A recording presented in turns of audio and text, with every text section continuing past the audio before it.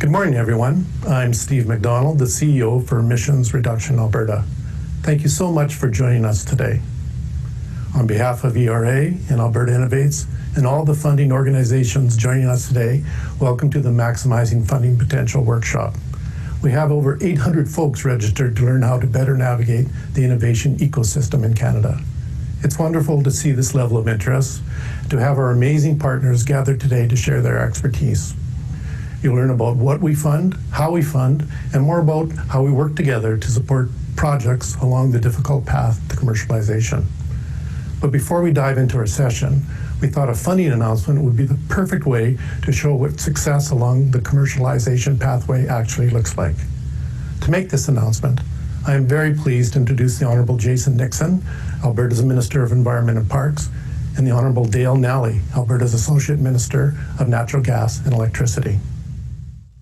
Thank you for that introduction, Steve, and hello, everyone. As Steve said, I'm Jason Nixon, Minister of Environment and Parks in the province of Alberta. And I'm Dale Nally, Associate Minister of Natural Gas and Electricity.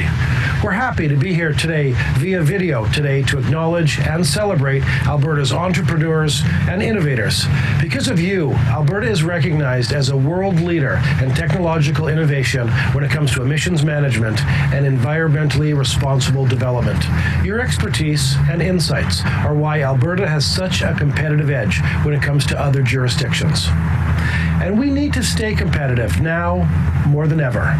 As we move forward with Alberta's recovery plan, we will continue to pursue all avenues to make things better for businesses and position our province for prosperity. As we respond to the economic downturn resulting from the effects of the COVID-19 pandemic and the collapse in oil prices, it's crucial that we build on our province's strengths with partnerships and targeted investments that ensure a strong future for innovation in the province of Alberta. With abundant, low-cost resources, a skilled workforce, and a world-class facilities across the province, Alberta is primed and ready to take our natural gas industry to the next level. And our partnership with Emissions Reduction Alberta will help us get there. Working together, we will continue to find ways to reduce emissions while creating jobs and attracting investment. Our government is proud to support the Natural Gas Challenge, which will strengthen our natural gas industry and tap into the global market. Our government helped launch this challenge in October 2019, when ERA invited technology developers to share project concepts for innovative opportunities in Alberta's natural gas industry. We're investing $58 million in tier funds through ERA to support 20 new projects that will reduce emissions and create hundreds of jobs in the natural gas sector. Government funds ERA through the Technology Innovation and Emission Reduction, or TIER system. TIER is an improved system to help energy-intensive facilities invest in innovative, emission-reducing technologies to stay competitive and to save money. Facilities can pay into the TIER fund as a compliance option, which is used for innovation and cleaner Alberta-based technologies like those selected under the Natural Gas Challenge we're here to celebrate today. In addition to funding from TIER, ERA's funding model requires that every dollar committed is matched by other investments, ensuring there is a market demand for the technology. So ERA's $58 million in funding is leading to an impressive total of $155 million in private and public investment that will boost our economy and help our environment. This challenge also represents a significant opportunity to improve cost competitiveness along Alberta's natural gas value chain while reducing emissions. I understand ERA's team of experts reviewed 117 submissions and that the challenge was oversubscribed. This is a real testament to the type of ingenuity and skills associated with this challenge in our province.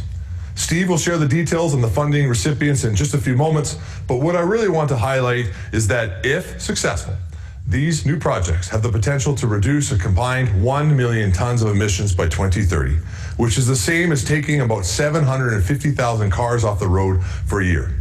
And the technologies will create about 760 new jobs in our province. It's no secret that accelerating innovation and technology creates jobs, attracts investment, and ensures the resilience of our natural resource sector.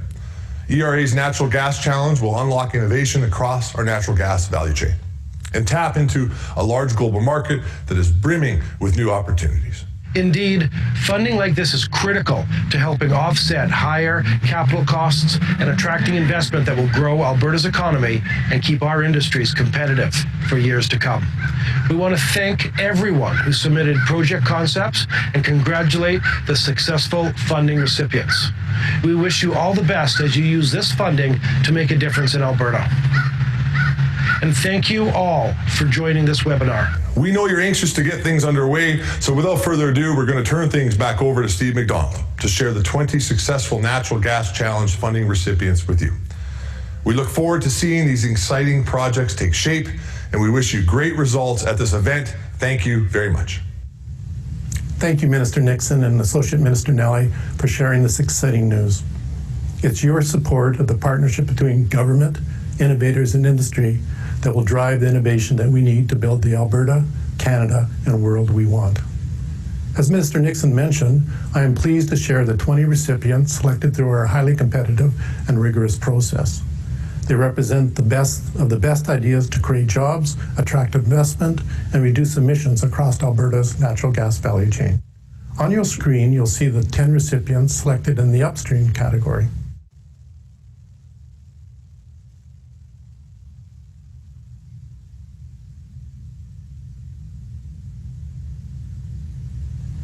The projects to be developed by these companies include using AI to better quantify emissions and new technologies that will significantly reduce or eliminate leaks and venting of GHGs. And now, the 10 recipients in the downstream and value-added category.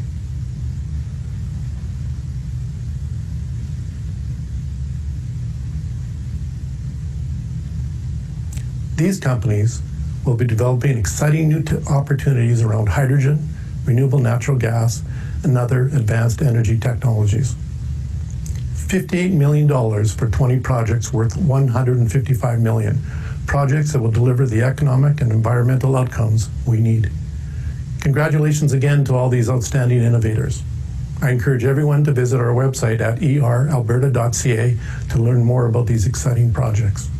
Now, since today is about helping more companies be successful and turning their ideas into reality, I'd like to hand things over to my colleague and your MC for this workshop, Bob Savage, to get us going on maximizing your funding potential.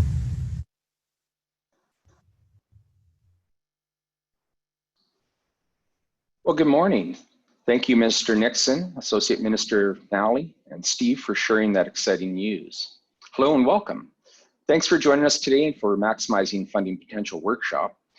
Apparently we have over 900 folks joining with us today, which is great indication for the need for the workshop. My name's Bob Savage. I'm Executive Director for Planning and Performance for Emissions Reduction Alberta, and I'll be your MC for today's session. So it's great to see so many people online today. We've got a full morning agenda and we'll get right to it. We've all been in scenarios where we've been asked to condense our pitch into 5 or 6 minutes. Today, we're going to turn the tables on our funders and ask them to do the same. All of our presenters will have just 6 minutes to give a reverse pitch to you today. And the intent here is to give you a small taste of what these organizations do. I'm going to be strict about the timing for this. If presentations run more than 6 minutes, I'll have to interrupt them and they may not get to finish. Sorry, presenters, but I have complete confidence that you'll be able to stay online. We've got a full agenda, as I've mentioned. We also know you'll want to hear more from these funding agencies. So after the reverse pitches, we will go immediately into a series of 6 30-minute deep dive sessions where you can learn and ask questions. Those sessions will start at about 10:30 a.m. Mountain Time. And don't forget, tomorrow morning, ERA and Alberta Innovates will also be hosting a lessons learned session with our project reviewers, so they will provide you with helpful hints on how you can put your best foot forward in the application process. I strongly recommend, if you're interested in applying for funding, that you attend those sessions tomorrow. Today, we're joined by some of the key agencies that fund and support clean technology and development and deployment across the country. So for about the next hour or so, you'll hear from 10 agencies. You'll learn about who they are, how they fund, what they fund, and more importantly, how we collectively work together to support projects through the stages of technology readiness. Before we get going, I should mention today's sessions will be recorded and will be posted on ERA's website to rewatch or share with your colleagues that could not make it to today's video webinar. We will have a few polls throughout the session. It's just our opportunity to learn a little bit more about who's online. It's always great to hear your thoughts, so we look forward to your participation today. There's also a chat function available. By hovering your mouse towards the bottom of the screen, you can add comments throughout the session. Also, if you're having any technical issues, you can let us know in the chat and we will do our best to help you out. For the sake of time, we'll only be answering questions in the deep dive session. That's the intent of having those sessions in the first place. I know you're all looking forward to the presentation, so why don't we just dive right in and get started right away. First up, one of our early stage funders, Julie Cannett, Acting Regional Director of Industrial Research Assistance Program from the National Research Council of Canada's Industrial Research Assistance Program, NRC-IRAP for short. Julie, take it away. Thank you, Bob. I'm really happy to be here to do a short 6-minute overview of NRC-IRAP. And we'll get started for the next slide, please. So just to set some context. Oh, we're not moving along. Okay, there we are. Just to set some context, IRAP is part of the National Research Council of Canada. We are a over 100 years old organization, the leading research organization in Canada with over 2,000 scientists working on everything from aerospace to plant genetics. And within that, we have a small program, but mighty program of 250 field staff that work to deliver the IRAP program across the country. So next slide, the IRAP mandate is really to help Canadian small to medium-sized companies grow through innovation. And I'll just briefly cover how we do that. On the next slide, our IRAP advantage, what we see, you'll be hearing a lot of acronyms over the course of the morning, but one I would like you to remember is the ITA, the Industrial Technology Advisor. That's what we call our field staff. And the reason we see that as an advantage is our ITAs are located across the country in the communities where our clients live and operate. We build relationships with those clients and with organizations, most of whom are on this call today. We build that network and provide advice to our clients so that we can then invest the smart money in those early stage projects. So I'll tell you a bit more about the Industrial Technology Advisors on the next slide. Who are they and where do they come from? So they tend to be more mature. They've had over 20 years of experience in the private sector. Many ITAs have run their own companies or they've been senior management level in technology companies running R&D programs. And most have an engineering or science background, master's level, PhD. So that's really the way to access our program is through an IRAP ITA. So I do encourage wherever you're located, if you don't currently know the local IRAP office, get in touch with us. And so the next slide, talk about the engagement model.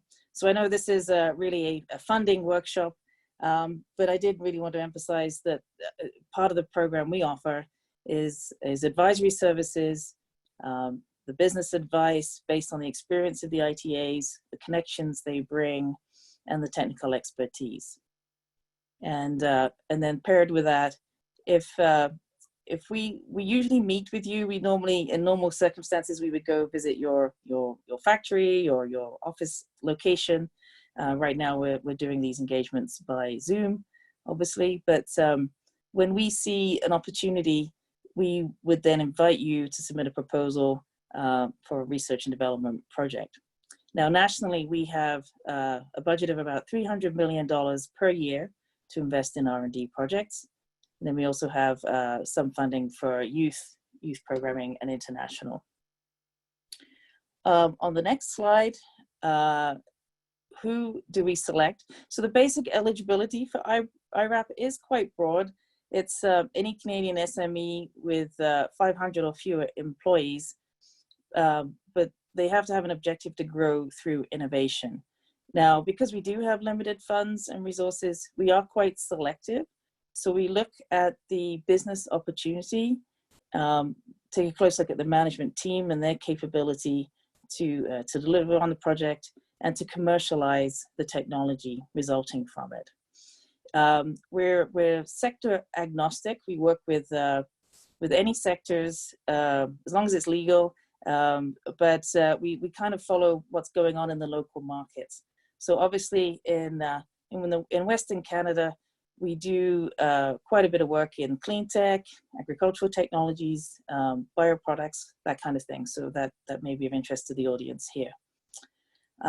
So we do assess the business. We're looking for commercial results, and our metrics are looking at benefits to Canada resulting from that. So the project would help the business grow, create jobs, and generate revenues and exports. For the actual projects themselves, on the next slide, we select them. We do actually want to see technical risk. So we want to see those technical challenges. If all that has been done and taken care of, we're more likely to, we want to share the risks of you before you've figured them all out. So we are looking at that. We're looking at the strength of the R&D team, and we're looking to see how we can help fill in those gaps where you may have them. And really looking at the impact of that project on delivering results for your company and generating revenue and helping you grow. So that's about all I have time for. I do recommend you come back for the deeper dive for a bit more information, but that's me, that's my contact information. I would encourage you to use the 1-800 line if you are interested in finding out more about IRAP. There'll be a live person at the end of that line to field your call and point you in the right direction. So thank you very much for your time. Thanks, Julie. That was great, and of course, right on time, so that's even better. So next up, we have Frank Nolan, Research and Innovation Development Officer with Natural Sciences and Engineering Research Council of Canada, NSERC. Frank, your 6 minutes are going to start right now. Thanks. Okay, thanks, Bob. I'm also very pleased to be here. So we are the Natural Sciences and Engineering Research Council of Canada, widely known as NSERC. And this presentation will give a brief overview of NSERC's role and where we fit in the innovation ecosystem. So on this slide, you'll see a number of different agencies. So NSERC is part of something that's known as the Tri-Council. 3 agencies whose primary mandate is to fund research at post-secondary institutions across Canada. No, stay on that last slide there, thanks. So NSERC funds natural sciences and engineering research. The Canadian Institutes of Health Research funds health. The Social Sciences and Humanities or Research Council of Canada funds social sciences and humanities research. And the Canada Foundation for Innovation, CFI, provides post-secondary researchers with funding for research equipment and infrastructure. So you can go to the next slide. So how we fund or support collaborations between universities and companies and other types of organizations is through our partnerships grants. So in a nutshell, we have the Alliance grants where you can work with university researchers. And if you would like to collaborate with a college or polytechnic, then we have various grants under the College and Community Innovation Program. So again, very briefly, Alliance grants support partnerships between non-academic organizations and universities. So if you're a company, if you are a not-for-profit, if you are even a government agency, and you'll see all the requirements on our website, which is listed there below. It's one program which has sort of collapsed all some historical programs we had, and it's flexible, and it can be 1 to 5 years, and I'll go into more of that in the next presentation. So full details on our website there. The College and Community Innovation Program allows companies to work with colleges on projects, and there's a number of grants there: Connect grants, Engage grants, Applied Research and Development, and innovation links. I encourage you once again, because I only have 6 minutes, to go to the NSERC website, and you'll find full details on these and a few others under the College and Community Innovation Program. So what I would like to do next is point out some of the advantages, some of the benefits for companies in participating in an NSERC-funded collaboration with a university or college. So the first one is, if you're doing research and development, if you work with a post-secondary institution on an NSERC-funded collaboration, you will save money on what you're paying for research. You'll also have access to very specialized equipment and experts that can help you solve your research challenges and answer your research questions. It will help you enhance your own R&D capacity. And the students, and a lot of people forget about this, but this is a big one.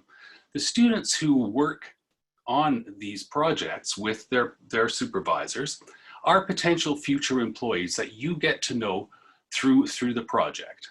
And then of course, NSERC's peer review system is widely respected, so you know you are getting quality researchers. Again, complete details on our website. And at that, I think I shall try to save everyone some time.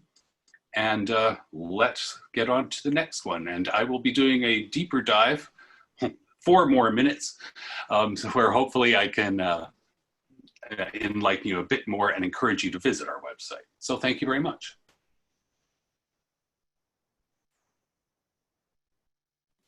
Thanks, Frank. So we're ahead of schedule. That's great. Maybe we'll just take a quick opportunity to do a quick poll. Again, we wanted to get some feedback with you. Also, I've noticed some questions in the chat. We'll try to respond to those as we can.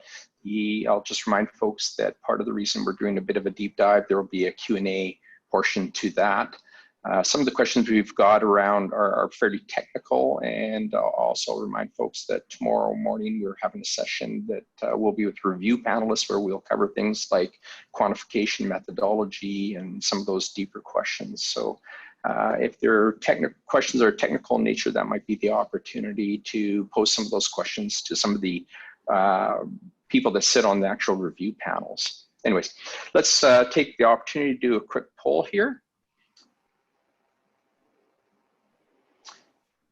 What we'd like to know is how many of you are currently looking for funding or support for clean technology development and deployment, and I'll give you a couple seconds to respond. And you just do that by clicking at the bottom of your screen, and the results should pop up online here for everyone to see.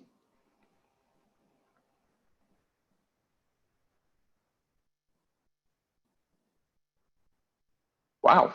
So looks like a lot of people who are online, or 83% from those that responded so far, are looking for some sort of funding support. That's great to see. And again, one of the reasons why we decided it'd be important to have this sort of event in the first place. So that's great. I think we're hopefully we can answer some of those questions for people.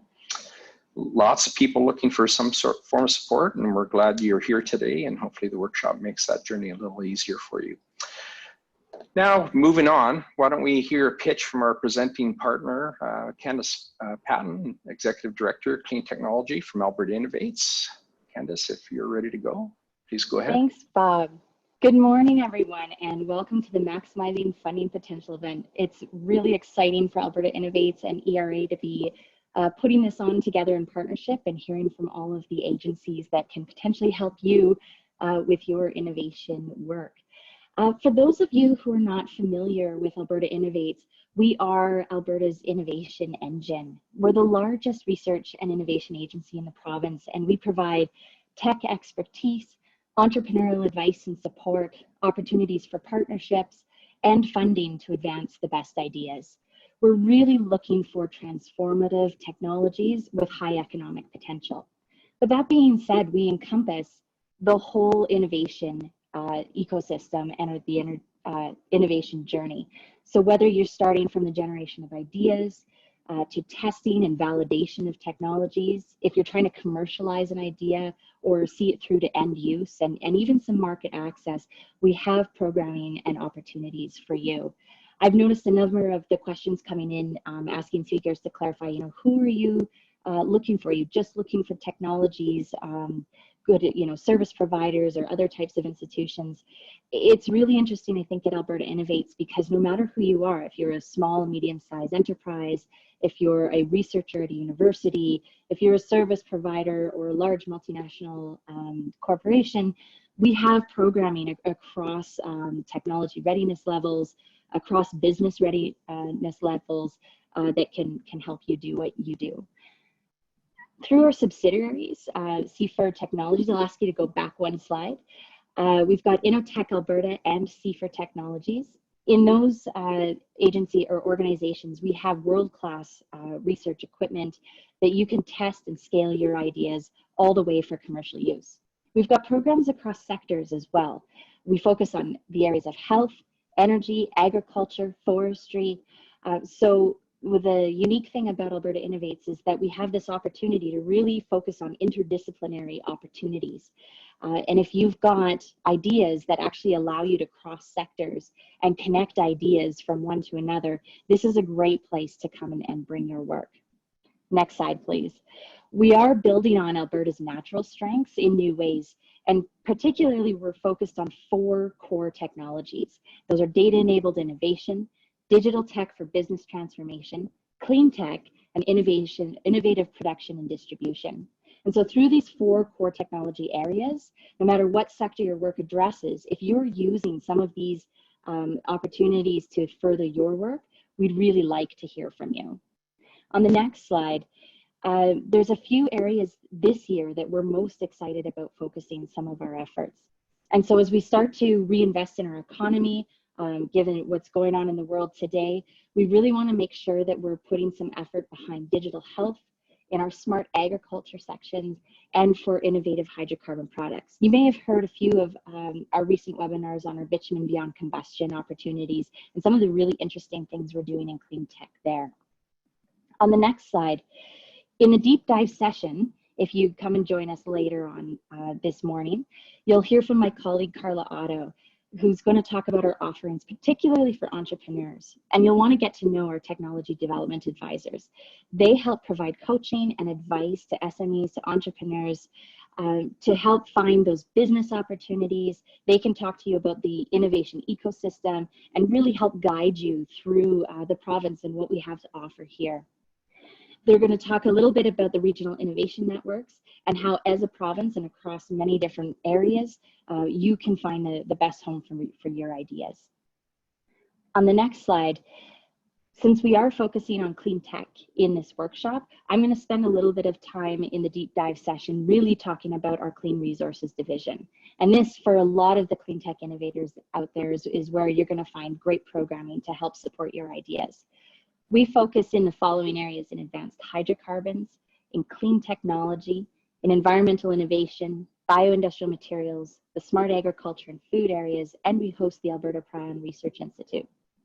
Now, if your work has the opportunity to benefit some of the areas like emissions reductions, water, land, tailings, well site and reclamation or biodiversity, these are the types of projects and the impacts that we want to see from your work.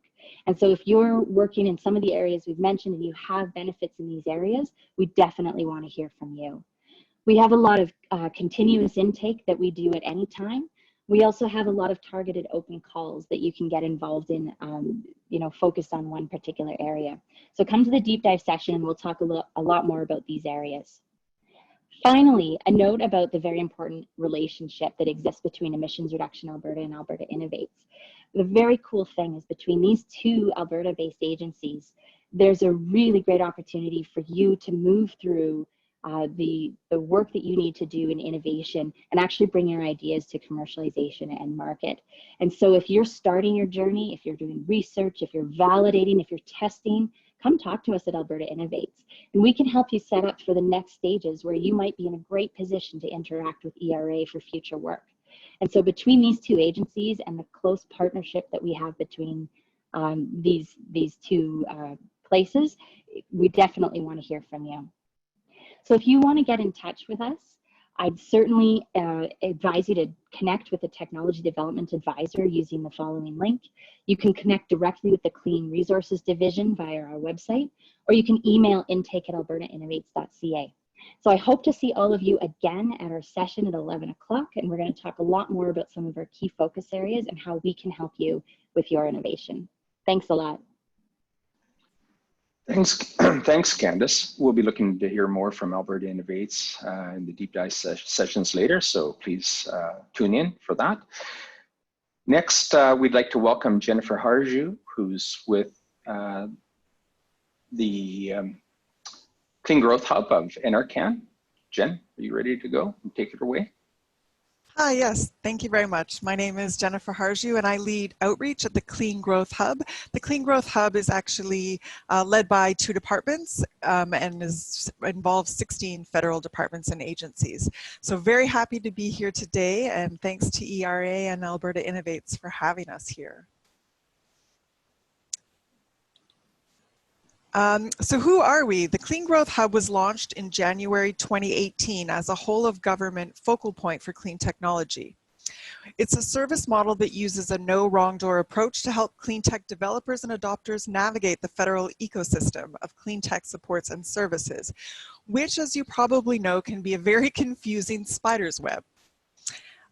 Which we help you to navigate. We are also well connected to some of the provinces and territories, as well as tech accelerators across Canada. We share information in real time and we collaborate across federal organizations in order to help companies and programs.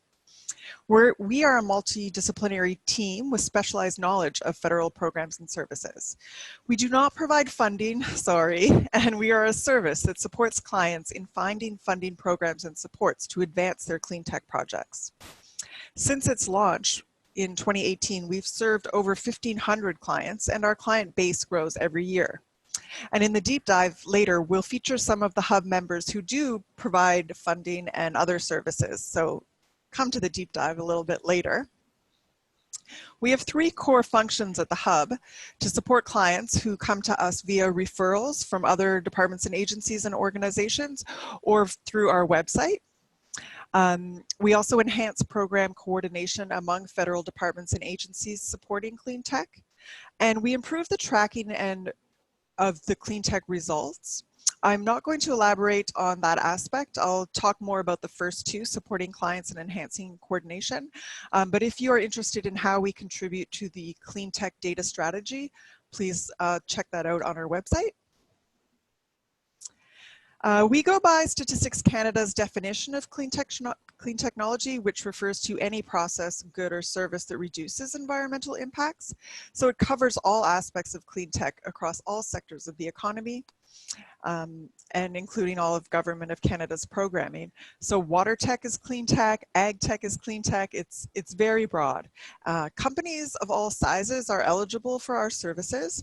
We work with startups, established companies.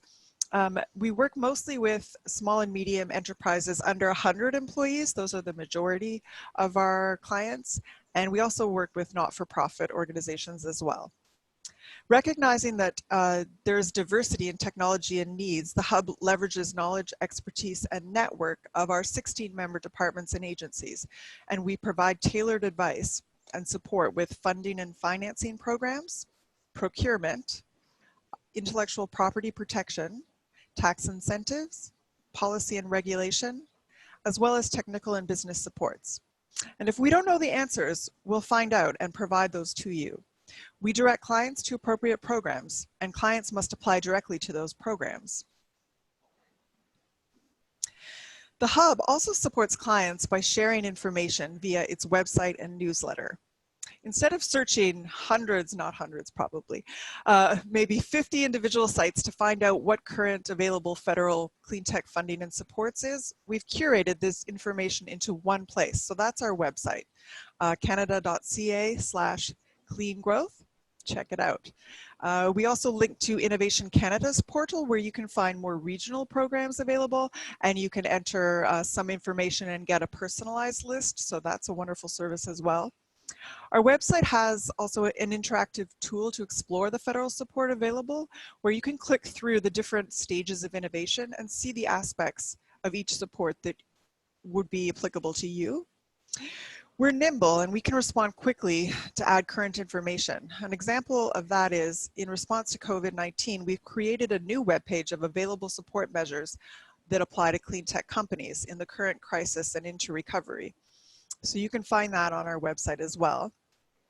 And another way we communicate is through our newsletter, which we distribute to a regular list of subscribers. So if you subscribe to our newsletter on our website, you can receive information in a timely manner. This is what the interactive PDF online looks like, dealing with the stages of innovation. This one is clicked on the pilot and demonstration phase. The left-hand side shows what the stage is all about and the kinds of support available, such as funding for pilots and demonstration projects, grants and fellowships, prize challenges, tax credits. On the right-hand side, you'll be able to see this more easily on the website itself. The right-hand side shows the attributes of a strong candidate in that category. So a strong candidate in the pilot and demonstration phase would be incorporated in Canada, would have strong scientific and a technical basis for the innovation, would be proven in a laboratory setting, and would have potential for quantifiable environmental benefits and have a strong business plan and strategy. We work with a lot of great programs and they are very competitive. So it's important to know what those attributes are. So please take a look at that resource. Hub clients are all different stages on the innovation continuum, whether you're focused on research and demonstration, research and development and demonstration, growth of your company, exporting, adoption. Our 16 member departments and agencies offer a really wide range of supports. Each have their own eligibility criteria and based on the size of the company, the environmental outcomes of the technology, and the degree to which the tech is innovative or commercially available. So as mentioned, it's a competitive process, but in general, for a strong candidate for export would have the following attributes: would be incorporated in Canada, commercially validated IP protected technology, would demonstrate environmental benefits, would have annual sales and commercial contracts, a strong business plan, etc. So take a look at that. And that's a list of the 16 departments and agencies that we are part of at the Hub, and it's co-chaired by Natural Resources and Innovation, Science and Economic Development. And you'll hear from, in the deep dive session as well, we have Agriculture Canada, Environment and Climate Change Canada, as well as SDTC, Sustainable Development and Technology Canada, who are available to answer questions on their programs and services in the deep dive. The majority of our clients that we work with are SMEs with less than 100 employees. And we deal with a wide range of technology areas. As you can see, many are energy related, but we also work with materials mining and manufacturing, agriculture, air, environmental remediation, recycling, circular economy, etc. In general, we've heard from clients that they find our service saves them a lot of time and energy, and it gives them access to connections they may not have been able to find on their own. So these are just feedback that we've received from 3 of the companies we've worked with: Carbon Engineering, AirX Energy, and Titanium Corporation. So it's good to know that our service is a value added and it's helping people out along the way. So please do check out our website, where you're going to find more information on current funding opportunities, and you can access the newsletter, and you can access the contact information to email us with any questions you might have. You can sign up for the newsletter and contact us, and you can tweet about us too. We don't have our own social media channels, but we do tweet out with using the hashtag #CleanGrowthHub. So go ahead and tweet about us. That would be great. And do come to the deep dive session a little later, where you're going to hear more detail and information about the Hub and how we work, as well as from some of the Hub members who who are there to answer questions. Thanks very much. Great, thanks, Jen. Great reverse pitch. I think we're rolling along and reasonably on time, so why don't we take this opportunity to do another quick poll. If you have a project that needs funding, what stage of development are you at? And I'll give you about 10 seconds or so to respond to that question.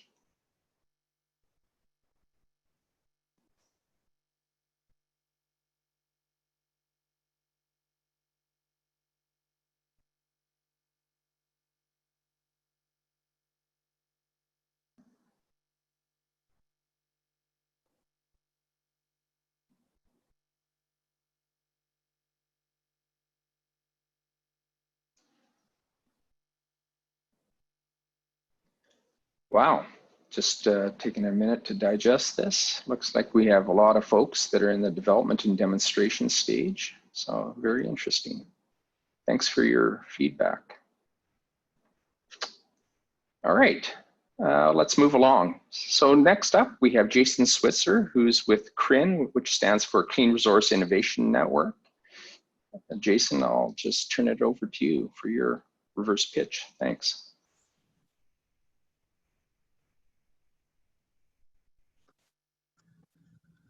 Thanks, Bob. I seem to be unable to start my video.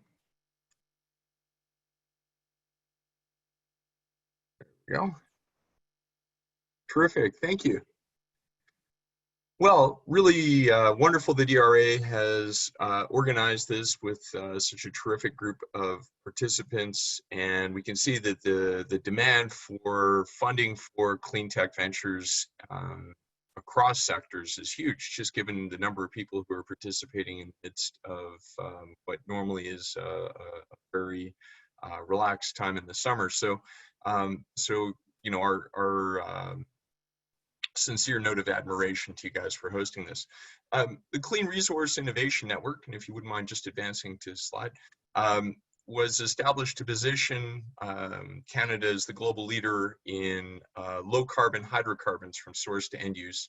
As you can see, it's very much to date been a volunteer effort by a group of individuals and organizations across the oil and gas value chain, including a number of key stakeholders. Myself with ACTIA, the Alberta Clean Technology Industry Alliance, representing the clean tech sector within Alberta, which of course includes innovators in oil and gas, but also in ag tech, utilities and other domains as well. You know, principally the focus of CRIN has been to increase the clock speed, the pace of innovation within the Canadian oil and gas sector to improve competitiveness and you know, decarbonize. Slide 2, please. Or sorry, next slide. So CRIN is organized as a network of networks. It's intended to bring together all the different key stakeholder groups that would be vital to effective development and commercialization of technology that can fundamentally transform outcomes for the Canadian oil and gas sector. And that means trying to bring together all the key players across the financial sector, the innovators, the key partners across the value chain, producers, service providers, and so on, and to advance these through a process of collaboration. What's unique and exciting about CRIN, of course, is that we're in the process of working out a major funding program linked to the key technology theme areas within CRIN. And so with that, maybe advance to the next slide. What you can see to date is the pace of growth of the membership of CRIN, which is on an individual basis. There's no cost for joining CRIN. As you can see, our membership crosses the country and includes members from other countries as well. I just checked this morning, we're up to 1,475 members representing all sectors as well as a number of industries. I think that gives you a sense for the pace at which things are growing. I'd encourage you to get in at the ground floor because when we start to roll out our funding programs, I think that's going to be a big draw for people to engage. Next slide, please. The key technology theme areas that have been identified by the producers are organized around the themes that you see here. So digital oil and gas technology, cleaner fuels, low emission value add products, which includes things like bitumen beyond combustion, land and well site remediation, novel hydrocarbon extraction, water technology development, obviously, and of course methane abatement, and of course identification, quantification, and so on. These are the big theme areas, and individuals have stepped forward to lead these working groups. Their names are identified here as well, and of course there's more information on the website about each of these theme areas, what specific technologies and solutions the producers are looking for, and how you might advance those technologies in partnership. Next slide, please. The technology support will of course cover a range of technology readiness levels. Primary support, of course, will be focused on TRL 7 to 9, and will be focused on partnerships between innovators, so Canadian-based SMEs who are advancing novel solutions that are in the sort of later stage of commercialization. But there will, of course, also be support for earlier stage technologies and ventures. And we're still formulating what those supports will look like. CRIN is a sort of work in progress. We're just hiring our leadership in that organization to take the initiatives forward. So watch this space. Next slide, please. CRIN really is an amplifier. I mean, the funding is important, but really what's most important is the process of collaboration and the networks that are being created to work together with many of the folks that were on this call, but of course across the Canadian innovation ecosystem and globally to address the challenges and the opportunities that are present in the hydrocarbon sector. The importance is the diversity and the collaboration. So if I can, last slide, please. Become a member. Go on our website. There's a social contract, which is essentially a statement of values for how we're going to work together. You need to join CRIN in order to engage. Engagement is the first step towards participation. And ultimately, as the technology challenges are rolled out, as the funding support is formalized and rolled out, you need to be part of the dialogue and be working together to be part of participation in that. But of course, CRIN is much more than that. It's really an effort to try and change the culture and accelerate the pace of innovation within the sector, and we need your help.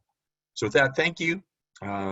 Hopefully I landed the plane on time, and again, I'm happy to take questions later, but you can always reach out to us through our website or through our LinkedIn. Look forward to hearing from you and working with you going forward. Thanks. Fantastic. Thanks, Jason. Great to have you here today. So now we're going to shift over to our friends at Sustainable Development Technology Canada, SDTC. So we'll hear a few words from Zoe Colbeck, our Vice President of Partnerships and Ecosystem. Take it away, Zoe. Thanks, Bob.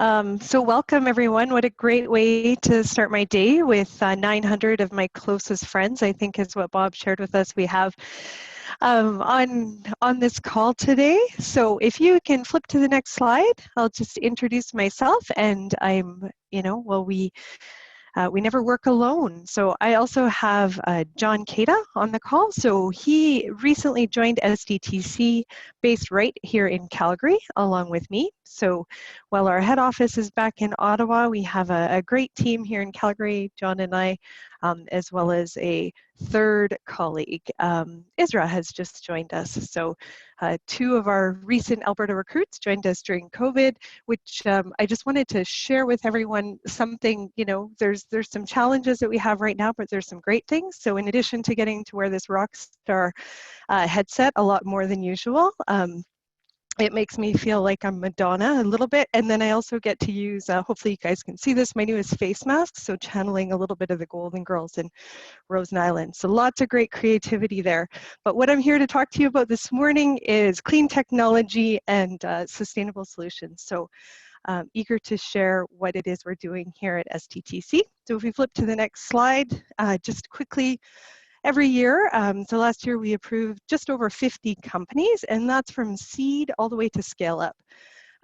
It equates to about $150 million in funding. So we've really expanded how we support companies over the last 3 years, and initiated a really exciting new program that we're expanding next year. So if we flip to our next slide, I'll talk a little bit more about what we do.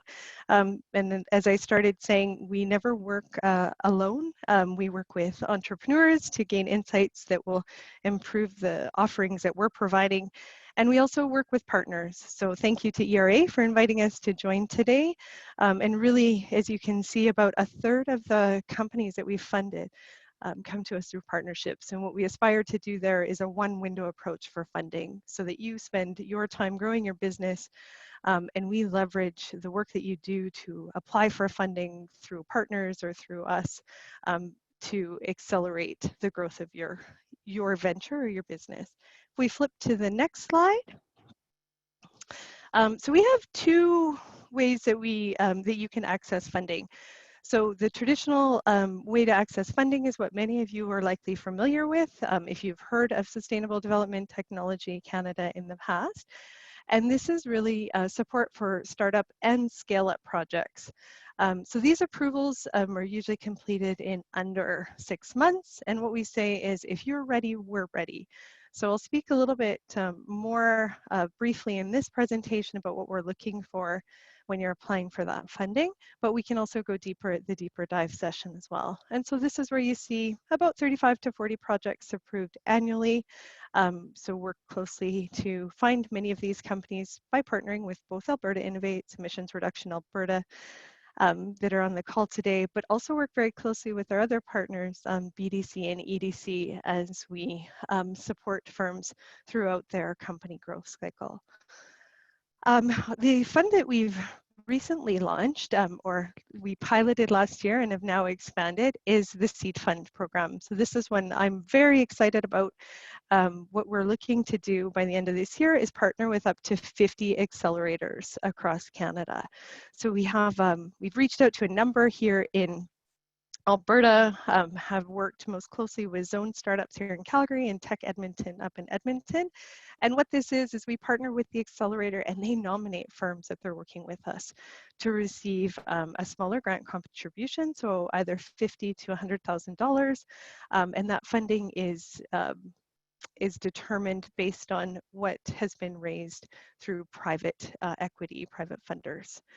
So this is earlier stage companies, and this is a much faster process from the time the application is received to when the company receives their payment is just under 8 weeks.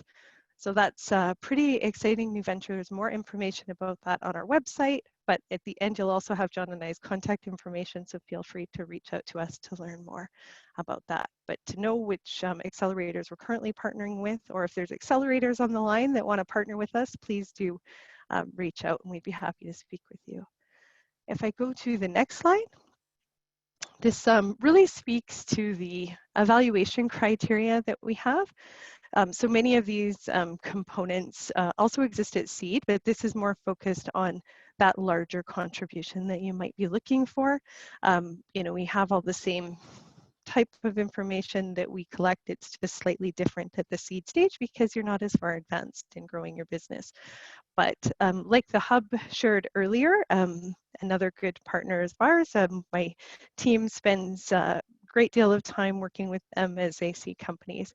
But we support primarily SMEs, so really looking for small, medium-sized enterprises that are looking for funding to advance their a defined project that will deliver environmental benefits. And we look for the applicant to come with a market partner. So really someone who's able to validate that the solution that the entrepreneur, the small business is developing is something that will solve a problem that the business is looking to solve.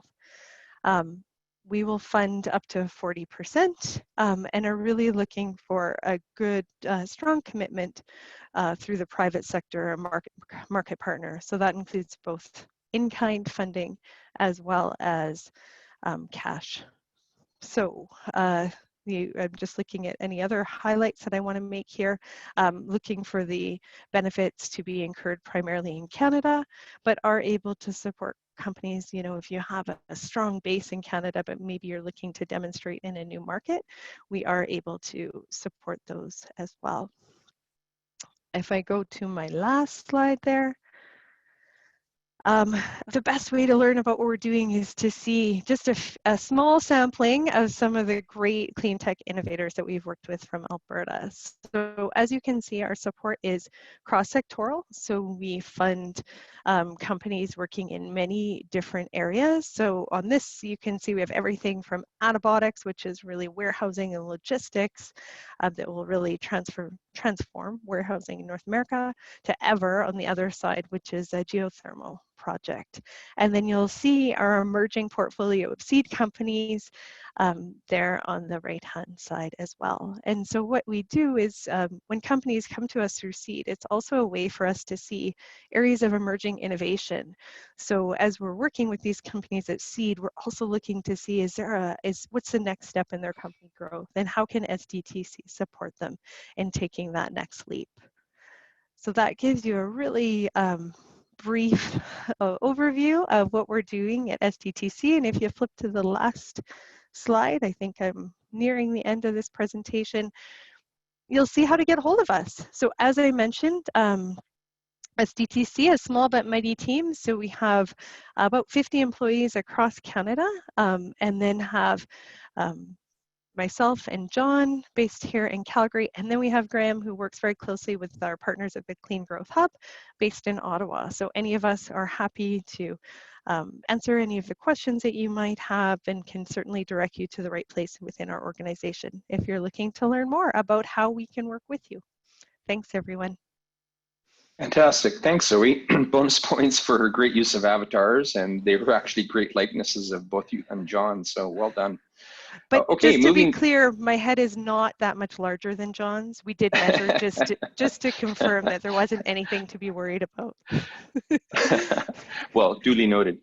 Okay, moving right along. Our next presentation is from Jennifer Reed, who's a program technical advisor with Canadian Forest Service with Natural Resources Canada. Welcome, Jennifer. Take it away. Thanks so much. As Bob already mentioned, my name is Jen Reed. I'm a technical advisor for the Canadian Forest Service, but I also lead on outreach for the Western provinces for the Investments in Forest Industry Transformation Program, which is the program I'm going to tell you about now. So IFIT is delivered by the Canadian Forest Service under Natural Resources Canada. We've been supporting our recipients in de-risking implementation of innovation in the forest sector since 2010. The program helps with the adoption of transformative technologies, products, processes by bridging the gap between development and commercialization. Right now, we're accepting applications under our 5th call for proposal. Under previous calls, we've supported 43 unique projects, which represents nearly $200 million in funding from the program. To be eligible for IFIT funding, applicants must be for-profit companies that produce forest products in an existing facility in Canada, or will be new entrants into the forest sector for the purpose of the project. The program aims to support the forest sector by funding projects that deploy first-in-kind technologies in Canada, support new or increased production of bioenergy, biomaterials, biochemicals, or next-generation building products, and that encourage new partnerships and transformed business models. Overall, we aim to create a more competitive and resilient forest sector with a focus on low-carbon projects. The program has 2 streams of funding to meet these goals. The first stream supports capital investment projects. The stream provides funding to projects at a pilot to commercial scale to diversify product streams and implement innovative processes. Here, the program can fund up to 50% of total project costs and up to a value of $20 million. Generally, we don't fund at this level though. By supporting projects at lower levels of funding, we're able to support more companies and create a diverse portfolio of projects. Under previous calls, IFIT has provided an average of 24% of total project costs with an average contribution of around $5 million. A key item to note on this slide is that IFIT funds are non-repayable. So they aren't repaid to the Government of Canada unless they're used in a way that isn't within our program parameters. For example, if it was found that IFIT contributions were used for expenses that were not directly tied to the project.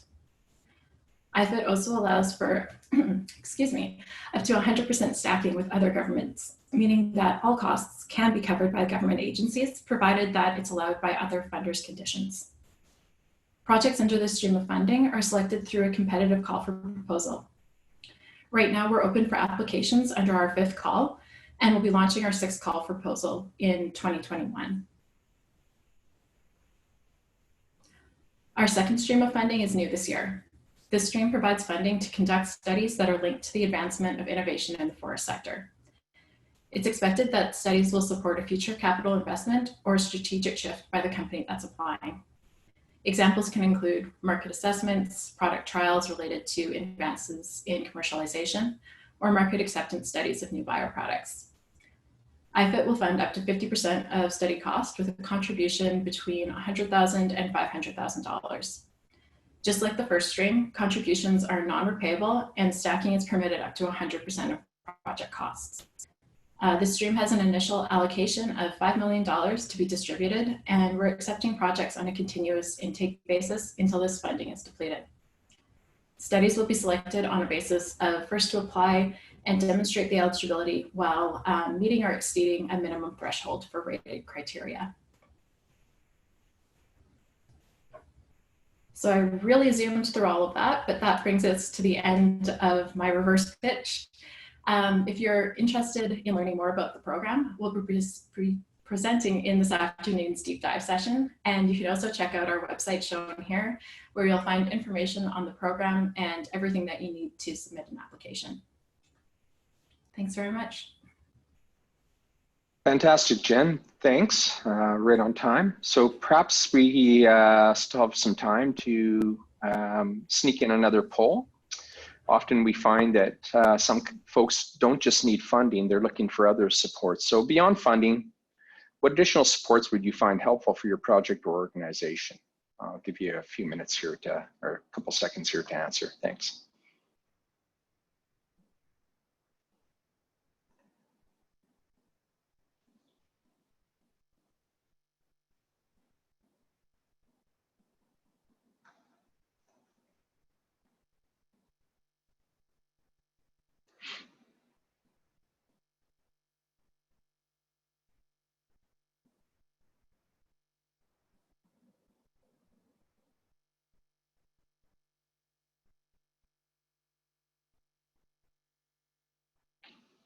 Oh, that's really interesting. So we're seeing a need for a whole bunch of supports from business development partnerships, understanding this ecosystem. Not surprising. It's a difficult ecosystem to manage. Again, one of the reasons why we're doing this today. Okay, great. Well, thanks everyone. Some really important information, and I think it affirms the rationale for holding an event like today anyways. In the first place, we're hoping to connect some dots for people. We're basically on time, so I think Mark's a bit relieved. We were having a chat in the background here about the need for Mark to do some shadow puppets if we were running a little bit late, but I think we're good in terms of time. So with that said, our next speaker up is our very own Dr. Mark Summers, Executive Director for Technology and Innovation from Emissions Reduction Alberta. Mark, if you're ready to go, please take it away. Thanks, Bob, and good morning, everyone. I'll save my shadow puppets for next time around. As Bob said, my name is Mark Summers. I'm the Executive Director of Technology and Innovation for ERA. So I was giving a presentation about a year ago, live and in person, if you can imagine that, and I was giving my customary introduction to ERA when I noticed that someone in the audience had fallen asleep on my first slide. So for today's presentation, I wanted to take a slightly different approach. Rather than just go through my slides and say who we are and what we do, rather as a reverse pitch or a pitch from me to you, the audience, I wanted to share what I think are the top 3 reasons to apply for funding from ERA. And also, since I can't see anyone in the audience, if you happen to fall asleep, I won't even notice. Okay, so reason number 1, and this is quite obvious as a funding organization. Reason number 1 to apply for funding from ERA is because you can get money in the form of non-dilutive grant funding to advance your technology toward commercialization. Now, in order to explain that a little bit further, I do sort of need to tell you who we are. ERA is an organization based in Alberta with a mandate to reduce greenhouse gas emissions and grow Alberta's economy by accelerating innovative technology solutions. We receive revenue from the Government of Alberta's TIER program, as you heard from Minister Nixon previously, and we reinvest those revenues into projects that advance technology toward commercialization in Alberta.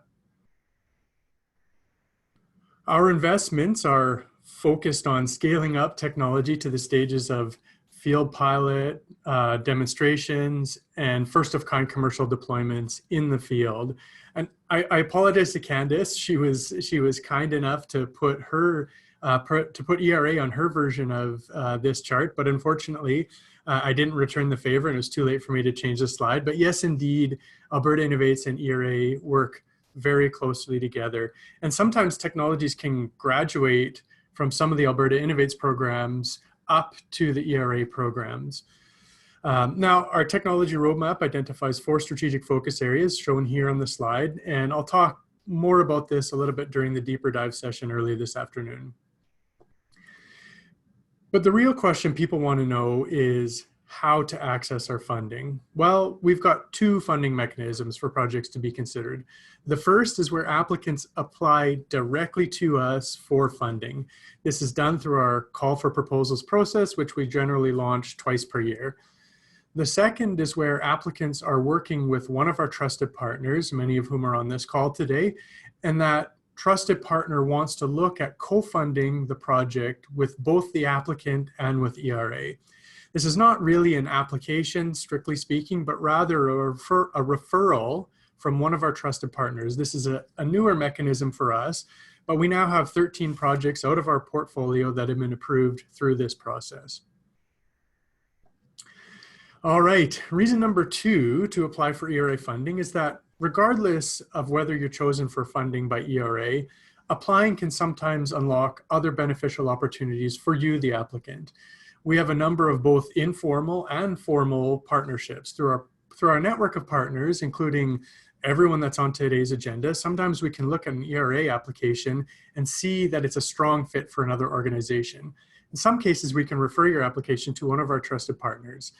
And we also have non-funding partners. For example, we work closely with Tech Edmonton, Platform Calgary, commercialization team at Alberta Innovates, and others. Sometimes we can identify non-monetary services that might be beneficial for you. And finally, sometimes we have colleagues from the Government of Alberta or even the Alberta Energy Regulator participate in our process. This certainly isn't a fast track for regulatory approval, but it can be quite beneficial for the regulators and the policymakers to be aware of your technology and aware of your projects. Okay, reason number 3, and my last slide, to apply for ERA funding is that even when you aren't successful, it can be helpful just to go through the process, especially if you're new to the world of funding applications or developing a business plan for private investment. You get a chance to tell your story and to test your ideas. Both of these are important skills to hone if you want to continue attracting financing for the project you're looking at and for future investments. Submitting an application to ERA can also put you on our radar screen, so to speak. There are lots of really great ideas out there that we've never heard of. And even if we feel that your project isn't quite ready for funding or is missing some critical elements for this stage, it could be quite helpful for us just to know about you. I can think of several projects in our portfolio we funded where they weren't approved for funding the first time they were applied, but were successful the second time around. Now, before anyone gets the wrong idea, I should say that I know it takes both time and effort to put together an expression of interest for ERA. I'm not recommending that anyone waste their time. Don't apply for funding based solely on reasons number 2 and 3 here. But if you've got a project that you think is a fit for ERA funding, there could be some additional benefits to you. So those are my top 3 reasons to apply for funding from ERA. If you'd like a little bit more detail, stick around for the deeper dive session in a few minutes, and thank you for listening. Great, Mark, very informative as usual. Didn't fall asleep, that's great, but then again, you did bring me a large coffee before we kicked off the session, so I'm just still working through that. So just 2 more presentations to go before we take a deeper dive into some of the funding organizations, their programs and processes. So next up, we have Susan Rohack, who's the Vice President of Clean Technology Practice with the Business Development Bank of Canada. The floor is yours, Susan, if you're ready to go. Thanks, Bob. Yes. And good morning, everyone, or good afternoon if you're in Eastern Canada. What I'd like to do in the next 5 minutes is just cover off on 3 things. 1, a quick overview of what BDC is. 2, a little bit of a deeper dive into the Cleantech practice that was stood up in 2018. And then my 3rd slide, talk a little bit about who you can contact. We have 7 directors across Canada, 2 of them in Alberta, and I'll give you those contact names. So BDC, if we move to the next slide, the Business Development Bank of Canada is a Crown corporation. It is there to support, and its sole purpose is to support Canadian small and medium-sized enterprises. And we've been doing that for 75 years. And really what we do is we complement private sector and try and fill gaps in the marketplace. And we do that through 3 broad things. The first one is financing. We provide debt financing. And how we complement private sector is we make that financing innovative and flexible and try and support gaps where private sector don't feel comfortable playing. So we do financing, we do advisory service, and again, we try and complement private sector advisory services by offering products that are unique, that are not being offered elsewhere. And the 3rd thing that we do is provide capital, equity to Canadian entrepreneurs. And we do that 2 ways. We do that direct through specialized funds. We have our Women in Tech Fund, we have our Industrial Clean Energy Fund, we have our Innovation Fund. So lots of different funds that are very focused. And we also do that indirectly as well. Many people don't know that, but BDC has supported over 70 venture capital funds in Canada by providing them the capital needed to close their funds. So those 3 things we do and we continue to do. What we don't do, unlike some of our partners who have presented before us, is we do not do subsidies or grants, and we also do not provide lines of credit. Chartered banks would be a better source for an operating line. Now, if we take a little bit of a deeper dive on the next slide into the clean tech practice, because that's what we're here today to talk about is clean tech, is in 2018, the federal government recognized through listening to stakeholders that there was still a gap in the clean tech space and providing support for clean tech companies and building out Canada's amazing technology and innovation within the clean tech space. And the gap was there to build these global champions. So in 2018, BDC launched a new $600 million fund that's being deployed over 5 years. And the purpose of this fund is to provide flexible, patient, and creative capital. We do that through, we're instrument agnostic, so we can do it through equity, we can do it through convertible debt, sub-debt, or senior debt, depending on the need of the company and the stage of the company. And we typically focus on deal sizes that are larger. So this is not for startup companies necessarily, but for later stage companies that are looking to scale and looking to commercialize, and our average deal size is between 5 and 20 million. So like I said, we are really focused on commercializing and scaling companies, which is great because what we do then is we complement some of the other partners that you've heard speak today, including ERA, SDTC, and NRCan, who provide the earlier stage financing. So this is a continuum of being able to fund your company at the early stage through the grants and subsidy programs, and then through ourselves and other players that you're hearing today as well that can commercialize and scale. But we're not alone in this. Obviously, not only do we do that through the clean tech practice, but BDC, as I mentioned, has other groups within the bank, and we do support over $1.4 billion of investment and financing into clean tech companies. So my last slide, and unfortunately I don't have cute avatars like Zoe did from SDTC, but there's 2 people that are key for you to talk to if you're interested in finding out more or find out if your project would be a fit. We have Karen Kennedy, who's a director of the clean tech practice that's based in Edmonton, and Sherry Corbett, my colleague in Calgary, is going to be doing a deeper dive into the clean tech practice later this afternoon as well. So we do, like I said, have 7 directors across Canada, in Montreal, in Toronto, Ottawa, Edmonton, Calgary, Vancouver.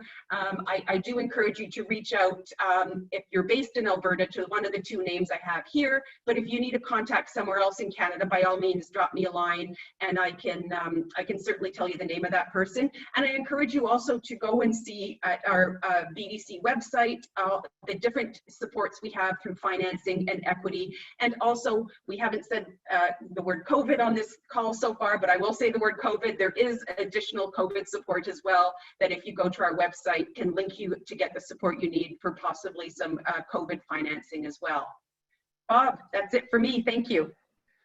Great, Susan, thanks. That was an excellent pitch and great summary of the organization, and thanks for raising the COVID support. That's fantastic. Next up, we have Lynn Cote, who's a Cleantech lead with Export Development Canada, EDC. So we've had BDC, now we have EDC. Go ahead, Lynn, if you're ready to go. Thank you, Bob. Yeah, BDC and EDC are often put in together, which is a good thing because we work very closely with Susan's team on Cleantech. It takes a lot of folks to support the Cleantech ecosystem. So I'm last, so I'm going to be good on time. So thanks for the opportunity to present what Export Development Canada does. So EDC is a Crown corporation as well. We're Canada's official export credit agency. We've been around for quite a long time, and you can change slides, please. Thank you. You know, our focus is on working with companies who are exporting or who plan to export. And export for us is any sale outside of Canada. Many of our exporters are still, you know, very much focused on the U.S., but we work with the Trade Commissioner Service and others to provide some support to help companies diversify in all markets across the world. Next slide, please. So a lot of people ask us, are you, like, what exactly do you do? Because, you know, sometimes, you know, what's an export credit agency? You have all these solutions. Are you only there for larger business? The answer to that is we're there for all business.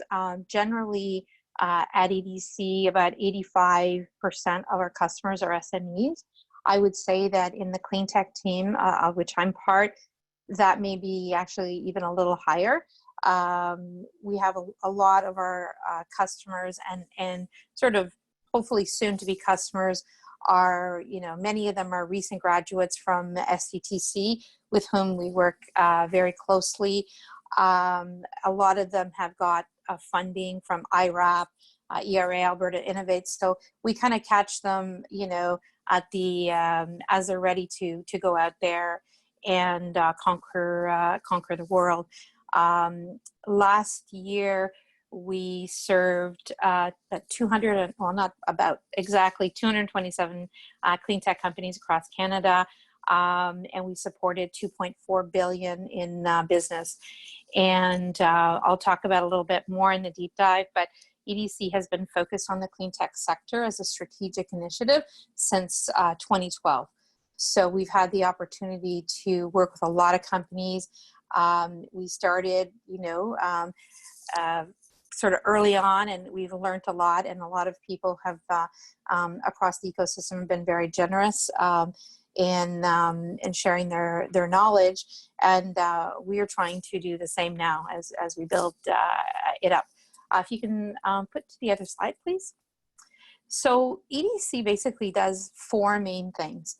And I'll start with insurance first because we're very well known for insurance and mostly for credit insurance, which is basically if you sell to a market, this insures your receivable, which also makes sure that you get paid, which in these days is even, you know, more important than usual. It's also a very good tool to use with bankers when you go get a loan. They like your receivables to be insured, so we're well known for that. We also do financing, and we've got it under like a big bucket, but we do all kinds of types of financing. We do guarantees through commercial financial institutions. We do direct loans, we do project finance loans, we do equity investments directly and sometimes in partnership with other investors. And we do some investment through funds, but we don't do as much of that. We also provide bonding guarantees, which are very much used by Cleantech companies as they, start to sell and buyers are not so sure about the product. They're looking for a guarantee that the company will be able to perform. So we do those as well. And we also have like a knowledge portfolio. So we have a number of people who have developed mostly online tools. We share a lot of blogs, ways, for example, we have a new tool that just launched last week where you can look up some credit information on a potential buyer, which is very useful. So, some of those tools are being developed in collaboration with the Mars Discovery District, which you'll probably know well, that's based in Toronto and very involved in the innovation ecosystem. And finally, we provide connections. So we have a group, our global trade group works with companies to provide introductions to some of our international relationships. So next slide, please. So we have presence across the country, from my friend Bill in Newfoundland all the way to Vancouver. We have an office in Edmonton and Calgary and pretty much everywhere.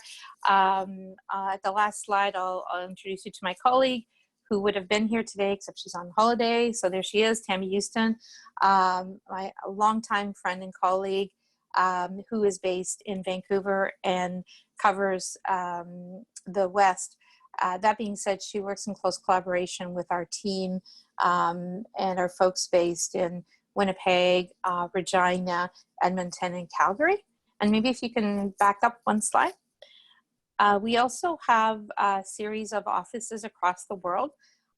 This is the latest one. So we've got EDC teams whose real goal is to facilitate relationships with foreign buyers. We do a lot of lending to foreign buyers for the purchase of Canadian capital goods. So most of the folks are still in region. We repatriated a few back because it was not safe for them to be there, but we still have teams everywhere and they're working from home like the rest of us.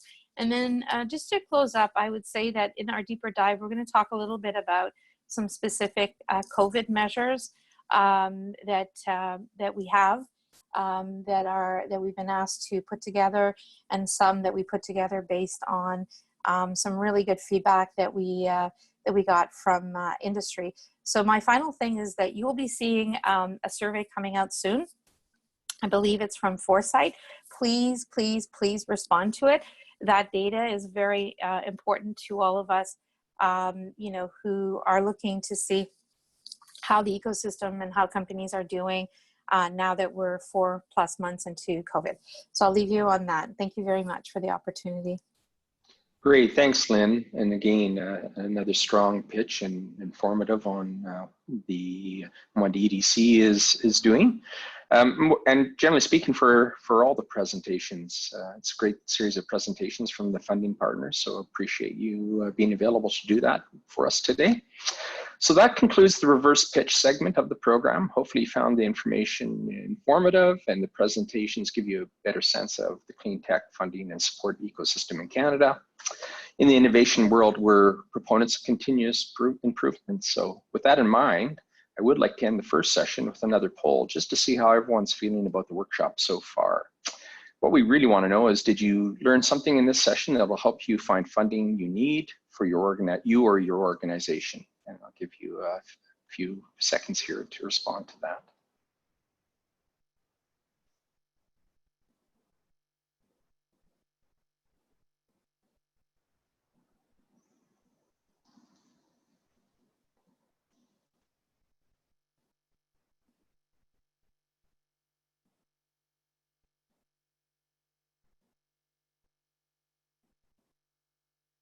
Wow, it sounds great. Sounds like we had a successful morning so far. 75% of you thought it was very informative, so that's great. Some of you are a little unsure. Having said that, if you're unsure, perhaps you'd like to stick around and with us for the rest of the program this morning, where we go into the deep dive. Before we do so, I'd like to take the opportunity to thank each of the presenters today. This is an important collaboration of the funding agencies from across the country. And we really wanted to exemplify how Alberta and Canada provide support and development to the development of clean technology. It's really important that we do so. So hopefully you've learned a little bit about some of the organizations and where they sort of slot in the innovation chain. And hopefully we're connecting some dots for you. Next up, we're gonna go straight ahead into the deep dive sessions. So this is an opportunity to get to know some of these funders a little bit better. They'll each give presentations that go deeper into their funding programs and their support for innovation and technology development and deployment. We're gonna allow time for Q&As in each session. So we just wanted to have the little quick pitches, and the idea is to let you know a little bit more about these organizations, and this is really going to be your opportunity in the deep dive sessions to ask any burning questions that you may have.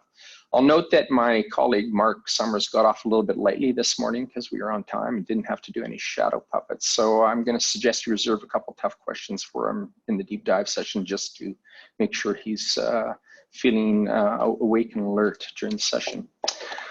So once in the deep dive sessions, you can start to put questions in the Q&A area at any time during the presentations. You probably want to do that fairly early on if you can.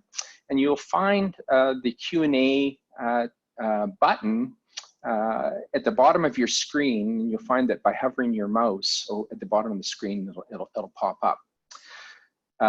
As you may have heard earlier, we have a lot of people online today, and it's probably not going to be possible to answer all those questions. So some of the sessions are going to have more than one presenter. And if you have a question for one particular agency, be sure in your question to identify who the question is for. As I said, we have a large number of people participating today in the webinar, so it's unlikely we'll get to everyone's questions. However, if you have a question from if you see a question in the Q&A lineup that you like or is important to you or would like to see answered, what I would encourage you to do is upvote it. And you can do that by hitting the thumbs up icon next to the question itself. And what that'll do is it'll move the question up in the queue, and that way the presenters will be sure to answer the most popular questions first before getting into, if there's time, allowing them to get to other questions. You'll see on your screen the order and times for each for each presentation deep dive session. These will be running back to back from now until 1:30 Mountain Time. Please feel free to join us for all the deep dives, or if life gets in the way or you have other business to do, join for the ones that you want to know more about. The choice is yours, but I know they'll all be very interesting and informative. If you're planning to jump in and out of these deep dive sessions, you can rejoin by using the same link you joined us with earlier this morning. We want to keep the sessions interactive, so before we get into it, let's just take another quick moment to do another quick poll. Since we're talking about clean tech, which of the areas is the greatest need for funding and support? And I'll give you a couple seconds, and then we've sort of got a double whammy here. We really need to know, it's important to funding decisions, which superpowers you'd like to have. So I'll give you a minute or two to respond to those.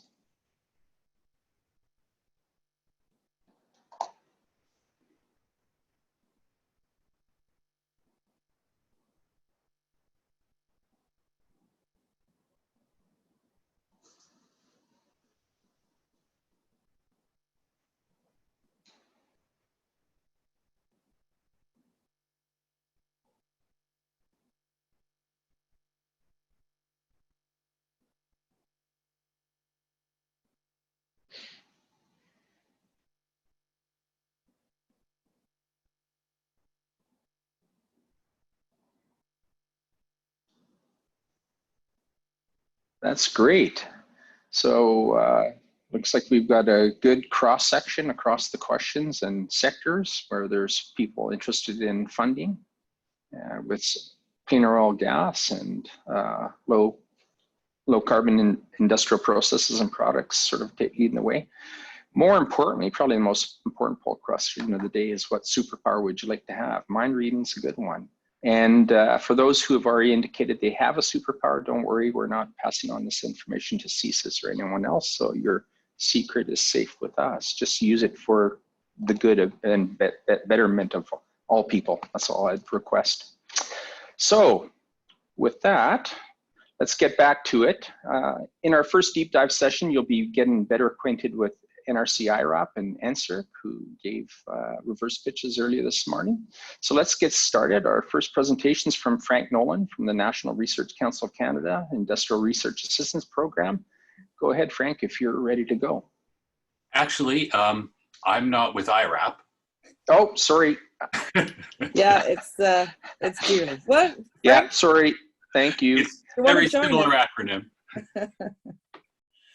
All right. So it's Julie Kennett here from IRAP. Are we ready to go, Bob? Yeah, okay. I'm sorry about that. No problem. No problem at all.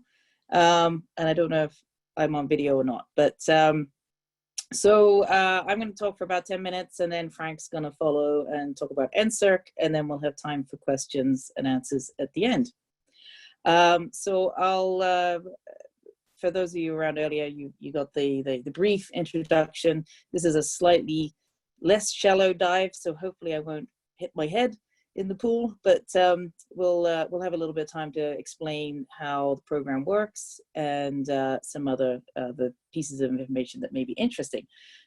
So next slide, please. So just again, we are part of the National Research Council of Canada, so we're a federal government program. Next slide. IRAP's mission is to help technology-based companies grow through innovation. And we do support any technology, any sector, but obviously based on the local market in Western Canada and Alberta, we do deal in our portfolio quite actively with energy technology, water technology, ag and food, in that area. So moving on to the, again, just to emphasize the IRAP advantage is that we are located across the country, and we are, and the reason for doing that is so that we are co-located with the companies that we're working with. The ITA that you work with would be a local contact. We have a team of about 15 in Southern Alberta, similar number in Edmonton, and those are located across the country. So again, the ITA, that's the acronym I would like you to remember, is the Industrial Technology Advisor, because that's the field staff. We don't have an online web-based application. The way to access our program is to get connected to the local ITA with the relevant expertise and support that you're looking for. Next slide. Again, those ITAs are experienced. They've spent time in industry, and they can usually empathize with what you're going through in terms of growing a company and trying to scale it. So again, get to know that, that local contact.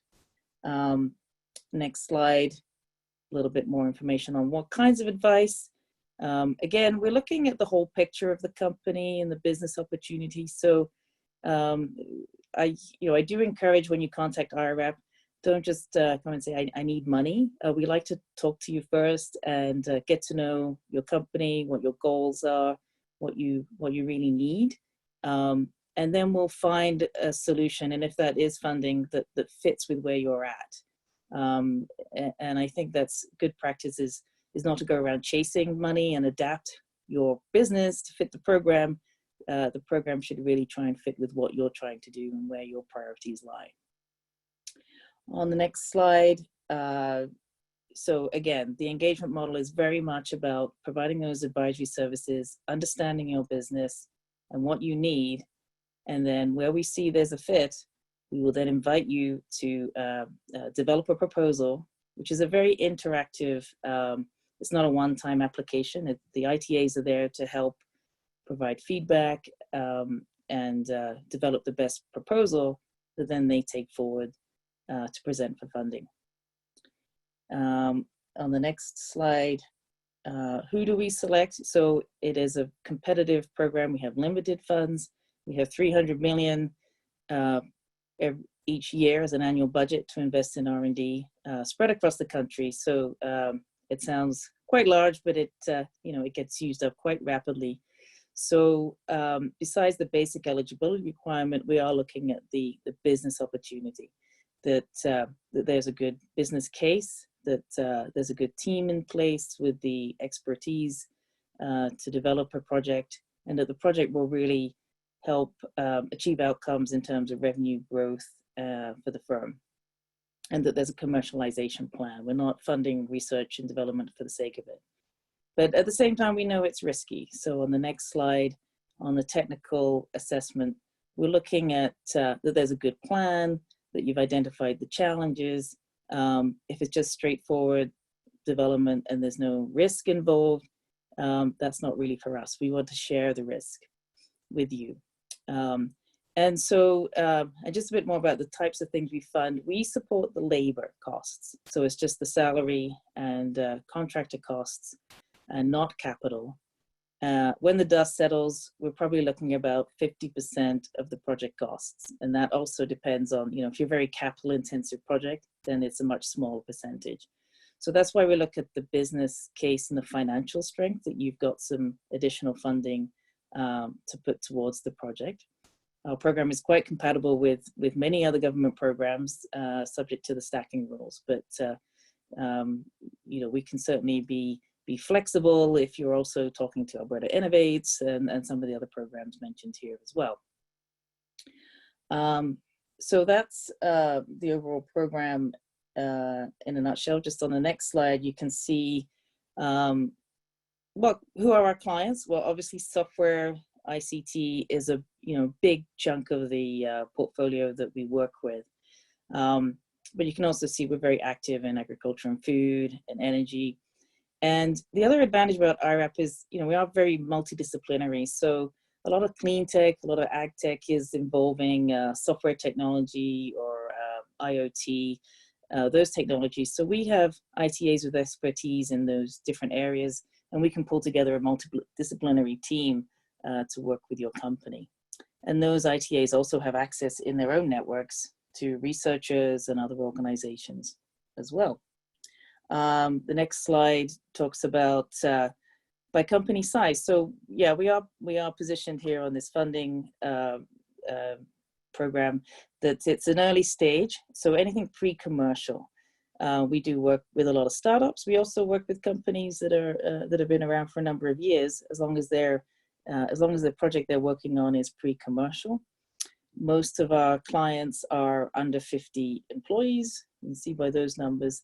And we're trying to help you grow into those larger. And we'd like to see you graduate from IRAP so that you're over 500 employees and a global world-class company. So that's where we'd like you to go. But obviously you can see most of our companies are in that startup stage, 1 to 10 employees. And with a couple of minutes left, I'll talk about the next slide. In addition to the local presence, we also have what we call sector teams. So we have some ITAs that work together across the country in certain sectors. We have 9 of them right now. The ones that would be of most interest to this audience would probably be Cleantech, agri-food, and bioproducts. And it's a way of addressing those sectors' needs in a more sort of ecosystem-based approach across the country. It allows us to access resources through NRC research. We partner with groups like Foresight, CTAC West, to develop programming with them that help our clients. So that's anyone interested in that. That's another way that we operate quite actively in the ecosystem.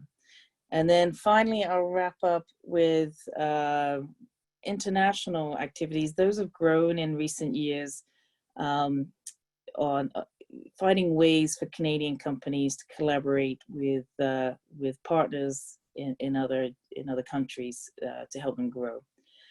So on the next slide, there's another some description on what those programs are. More acronyms, another acronym soup. of different programs, but Canada is a partner in Eureka, which is a major European collaboration for research and development, and many other programs.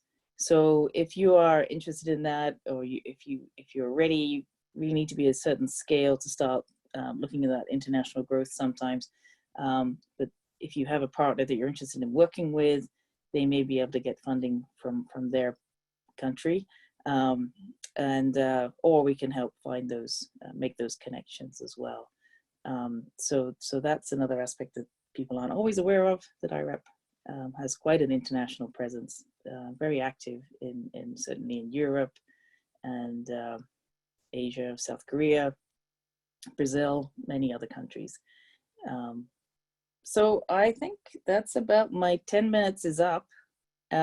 So again, I would encourage you to call the 1-800 line for a quicker response, but I also have put my email address up there. I can respond, but not knowing where people are located, I'd start with the 1-800 number, and then we can get you to the right place. And with that, I will. I think we're right on the 10 minutes, so I'll hand over to Frank. He's got one more letter in his acronym, so he's got 5 letters. So then he can explain NSERC. Thank you. Thanks, Julie. All right, so in this presentation, hopefully give you a little bit more information about some of the partnership grants that I talked about earlier.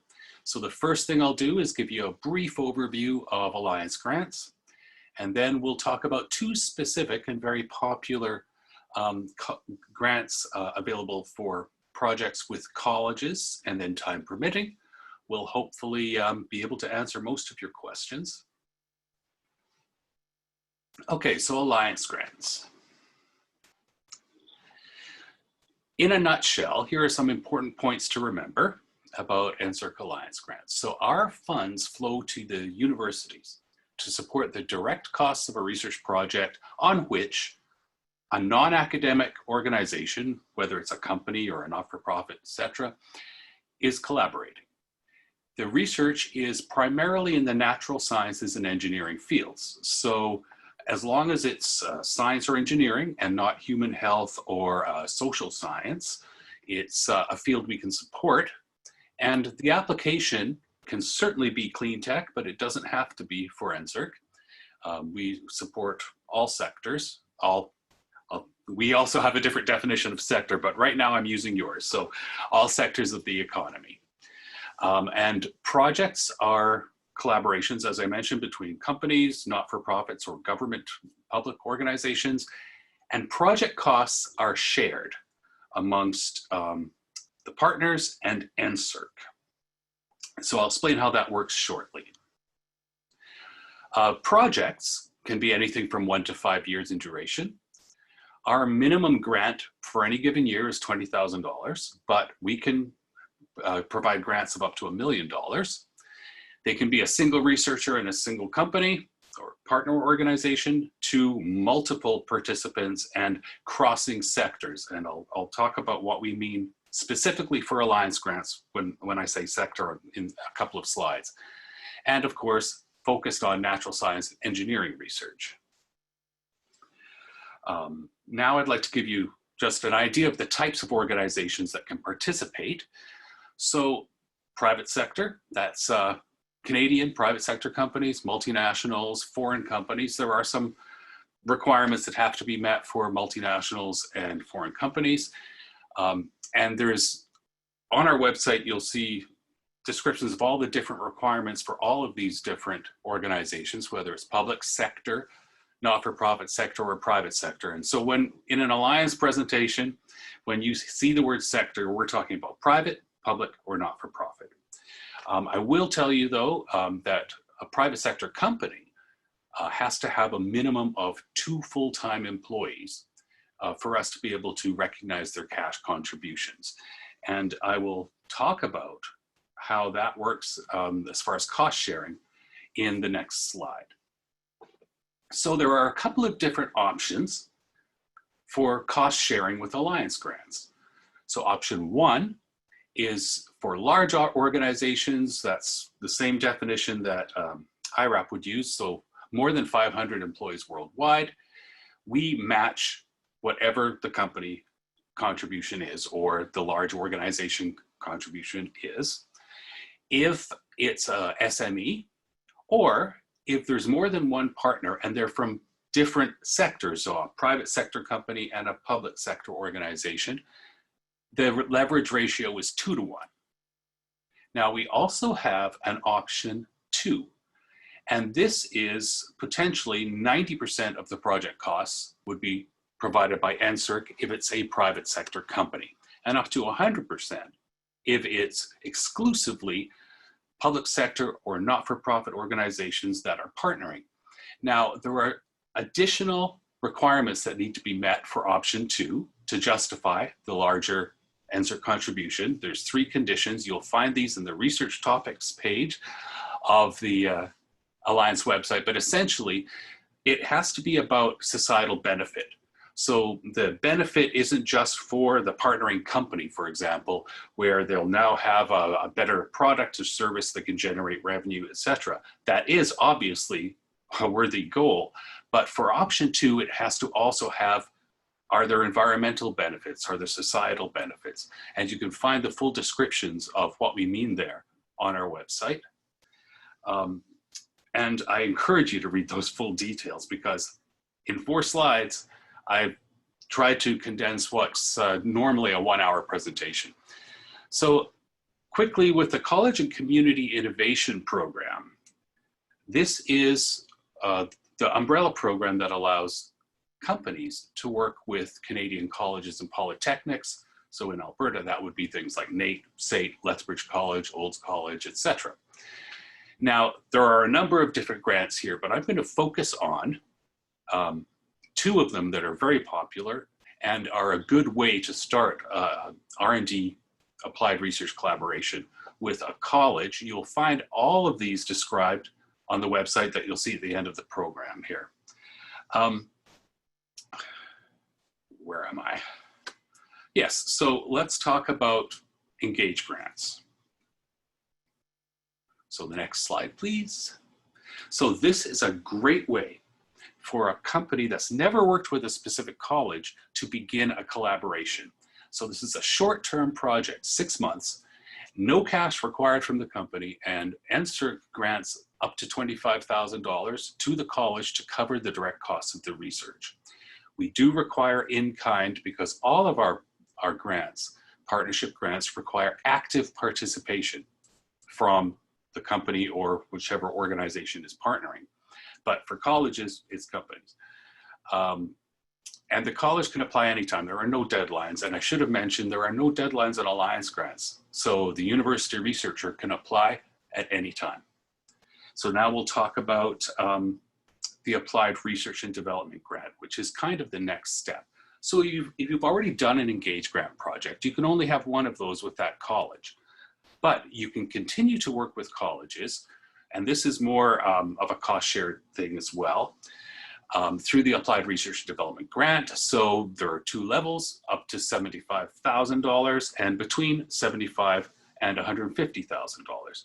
Now, the contribution here seems a little complicated. So the partner, the company, matches half of whatever our grant is, and a minimum 25% in cash. So for example, if the college is requesting $75,000 a year, the company's contributions must be at least $37,500, but that includes in kind. The minimum cash would be $18,750. So there's good leverage there. If you're doing R&D, you can get a bigger bang for your dollar. Grants, it's a way of getting more research done.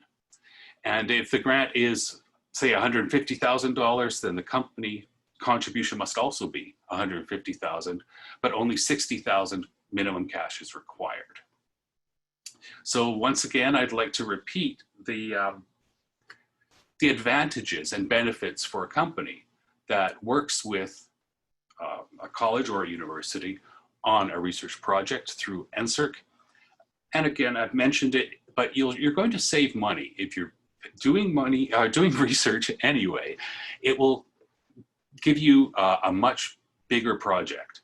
And of course, I mentioned before, colleges and universities have very, very good equipment and experts. Build your R&D capacity, and of course, potential future employees are the students involved in the project.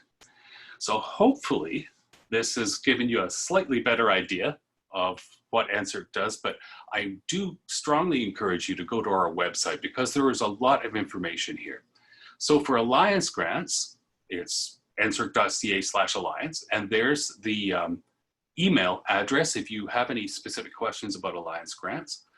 And for the College and Community Innovation Program, there's the website where you can find that and the college's contact information. So it's best to contact these email addresses to make sure it goes to the right team, because different teams manage different grants. At NSERC, I'm part of the Alliance Grants team. And with that, I think I have 25 seconds left. So why don't we jump right into looking at some of these questions, Julie? So first of all, I want to give the NSERC perspective on a question about, is there any opportunities for individuals to access funding? Not through NSERC, unless you happen to be an individual who's a researcher at a university or a college, or an individual who's the employee of the partnering company. So it's always organizations working with post-secondaries. And again, we've mentioned, there's a question here, does the technology have to be something that includes digital or computer? No. I mean, digital or computer tends to be involved in a lot of research questions and challenges, but it doesn't have to be. Not for NSERC. And same for IRAP, Frank. I mean, there's a lot of ICT in the projects we work with, but it's not exclusively tech in that sense. It's broader technology. It can be, you know, chemical processing or any type of technology.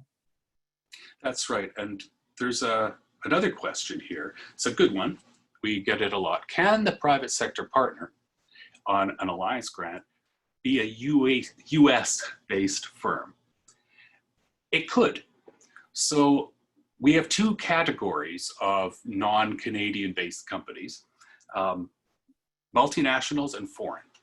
So a multinational, for example, would be, say, a company that's headquartered in the United States that has significant operations in Canada.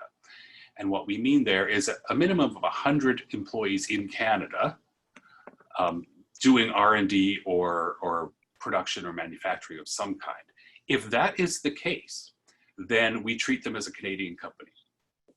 If it's a foreign company, so they don't have that significant presence in Canada, but they'd really like to work with that particular university, then there must be an eligible Canadian company also involved, partnering on the project with the foreign company that could use the results of the research in Canada for the benefit of Canada. So hopefully that helps. But again, you'll find all of this detailed on our website.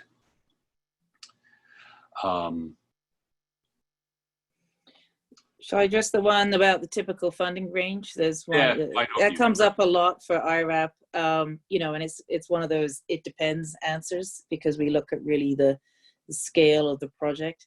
You know, our funding envelope can go up to as high as $10 million, but those are for special cases. Typically, our funding is below the 500 or even below the 200,000 contribution, and it is non-repayable. So it is what we call a contribution based on progress made on the project. But we can also engage at a smaller sort of project scale under the $50,000 range as well. Oh, that's good. There's a question here about specifically, are there maximums for the salaries that can be paid to postdoctoral fellows in NSERC grants? There's no maximum for a specific grant. That's up to the university's internal policies, but NSERC can only support a postdoctoral fellow for 2 years. So if it's a 3-year project, then our money can only be used to support a postdoc for 2 of those years. Now, a lot of times you see them transitioning to becoming staff members at the university or something like that. But I encourage you to look at our website, again, use of grant funds, things like that.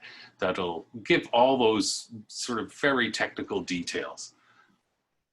Now, for option 2 Alliance grants, we have a question here. Do we need all of societal benefits, environmental benefits, etc., or do we need to just show benefit in one area? As long as there's a benefit that goes beyond the partner organizations. So let's use environmental as an example. If the project is looking at some wastewater technology or Cleantech, then obviously it's going to benefit the partner organizations involved, but there would be those greater benefits, even if they're only in one area, so an environmental benefit. There's different types of benefits. It's up to the applicant, which is always the professor, and the partner organization to make that case and describe the type of benefit that they hope to realize by doing the project. For the college grants, how is IP development handled? Okay, we always say that it's a very good best practice to do an IP agreement with the post-secondary you're working with, just to make it clear at the beginning who's going to own what. We don't get involved in saying who owns any new IP. But the reality is with colleges, they're typically not interested in IP. I mean, check with the specific college you want to work with, but they're more about training. So they're giving technical training to their students by working with you and solving your research challenge, your applied research challenge.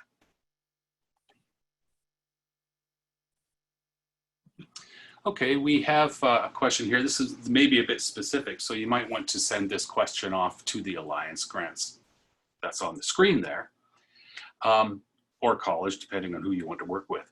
So a private corporation that has existing NSERC agreements that are now retired programs. Well, I suspect you're talking about our previous university programs because they closed quite recently, but they were rolled into this new grant that's really quite new called Alliance Grants. And it really supports all of the same kinds of very similar kinds of projects that our previous programs did. So it's very possible that you can certainly continue to work with your university partners, but this time it'll just be under the umbrella of Alliance Grants. And there's an IRAP question next there for you, Julie. Well, there's a couple. There's a question about TRL level that we work with. Certainly, you know, quite early stage, proof of concept to prototype to, you know, pilot, scale up. So I'd say it's really never too soon to talk to us. Just then the ITAs can find out what you're developing and what you're working and put you in the right, even if we can't fund you at that stage, we can certainly help you develop that technology a little bit further to get it ready for funding. But certainly we're at that early stage on the TRL scale, as you saw on the chart earlier. And that goes for NSERC too, because typically the organizations that partner on college grants or on the Alliance grants are still trying to answer some basic research questions about a technology or process that they're developing. So that's where we tend to play, is in the lower TRLs. And there was a question about new business models. That's an interesting one. Do we just focus on tech? And that's where maybe some of our smaller funding sort of feasibility analysis, if it really is business model innovation, that's something we could explore, or else even put you in touch with other organizations. Sometimes the accelerators are quite good for testing that out, but it could be something that we would be interested in. Okay, so there's a question here about Alliance grants. Remember, I mentioned there's 2 options. Option 1 is either 1-to-1 match or 2-to-1 match, depending on the size of the organization or the type of partners. The question is there a limit for the number of those a company can be involved in a year. For option 1, there are no limits because everyone requires you to contribute cash. And there are no limits for the professors either. There are limits for option 2. Either a professor or a company can only be on one application in a year. So you've got to choose those carefully.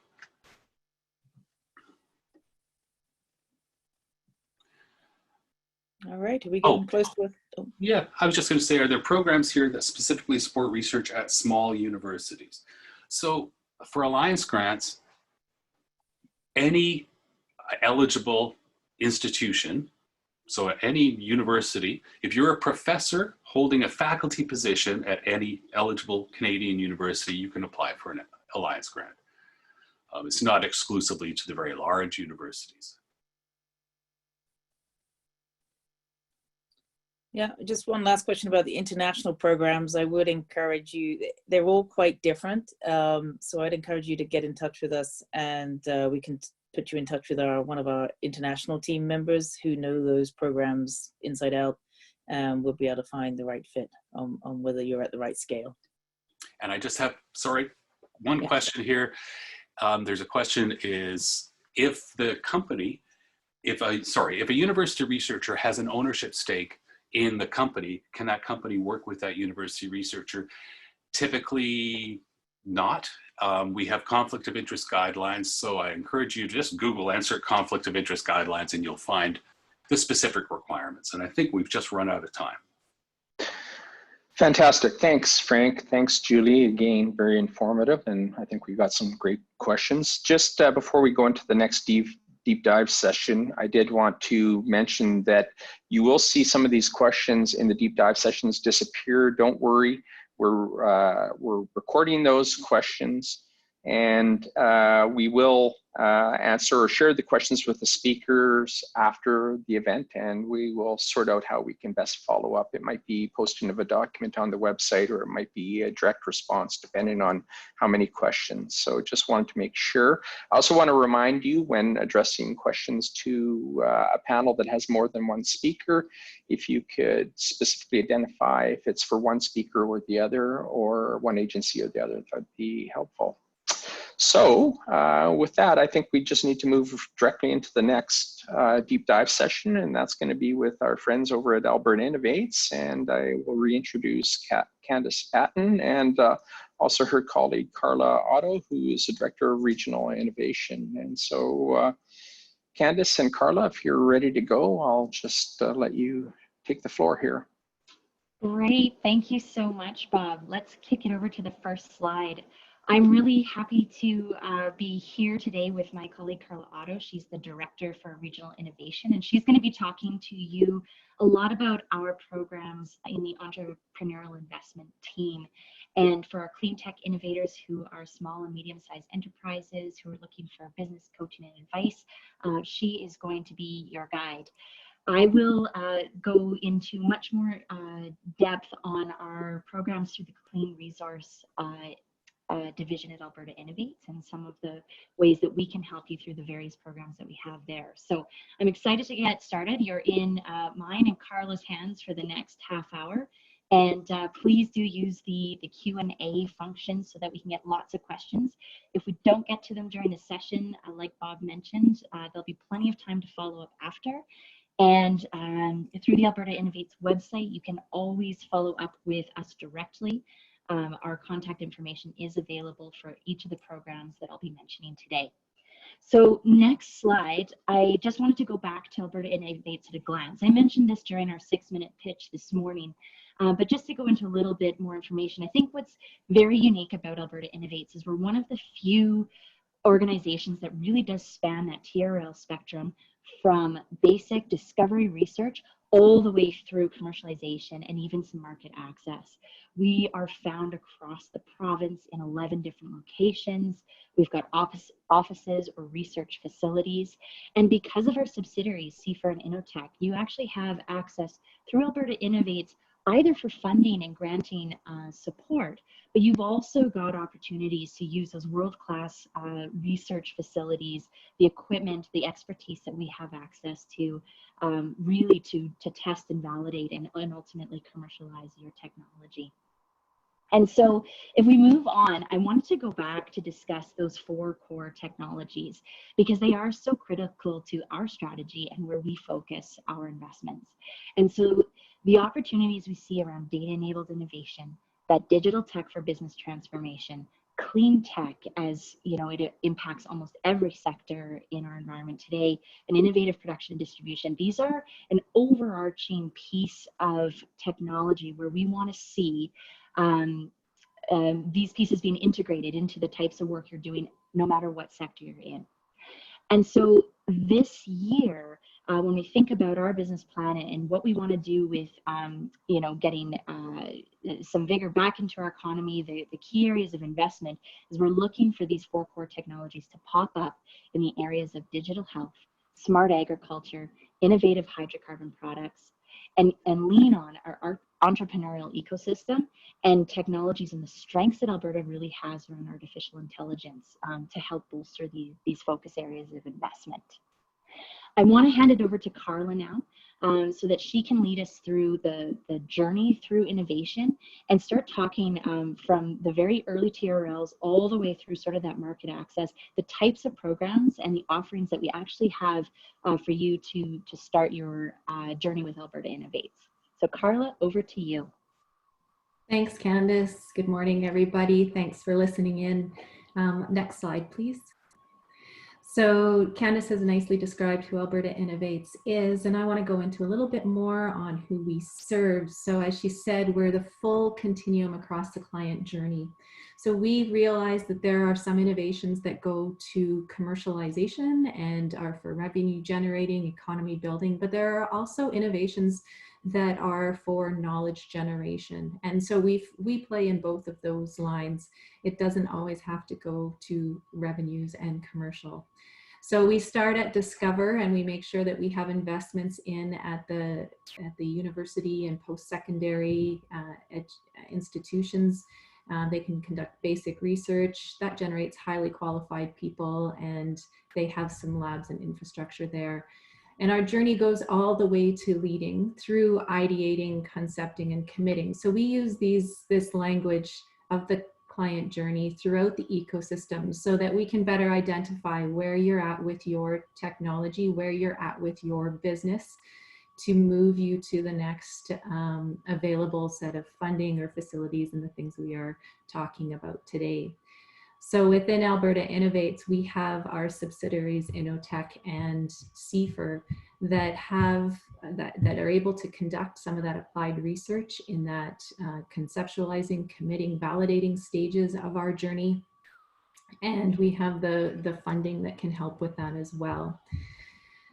So next slide, please.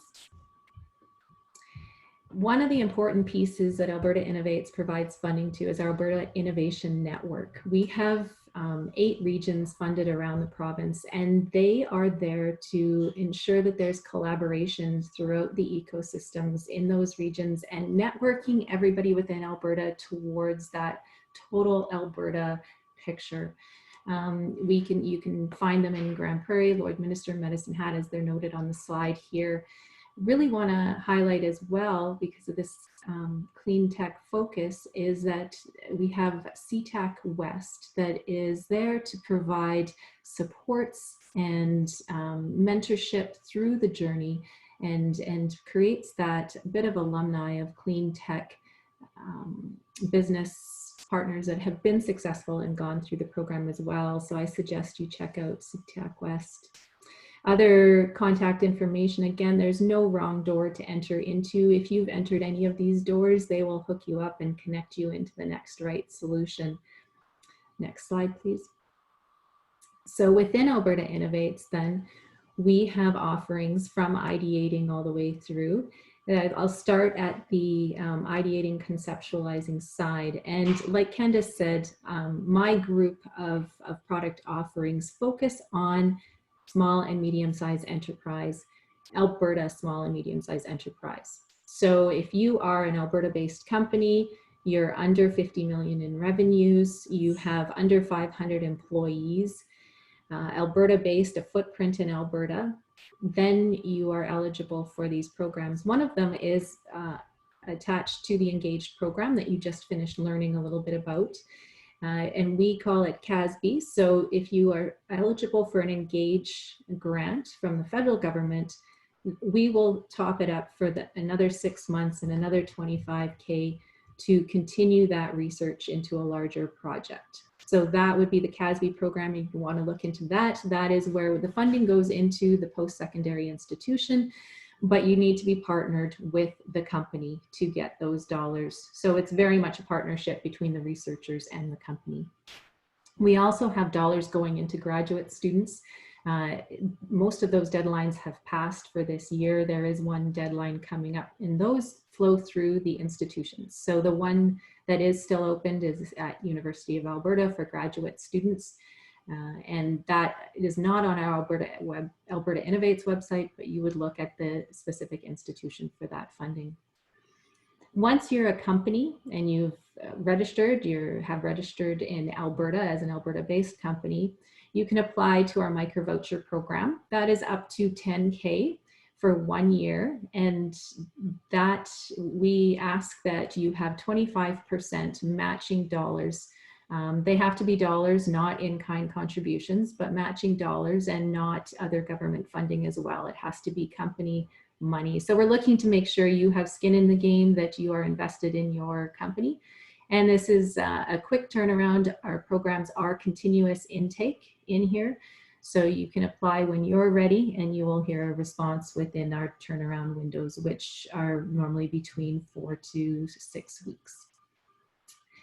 And the next step up from micro-voucher, sorry, back on the other slide, I haven't finished all those, thank you. The next one up from that is the voucher program, very similar to micro-voucher. Again, funding flows to service providers for these. So you need to have a contractor that is doing the work, a company. They can fund more an in-depth market assessment for you, not the big preliminary stages, but identifying your true target and getting to know your customer in there. It can be some patent costs, and it can be prototyping.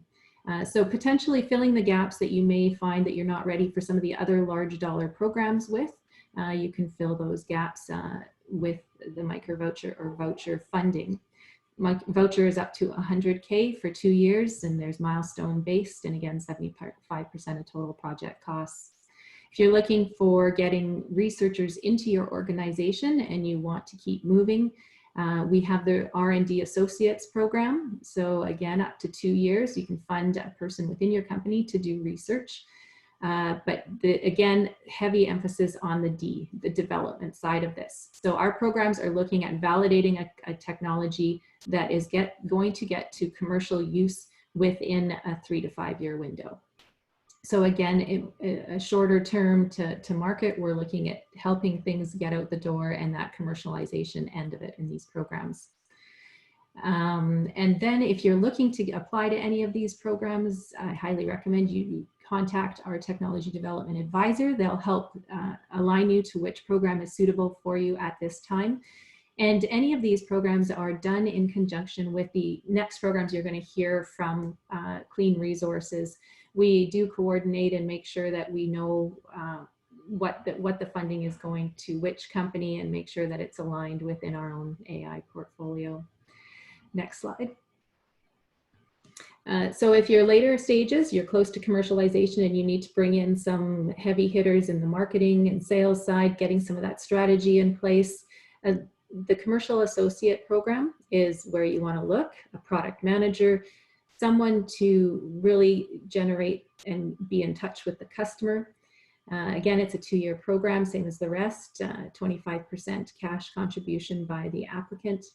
Later stages product demonstration program up to 300,000, and we pay 50% of the total project costs. So this is a demonstration project that needs to show that you have the end customer engaged.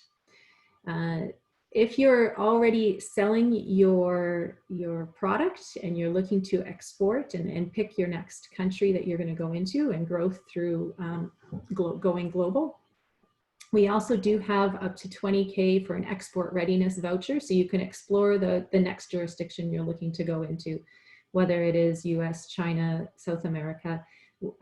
These dollars can help you explore which avenue is your next choice.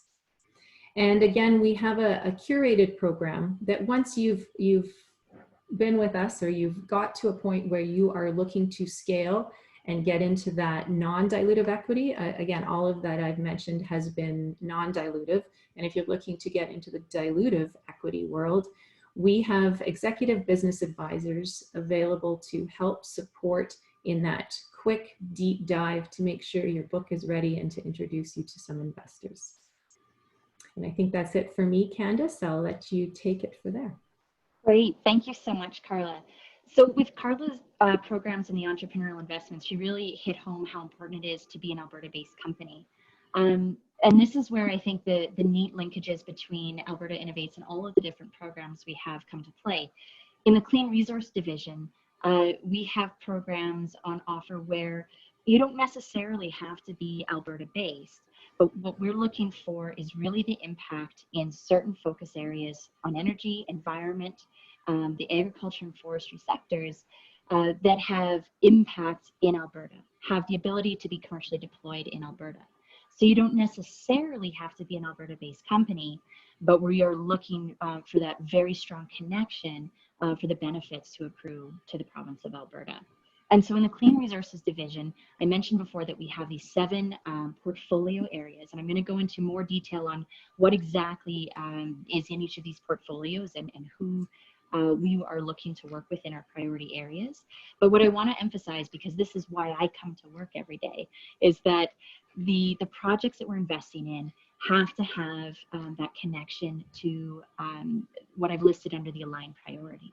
We have a set of targets looking towards 2030, where we're trying to see benefits in emissions reductions, benefits to the way we use land and water in the province, benefits on the ability to create new bioindustrial products and clean tech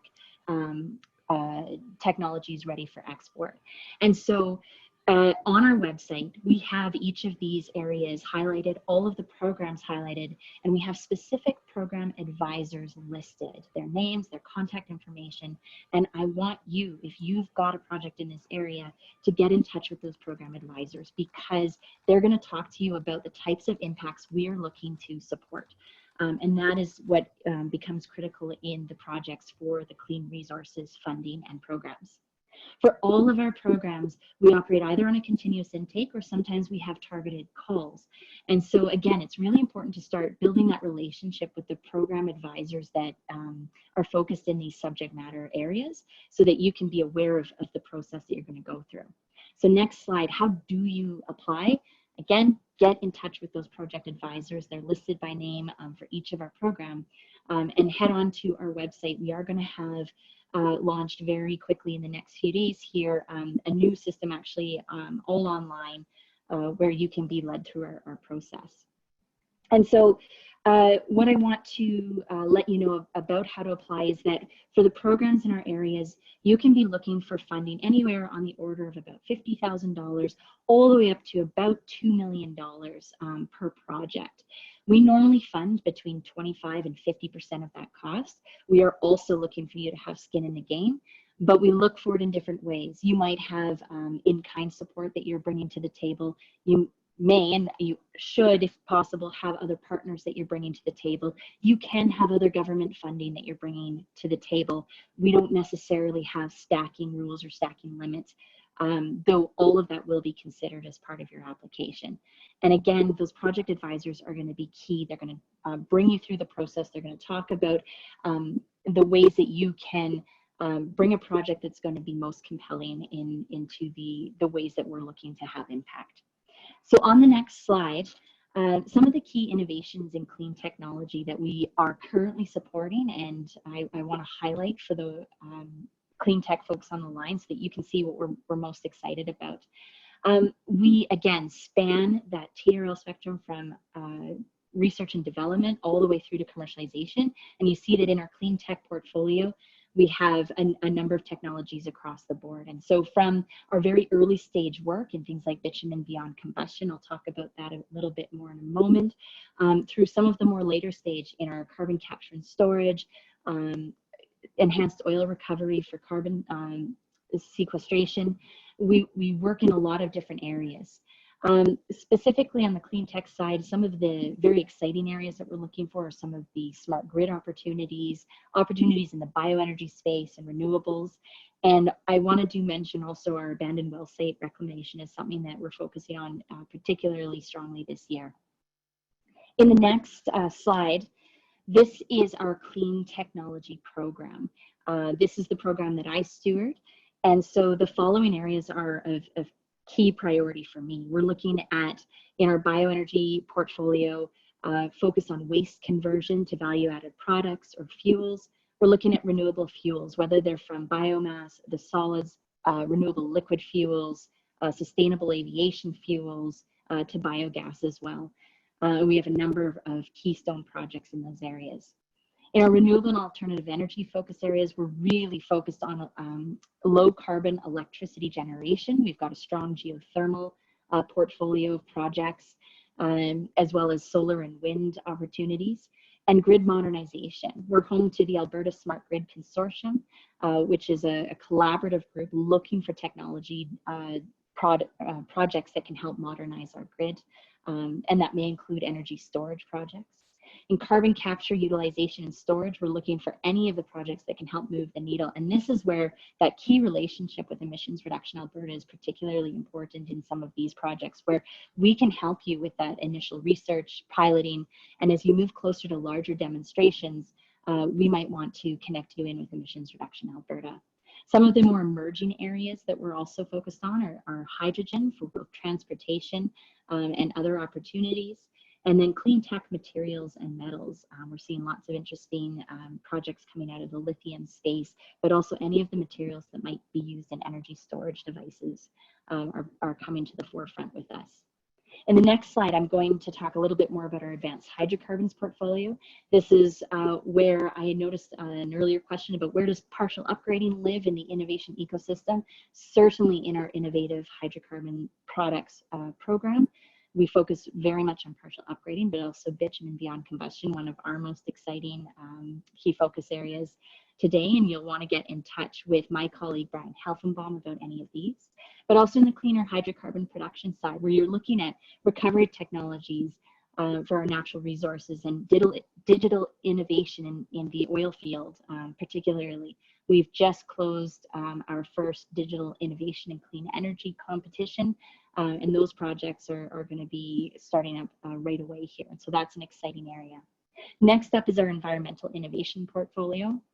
And in that side, we're looking at water and land projects, really looking at the opportunities to ensure we have safe water systems for a growing population and ensure our biodiversity for the future. The abandoned well site reclamation, as I mentioned, is a key area of focus this year. And we're looking, again, as I mentioned, those 4 core technology areas, when they can be applied in any of these opportunity areas is where we get really excited about supporting your projects. Next up is our smart agriculture and food section. In this, we are looking at data-driven decision-making, the transition to digital, and really looking to produce healthy food in a sustainable manner. We want to look for minimal impacts to the environment, minimize costs, maximize food safety. And so the smart agriculture and food, we're looking to provide opportunities for impact every step of the agri-food value chain, whether it's from rangeland and field production, reduced GHG emissions, to the restaurant and to the fork, really, the cost, health, and safety of food. And so this is an area where we've got potentially for continuous intake, but also targeted opening calls. And so I encourage you to stay on the website and connect with this team to find out what they're up to in terms of funding programs. Finally, I want to talk a little bit about our bioindustrial materials. And if you can flip through the animations here just to get the information up on the screen.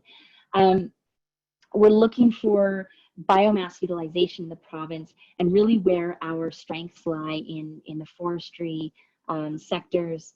We have had a lot of interesting programs, the Alberta BioFuture program, the Aspen Utilization program, looking at green construction opportunities. And so this is really where market diversification and market access is key. And Alberta Innovates has a great subject matter expertise in helping further projects in these areas. Looking for the agriculture and forestry sectors to optimize sustainable resource use and really look for new revenue streams for byproducts and residuals. So I hope this has given you an overview of the programs that we have at Alberta Innovates and really those key focus areas that we're most excited about. For most of the projects, the first step is really making a connection with Alberta Innovates. And no matter which door you enter, I think I've heard that before, Carla mentioned in terms of the Regional Innovation Network, but at Alberta Innovates as well, no matter which door you enter, we're going to work hard to find the program that best suits your project. And so whether you connect with a technology development advisor or you get in touch directly with the Clean Resources teams, we're here to chat about your project, the programs that we have, and how we can support your innovation. So with that, I think we can open it up to questions. I've seen a lot come in. And so one of the ones that I wanted to address first was, I saw Judy, you talked about finishing up a study with Innotech. And is it possible that you could have follow-on AI funding for the work that you're doing there? And the question is likely, yes. If you've worked with any of the programs at Alberta Innovates prior, follow-on funding for the next stage of your project is definitely an option in most of our projects. If you've connected with Carla on a voucher program and you're ready to do your next demonstration and you've connected with a great industrial partner, that would be a great time to connect with Clean Resources. And so it's certainly, I think for many of my answers to the questions that we see today, it's going to be, it depends. But the first step would be to get in touch and let's see if we can find a home for the next stage of your development. Carla, I saw a program or a question from Luis. In order to qualify for the voucher program, does the contractor need to be Alberta based? And I have a few questions about SMEs and depending where they are. Did you want to address that? Yeah, so I'll start with the voucher program. The contractor does not need to be Alberta based. So our programs are focused on building Alberta companies and getting them the best resources that they need. So if you have a contractor that's outside of Alberta, then that is a potential service provider for a voucher or a micro voucher. A CTI, I think that's you, Candace, on the CTI grant, but basically I'll just answer that so again, it's Alberta-based companies, not a BC-based companies that we would fund, but Candace Group may fund that. Yes, we may. And so again, it will depend. But if the benefits and the work are likely accruing in Alberta, there would be a potential. And so I encourage you to check out the Clean Resources site and get in touch with the program advisor that is most related to the focus area of your work. There's a question about not-for-profit organizations. And again, it will depend. But in terms of the Clean Resources program and the funding we have available, there's no limit to who you are necessarily. You can be a post-secondary institute, you could be a not-for-profit, you could be a large multinational company as the lead applicant on a project. Again, what's going to be most critical is seeing those benefits in our 4 core technology areas and the 2030 targets around emissions reduction, water, land, the environmental opportunities that we're seeing to qualify for funding for our programs. Yes, and we are a for-profit funder. We fund for-profits. I did see one on who does an SME contact with an Alberta Innovates, CIFR or Innotech. Again, there is no wrong door. We'll hopefully get you to the right place. But SMEs can be helped by CIFR or Innotech, but they're there to do fee-for-service work. So CIFR or Innotech will design research projects and do research projects with you at a fee for service. SME, again, we provided the contact information here. If you are an SME and looking to get in, there's intake at Alberta Innovates email there, or connect with us in a TDA and we'll find the right next door for you. I wanted to address Jacqueline's question for Alberta Innovates. Do you need to go through each of the various stages and programs, or can you apply for each of your programs individually? Absolutely. Like Carla said, it doesn't really matter which door you start with. It's really going to matter what your project is and what program is going to best suit the work that you're doing. And so if you are looking to pilot or demonstrate in the field, if you've got an end user partner, you might be a really great fit for some of the clean resources programming. If you're starting to look at exporting, the export voucher might be the right program. But certainly you can apply individually at the right stage for you.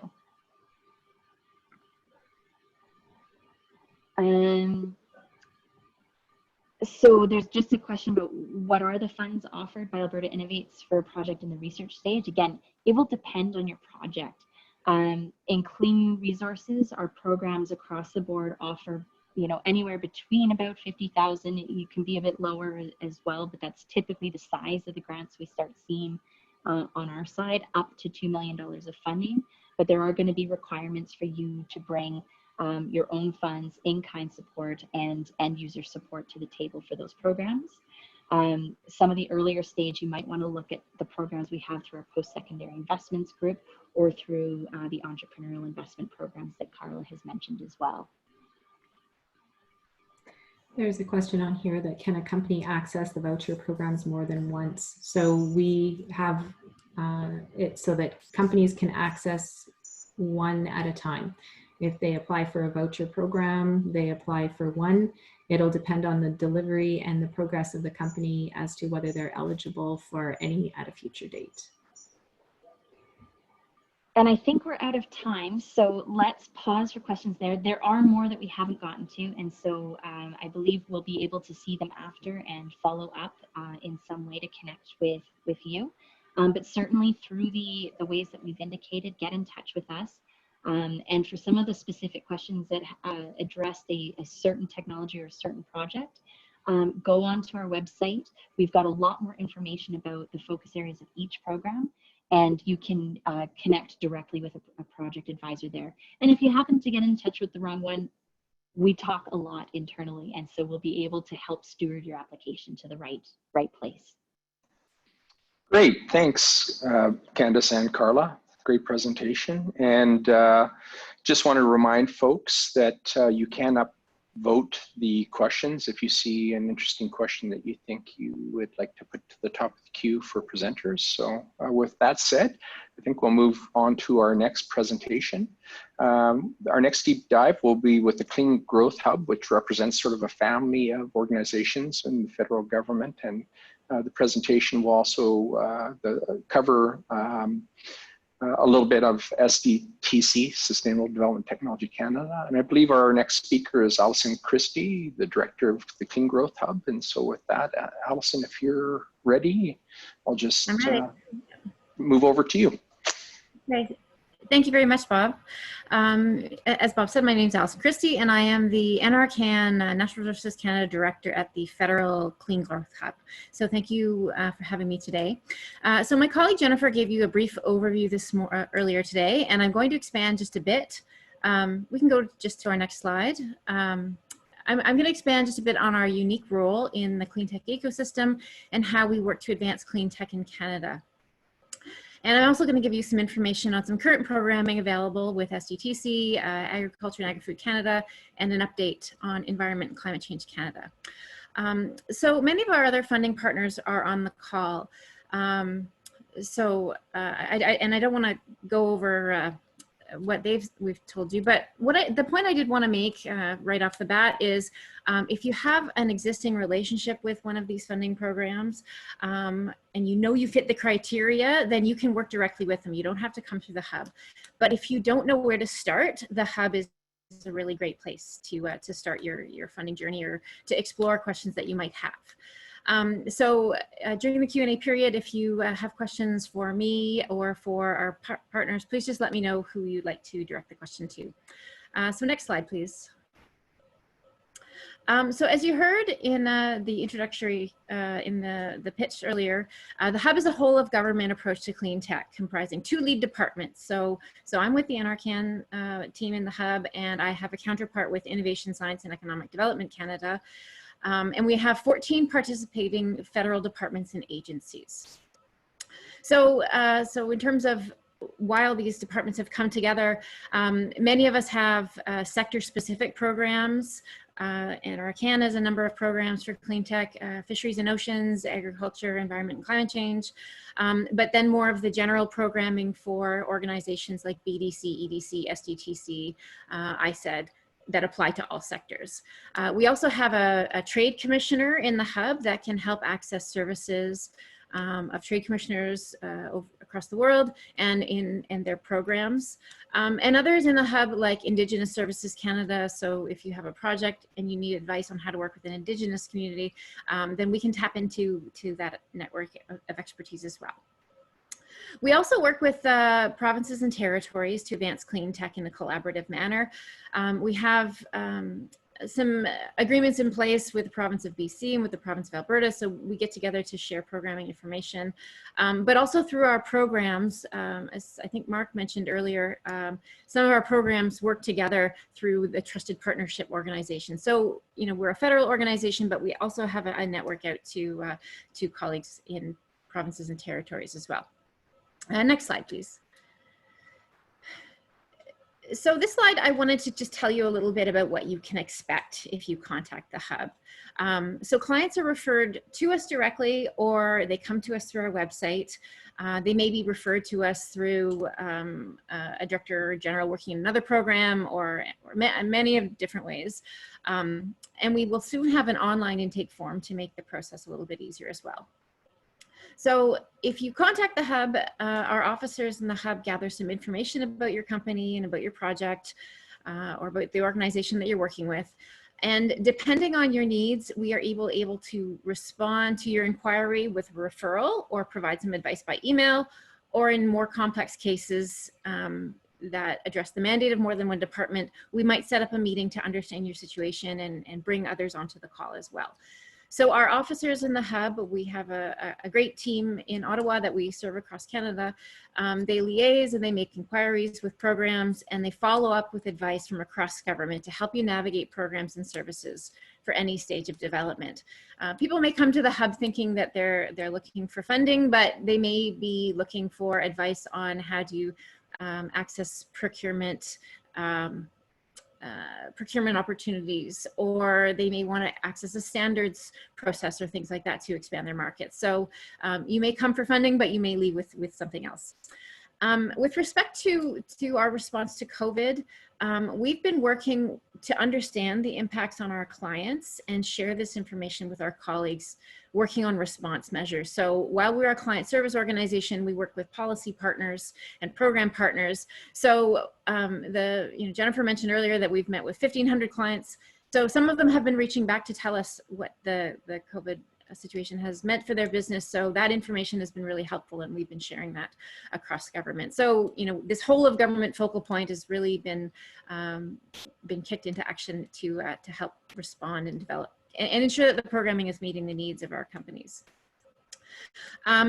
Secondly, with respect to COVID, we've also been communicating the programs and supports. As you may know, they've been changing quite frequently, or new programs have come online. So I would very much encourage you to subscribe to our newsletter so that you can get the latest information from us. And then just back to our work with clients, we've got lots on our website in terms of, you know, what do programs look for in a good project, and what other services are available in the Government of Canada. So I'll just move to the next slide, please. So we also coordinate with programs, and this is more of the behind the scenes work, but by coming to the Hub, I mentioned that you have access to our network. Over the past 2.5 years, we've spent a lot of time strengthening this network to ensure that our clients are well served. We started out with 12 member departments, and we grew to 16 organizations. So, so you've got access to policy and program partners across the federal system. We also work with programs to receive referrals. So through the course of regular engagements or program work, our colleagues may come across someone that they may feel could be better served by the hub. So they'll send them our way. So I often get referrals from directors or assistant deputy ministers who may have met someone at a meeting and they feel that the hub could help them. So we take referrals that way. We also work with our program colleagues to share information. Maybe there's a theme that our policy colleagues are working on and they want to know what's happening in the ecosystem. So we've been able to tap into the knowledge that we've learned over the last couple of years. Next slide, please. So I mentioned that we work with a number of different departments offering sector specific and general programming. So this slide just lists a few of the examples that programs that we've referred clients to. And some of these some of them are still ongoing, some of them are closed, but it's really just to give you a sense. So Clean Growth and Natural Resources Program, the Green Infrastructure Programs at NRCan, our colleagues from the Investments in Forest Industry Transformation spoke about their current funding opportunity. The Strategic Innovation Fund led by ISED is an ongoing intake program, and the Low Carbon Economy Fund. So these are our programs that sometimes they come and go, but we make an effort to make sure that we've got the latest information on what programs are open. And then just to mention some of the funding organizations that we've been working with as well, that you've already heard from today. Next slide, please. Just goes into sort of the scope across the ecosystem or across the innovation spectrum, pardon me. So research, development, demonstration, deployment, and adoption of market-ready technology, procurement opportunities, and general supports. Next slide, please. So I've been talking about these 1,500 clients. So where do they come from? They come from across the country. The majority of are smaller companies, but as well some not-for-profit, some collaborative organizations, universities, communities have come through our doors as well. So you'll just see that the breakdown of the companies that we work with. Next slide, please. So that was meant to just give you a sense of the companies and how it works and what you can expect from the hub. So that's our intake email on the slide. And so now I'm just going to shift gears a little bit and talk about some of the programs that we're working with. So on slide 10, so Zoe's already given you a bit of the introduction to SDTC. They support Canadian companies who are clean tech leaders. They aim to get their ideas to market faster and grow firms to scale sooner. So I'm not going to spend too much time because you've already heard a great presentation from Zoe. Moving now to Environment and Climate Change Canada. Their funding programs provide applicants with guidance in applying via their online portal and alternative methods.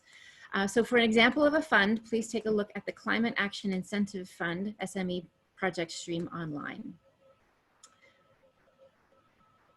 Next slide, please. So this slide gives you a snapshot of environment and climate change programming as of spring 2020. There are no current intake programs open and future programming is currently being considered. So the Low Carbon Economy Fund was announced in Budget 2016 and re-announced in Budget 2017 to help leverage investments to reduce greenhouse gas emissions and promote clean growth across Canada.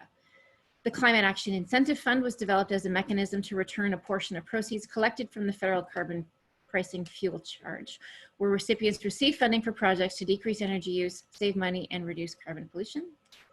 And the Climate Action Fund provides up to $3 million per year in Gs and Cs, that's grants and contributions, to projects that support engagement or increase capacity for climate action among students, youth, Indigenous peoples and organizations, and SMEs. And my colleague Chandra Gibbs from ECCC is here to answer questions in the Q&A portion. Moving to the next slide. Just a bit of an introduction to agriculture and agri-food Canada. So my colleague Erica Van Nest is on the call as well. So they have a number of programs to support clean tech in the agriculture sector. Agriculture Clean Technology Program, Agri-Science Projects, Innovate, and the Canadian Agriculture Strategic Partnership Program. These funding programs are open and are currently accepting applications. And the next slide just gives you a bit of an example in more detail of the Innovate program, which provides repayable contributions for projects involving the commercialization or adoption of innovative products or processes across the agriculture and agri-food sector. It has an allocation of $127.7 million over 5 years, from 2018 up to 2023. Applicants can apply for funding for up to 50% of total eligible costs to a maximum of $10 million. Funding is available to for-profit organizations, including businesses or corporations, cooperatives, and corporations in Indigenous communities. These programs prioritize activities and projects that advance the government agenda, including adoption of new or world-leading clean tech.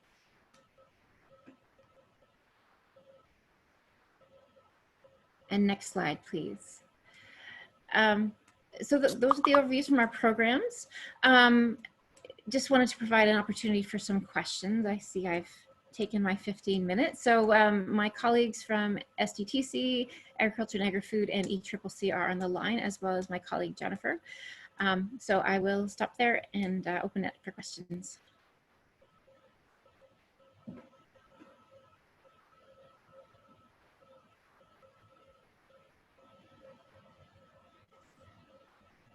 Looks like you did such a great job, Allison. Guess so, but I don't have any shadow puppets to share if we're ahead of schedule. Hi, Allison. It's Jennifer here. There was one question and I deleted it by accident, so I'm sorry to whoever posed that question. It was asking about the special relationships the hub has with certain provinces. So if you could elaborate on that, please. Well, the special relationship. So I would just note that, you know, within the hub, we aim to work collaboratively across Canada with partners. So we do have arrangements in place formal arrangements in place with BC and Alberta. We're looking to speak with our colleagues in Quebec and Nova Scotia. But, you know, we do have a good network across the country, particularly through the regional development agencies that we work with. So, so if we don't have an agreement in place with a province, we do have a great access to network through through the federal system as it is.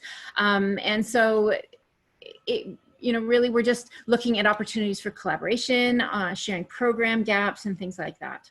So, so yeah, I mean, we have an arrangement in place, but we seek to leverage our network as best we can to serve clients. Super, thank you. So we're getting some more questions directed to Erica at Agriculture. In regards to the ACT program, can one get together with a portfolio firm working in the soil sensor / cloud digital service space at the demonstration level? Yeah, for sure. So thanks for the question. That's an interesting one for us. Definitely work on soil sensor technology falls squarely into that focus area under the Agricultural Clean Technology Program that looks for on-farm benefits through precision agriculture. So potentially a nice fit there. But maybe just in the interest of flagging a few kind of limitations and points of awareness with that program. As Allison mentioned, all the programs that we flagged in the presentation are currently open, but a limited window on that one closing in September. Then one of the nice features of that program is that it offers a fairly light touch kind of early tire kicking opportunity through the general intake email that I think is part of the resources that we're going to share. And so my colleagues who manage that program are generally pretty responsive there on fit. As with all of the clean technology programs there, recognizing that it's a cross-cutting area, and so you'll see benefits in a lot of different spaces, but the one that really sings to us for that particular program is benefit accrued to the agricultural sector and distinct environmental benefits that can be teased out and highlighted amongst sort of other cross-cutting benefits, be they, you know, economic or rural development. The emphasis there really is on GHG reduction and environmental performance, which is spelled out pretty clearly in the program guide. It also straddles the entirety of the innovation continuum. So working at demo scale is definitely eligible within the confines of the project, as long as the other you know, limitations with respect to, for example, capital costs are respected. So pretty wide open horizon there, albeit with a very short runway to apply. Great, thank you. Question for Allison at the Hub. Will the Hub give preliminary indication if the project will meet the eligibility criteria before starting an application process? In most cases, I mean, we defer to our program colleagues on those types of questions. And every program is a little bit different. Some programs will have webinars and things like that to help answer questions, but our hub officers know they don't really, they defer to the programs to provide that type of expertise. The hub can generally help you work through, I think, the eligibility guide and the other aspects of your project, but our role is not to rule into whether it would be successful or not.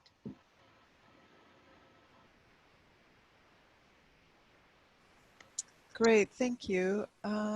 Someone asks if, Allison, you could give more details about how the process is working from when the client gets in contact with the hub.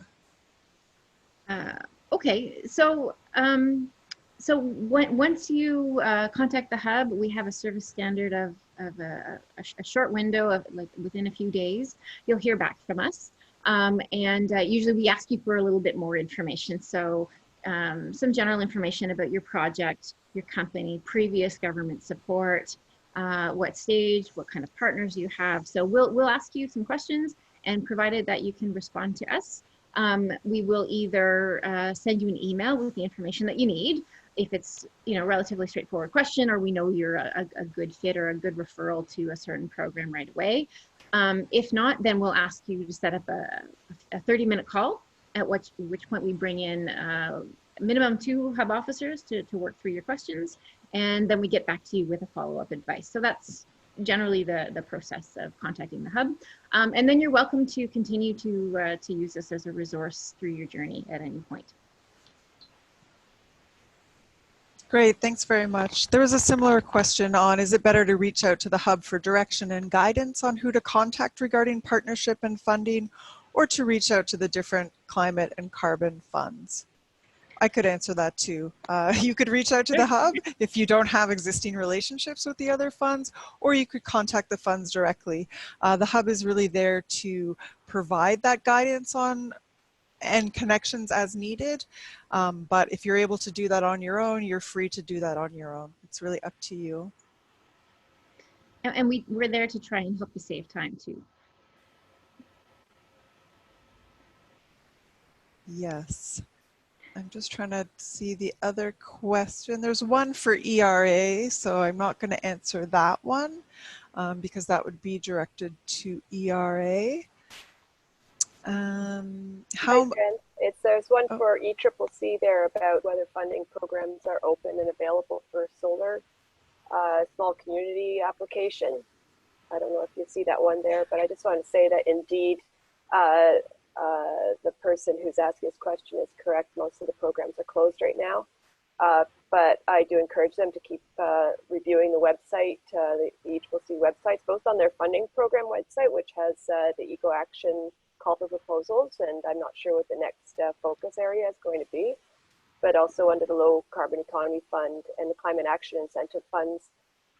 Currently, all the intakes are closed, but they are going to be going through a process of redesign or new designing of the program, and a stakeholder process is going to be undertaken just before the launch of the new programs.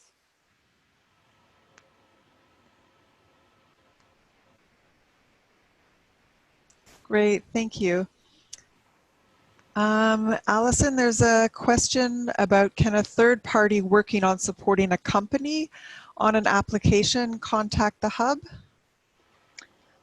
Yeah, we do often work with third parties, but we ask that the company be present for the conversation as well. But yes, you're welcome to contact the hub if you're working on behalf of a company. Great, thank you. One directed to Erica at Agriculture. Would you know if the Agricultural Clean Technology Program is full? So I'll just maybe mention that under that program, applications are made on a rolling basis. And so there is an element of first come, first serve there. So I can't comment at this point as to whether the program is full as of right now, but we are coming to the end of our funding window. So that, we've been very fortunate actually to see a significant uptick in the applications under that program very recently. So I'm not the program manager, so I won't comment on how much is sort of left in the kitty there, but it is, unlike some programs that have phased intake, this is a rolling basis one. So I would encourage anybody who has interest in the remaining sort of eligibility window under that program to make that early inquiry with the program managers who would be better able to comment there. But as of now, applications are open until September. Great, thank you very much. There was a question directed to Allison at the Hub about how much collaboration there is between the Hub and provincial counterparts. So I mentioned that we have agreements with BC and Alberta. We coordinate with or collaborate with colleagues like through Emissions Reduction in Alberta on promoting our programs and things like that. But I think what might be more interesting to this group is that many of our programs do collaborate with provinces as well. And there are some instances where a program will require provincial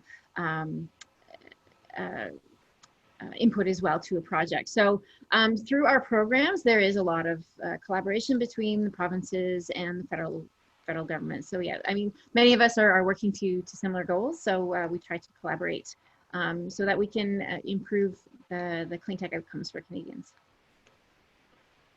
Great, thank you very much. One directed towards Erica at Agriculture, asking, can we stack or expand a currently approved Canadian agricultural project that has a finish date 2 to 3 years out? So this is where my policy background as opposed to a programs background will show itself a little bit. So I'm not, I guess, entirely clear what's being asked here. If it's, that you could extend activities that are eligible for funding beyond the funding window of the program or what have you. So if that person wants to clarify, I can clarify a little bit in the chat as well. But just in a general sense, anything that would be supported under that program needs to be an activity that's completed by the end date of the program, which would be end of fiscal year 2021. So it's not to say that programs or rather projects under that program couldn't be broken down into distinct phases, only some of which would be supported under the Ag Clean Tech program. That's certainly something that we've seen with other programs, but the specific activities, investments, activities and sub-activities that would be supported would need to be within the program dates as they're specified in the program guide, so end of fiscal 2021. But do please include any other details in the chat and I can follow up. Great, thank you very much. I think that's all the questions I see right now. So last chance for the audience to ask any questions in the question and answer box. There was one in the chat section, but I'm not really sure. Oh yeah, it was about ECC programs that are closed, so we've already answered that one. I think that might be all of the questions. So as mentioned, please consult the websites. The presentation will be shared afterwards as well as the recording. So you'll be able to get the links to all of the programs that we've spoken about. And Allison, over to you for any closing remarks. Yeah, that's all for me. Thank you very much for the opportunity, Bob. Fantastic. Thanks, Allison and the Clean Growth family, and excellent presentation, a lot of information. I think some pretty good questions. I will encourage people that do have questions to try to put it in the Q&A function. That's where the speakers are looking for. If it does end up in the chat, we're trying to move those questions over, so that's fine. But if you could focus, and I'd just remind you again, if it's to a specific agency where we have more than one speaker, please identify who you would like to respond.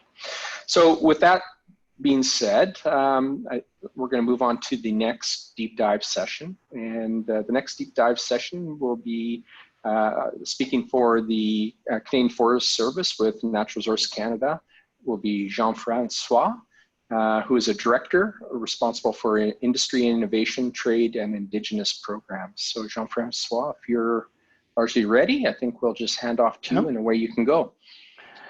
So thank you, Bob. Hello, everyone. Everybody's hearing me. I'm assuming so. I want to thank ERA for inviting us. It's a very interesting opportunity, and particularly timely with our program. It was specified as the name on the screen says it. The program is a program that might sound a little bit particularly specific to the forest industry, but considering our circumstances and timing, and we figured it would be a great fit for the Cleantech audience based on two main reasons. First, we know in the past our program from NRCan, the Investments in Forest Industry Transformation, has done well in co-funding and pairing with some of the forest bioeconomy clean tech areas and biomaterial clean tech areas, particularly with SDTC, ERA. So we saw this as an opportunity to seize, to bring forward. Also, the ERA is presenting and moving forward with a new challenge called food farming and forestry. Well, these elements all lend themselves together very interestingly for opportunities for the forest sector with their clean tech partners in the not too distant future. And the good news is a week ago, 2 weeks ago, sorry, in July 2nd, the government announced the launch of the Investments in Forest Industry Transformation Program, and we are right presently at the time of our solicitation period. So we saw this as an opportunity to broaden the perspective. And I'll just finish as an introductory comment to say that our team at NRCan Forestry works very, very well with the Clean Growth Hub, as Allison presented, and when there's clients from the clean tech area that raise issues of forest fiber or potential collaborations with the forest sector, there's a very direct bridge with both our teams, and we've seen many interesting bioenergy projects progress in that manner. And also my own division funds R&D activities, particularly through FP Innovations, on advancing biomaterials agenda, and have been intrinsically connected with multiple actors in the sector around forest bioeconomy and forest bioproducts. So I guess I have to do this to change to the next slide, please. So I have a very long deck today, but I'm going to try to zip through very quickly because we just went through webinars to explain how to apply. But for most of the folks online, I would suspect it's the first time to hear about the iFit program, whereas in the forest sector, it's more a known entity, but it's important you understand what it can do and how it can facilitate if you're looking at near commercial deployment or near a late stage demonstration project, and which would require some kind of partnership or working with forest sector partners and possibly getting a broader opportunity of funding. So I'll go quickly through an overview of the program. I will then sort of focus on the two main streams of what the program proposes with some of the key info, and then we'll take some questions, I think, following that. So I think we go into the next slide, please. So what's our iFit program? So since 2010, so it's been about 10 years, the iFit program from Natural Resources Canada supported its recipient in essentially de-risking the implementation of innovation, Canadian firsts in our forest sector. It really is geared towards enabling the transformation of the sector and its diversification into new and emerging products when possible. It also facilitates the first-in-kind adoption of transformative technologies, products, processes, and essentially seeks to bridge the gap between the development, the R&D, late R&D stage, and the first commercialization. So the program aims to fund projects that deploy first-in-kind techs in Canada. They would typically support new or increased production of bioenergy, biomaterials, biochemicals, and next generation building products, so that's wood products. Encourage new partnerships and transform business models, and that's really the case we see with Cleantech providers bringing in the technology, brand new areas, and starting up what I like to call joint ventures to enable both parties to grow and acquire a benefit. And then ultimately that will create a more competitive and resilient forest sector with a focus on sort of low carbon projects, but also new and diversified revenue streams. So just as a 10,000 feet level, over our 4 first calls for proposals over the first 10 years, we got about 258 applications we received.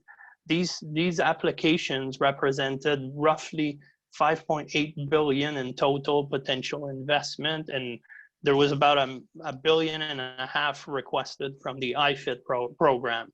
But the IFIT program only has been dispersing about 245 million over those 10 years across 43 distinct projects. So roughly 1 out of 5 projects has been funded in the past and will continue. So I think we're going to move to the next one.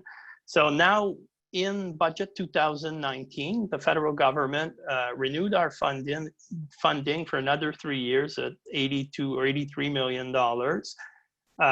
Obviously, we were planning to launch the program in the early spring, but with COVID, there was some delays. So we launched in July. But this is really targeted and probably even more so applicable to address the next wave of innovation, and particularly for the forest sector, identifying early opportunities to diversify in what we would call the post-COVID market situation. The program will fund 2 different streams, which is a novelty because we used to have our capital investment stream, which is largely large projects. And after consultation over the past few years, we've also added the ability to fund studies, and I'll speak to that a little bit further, that diversify a little bit our portfolio of funding and can help address the situation that we're not, there might not be that easy investments at the current time for various reasons pertaining to COVID. 3 new additions. One of them is the COVID response projects. That has been a decision taken just very recently, where if a project would be eligible under IFIT's criteria, could be presented to the Government of Canada, to our program on a, I'll call it a case-by-case basis, and we will review, assess, and deem eligible or not a project that would lead to the production of PPE based on forest fiber, but personal protective equipment under the COVID response stream that typically we've heard of some forest companies trying to develop masks, protective masks using pulp or other. If they are doing something that is a novelty, they're probably already addressing our program and looking into co-funding elements. Also, we'll be putting forward the new online application portal, which is all the details are on our website with some YouTube videos.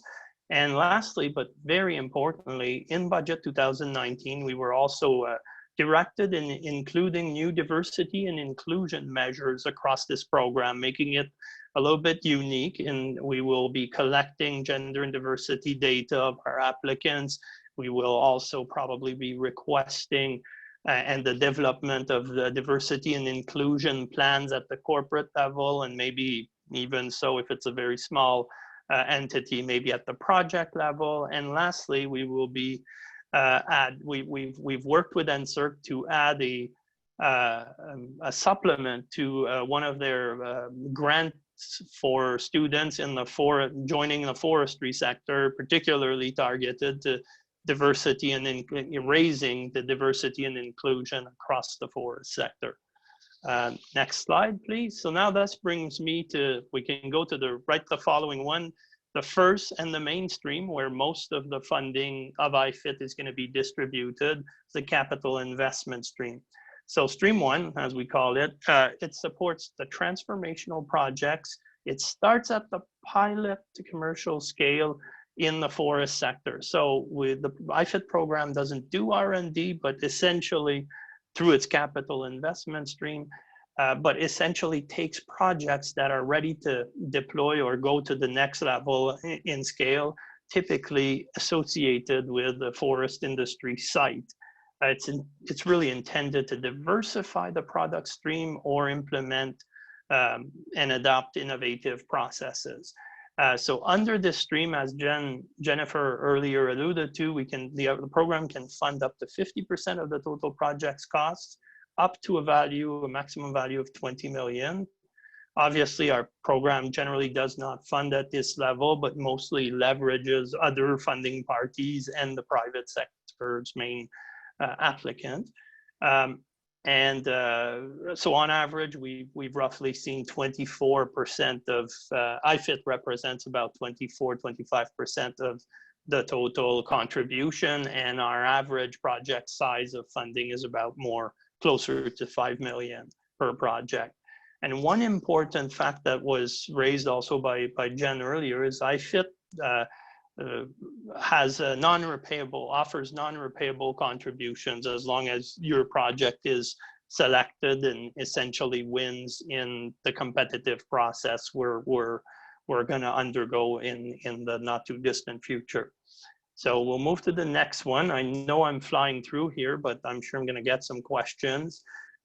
So there's two categories of our capital investment stream. It's essentially for large enterprise and small enterprise.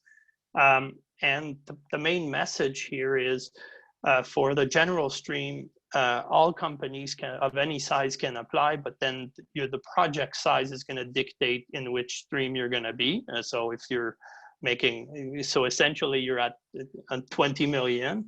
And then there's a small enterprise stream. It's only open to companies with 50 or fewer employees.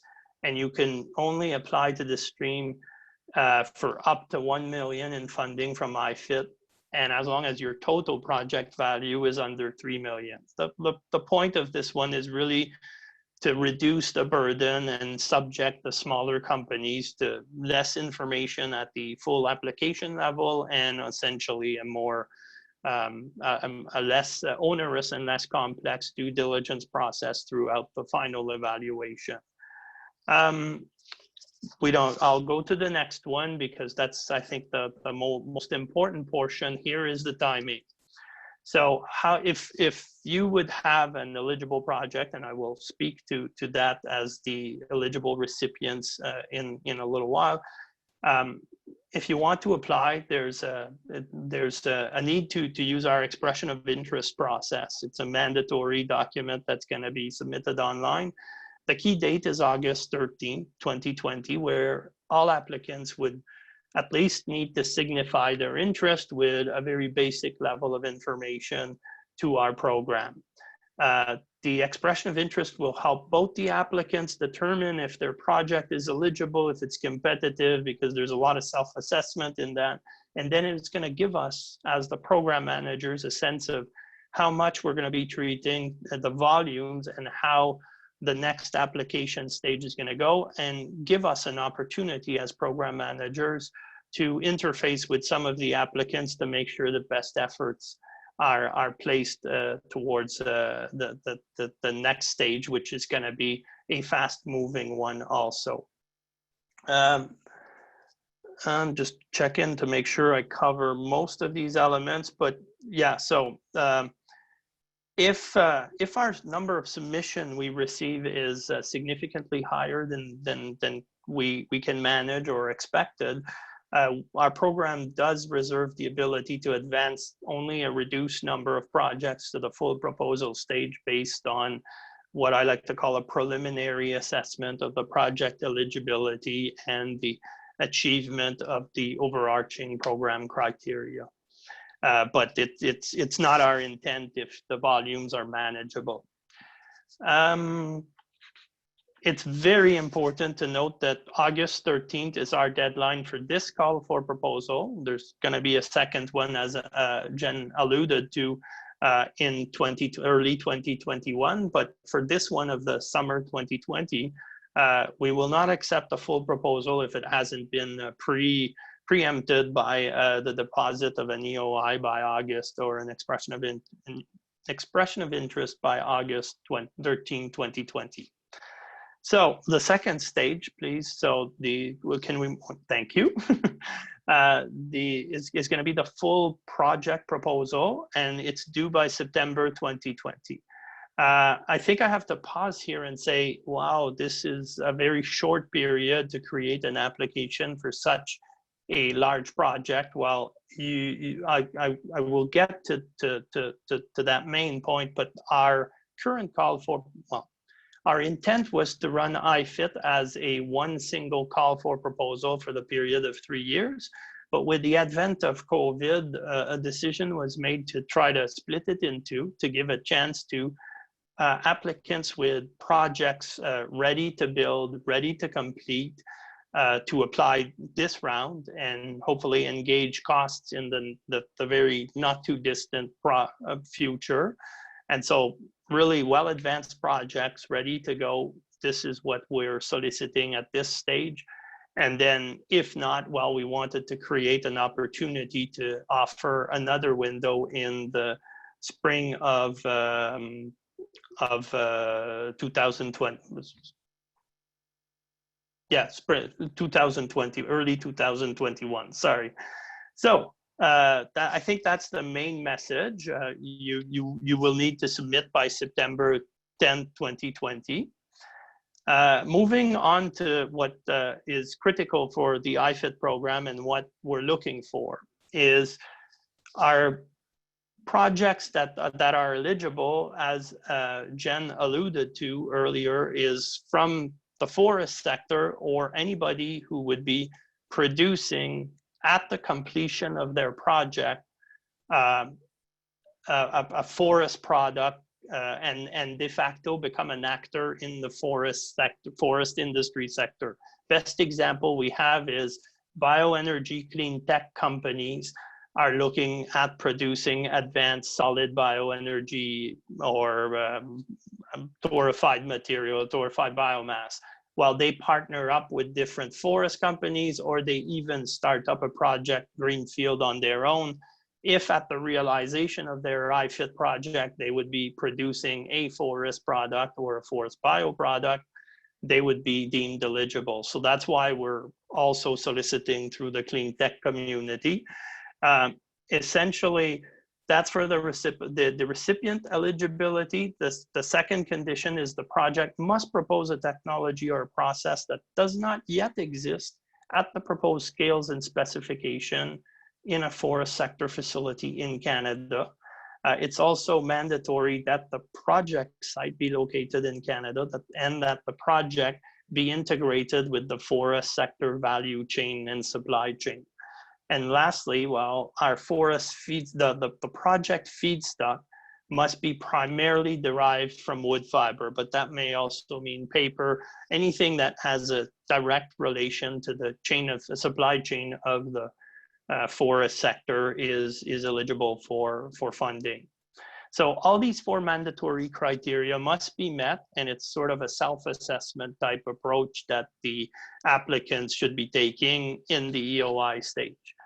Moving on to the next one, then we have an expert review panel, a multi-stakeholder expert review panel that comes into play and looks at all these eligible proposals and assess them against 8 essentially rated criteria that are very well explained in our guidebook and would be the center of attention you'd be proposing or detailing your project with in a given full application in the next stage of the proposal. Just to kind of advance and hopefully conclude in the not too distant, I'll move to the next slide and bring when would you apply? And this resonates to fifth and the sixth call for proposals. So we've chosen to hold these two calls for proposal across our 3-year funding cycle. We hope this is going to accommodate the applicants and sort of address the experienced disruptions due to the COVID pandemic. The fifth call is really intended to support projects that are kind of ready to go, whereas our hope is that the sixth call is to support the ones that may not yet have the capacity to take on innovation, like a full-blown capital investment at this moment. So again, reiterating, the fifth call is really for ready-to-build projects where we could anticipate some of the funding of our IFIT funding would be dispersed prior to March 2021. So that means that we need to do the due diligence, etc., with various advanced projects before that date. And the next call will be open in early 2021, and that would be mostly for projects that would incur costs more likely through 2021, late 2021 to March 2023, where our program essentially ends. So that concludes whoops, sorry, we'll go to the next one. The capital projects, and I'll try to take just a couple minutes to finish with the studies so people can get a sense of what that means, this new stream. So maybe to the next slide, please. So studies is a new stream we've added. It's going to have an initial allocation of up to about $5 million, but it's going to fund up to 50% of the total study costs with a minimum IFIT contribution of $100,000 up to a maximum of $500,000. And again, once again, proponents have to be able to bring forward the other half of the costs of the studies. These studies need to be linked to the advancement of innovation in the forest sector and support or be targeted to support a future capital investment or a strategic shift from a forest firm into a new product or a diversification opportunities. Typical examples would be market assessments, product trials related to bioproducts, advances in commercialization, and maybe some market acceptance of bioproducts if there's some studies needed to support that. So that's a complement that we've added. Moving to the next slide, please. It's not a call for proposal basis, but it's a first to apply basis. You need to demonstrate the program eligibility, and then ultimately each study applications are going to be assessed against a minimum threshold and a rated criteria and then we will fund on a essentially first come first served basis. I won't belabor the point. Just noting the time.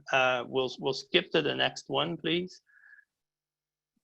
And so again, the eligible recipients are for-profit companies that are in the business of producing forest products at the moment, or potentially new entrants that would become eligible in the realization of a said project. And so there's a little bit of flexibility. We invite you to contact us if you so need to. Moving to the next one, please. And the mandatory criteria on these studies is that the studies have the potential to lead to the development of a new product, a process, or technology. They must be an incremental initiative. So the IFIT program obviously wouldn't want to fund business as usual, but an assessment of a new opportunity, and they should be time-bound and very temporary, ultimately to lead to a potential project investment that we could see in the next call for proposal or in partnership with other programs that fit the bill nicely. And so on that, I will ask I think we're going to skip a few because I note that the time has moved fast, and if you can go to the last slide with the other programs, please. I just need to do a shout out and explain a few of the other NRCan Canadian Forest Service programs, because I've seen many questions about Indigenous owned corporations. NRCan, the Canadian Forest Service, also operates the Indigenous Forest Initiative, which was also renewed with our IFIT program, in which it offers funding for opportunities for First Nations who or First Nation firms who engage in the bioeconomy or forest-related business. They can do studies. They can also now do some smaller capital investments. So if you represent an Indigenous client, or you are an Indigenous potential community or corporation who's looking for funding, if it's related in any way or form with forest fiber, we invite you to look at our website or contact us, and we will facilitate that, because this is a very broad program that's been active. I won't delve in on the other ones, but this is a different portfolio of expanding markets, and our Forest Innovation Program is the R&D arm of our activities. And lastly, the green construction through wood is to help the promotion of building with wood through financing, showcase demonstrations of use of wood in tall wood buildings or different new and novel applications. And on that, we can put the last slide and take a few questions. All the info is at our website, or send us an email, please. And thank you. Perfect. It looks like we've got about 5 minutes for questions still, so we'll see if we can get through a few of those here. First off, we'll answer the question, would a Canadian company using technology with IP held in a US company still qualify for IFIT funding for an innovative forest waste management project?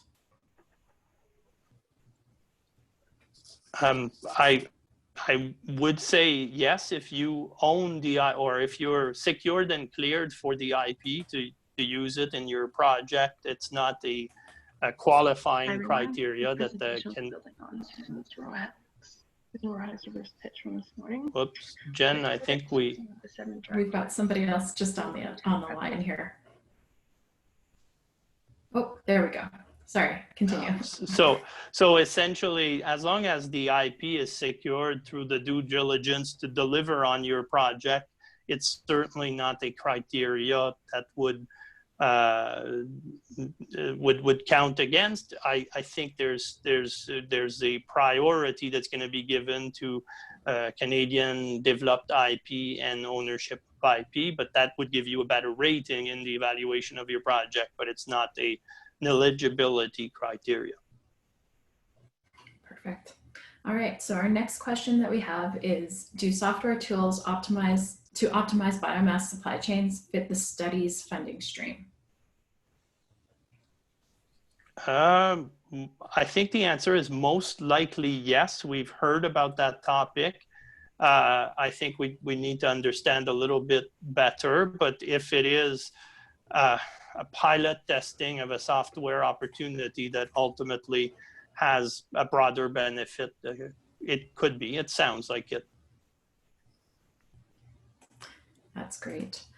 All right, so our next question is, IFIT indicates projects from our current forestry operations. Is there a channel to connect technology with operators? Do you want to take that one, JF? Or? No, I think I'll leave it to you. I'm not too sure if I understand it clearly. That's no problem at all. Right now, we don't traditionally connect the technology companies with the forest operators. We are quite well aware of those that are acting in the area, so it might be something that we could facilitate, but it's not generally what the program is designed for. So I hope that answers the question.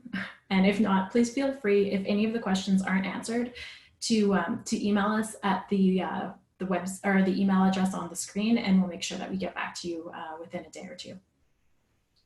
All right, so let's go to our next question. IFIT, what portion of the 82.9 million will be earmarked for the fifth call?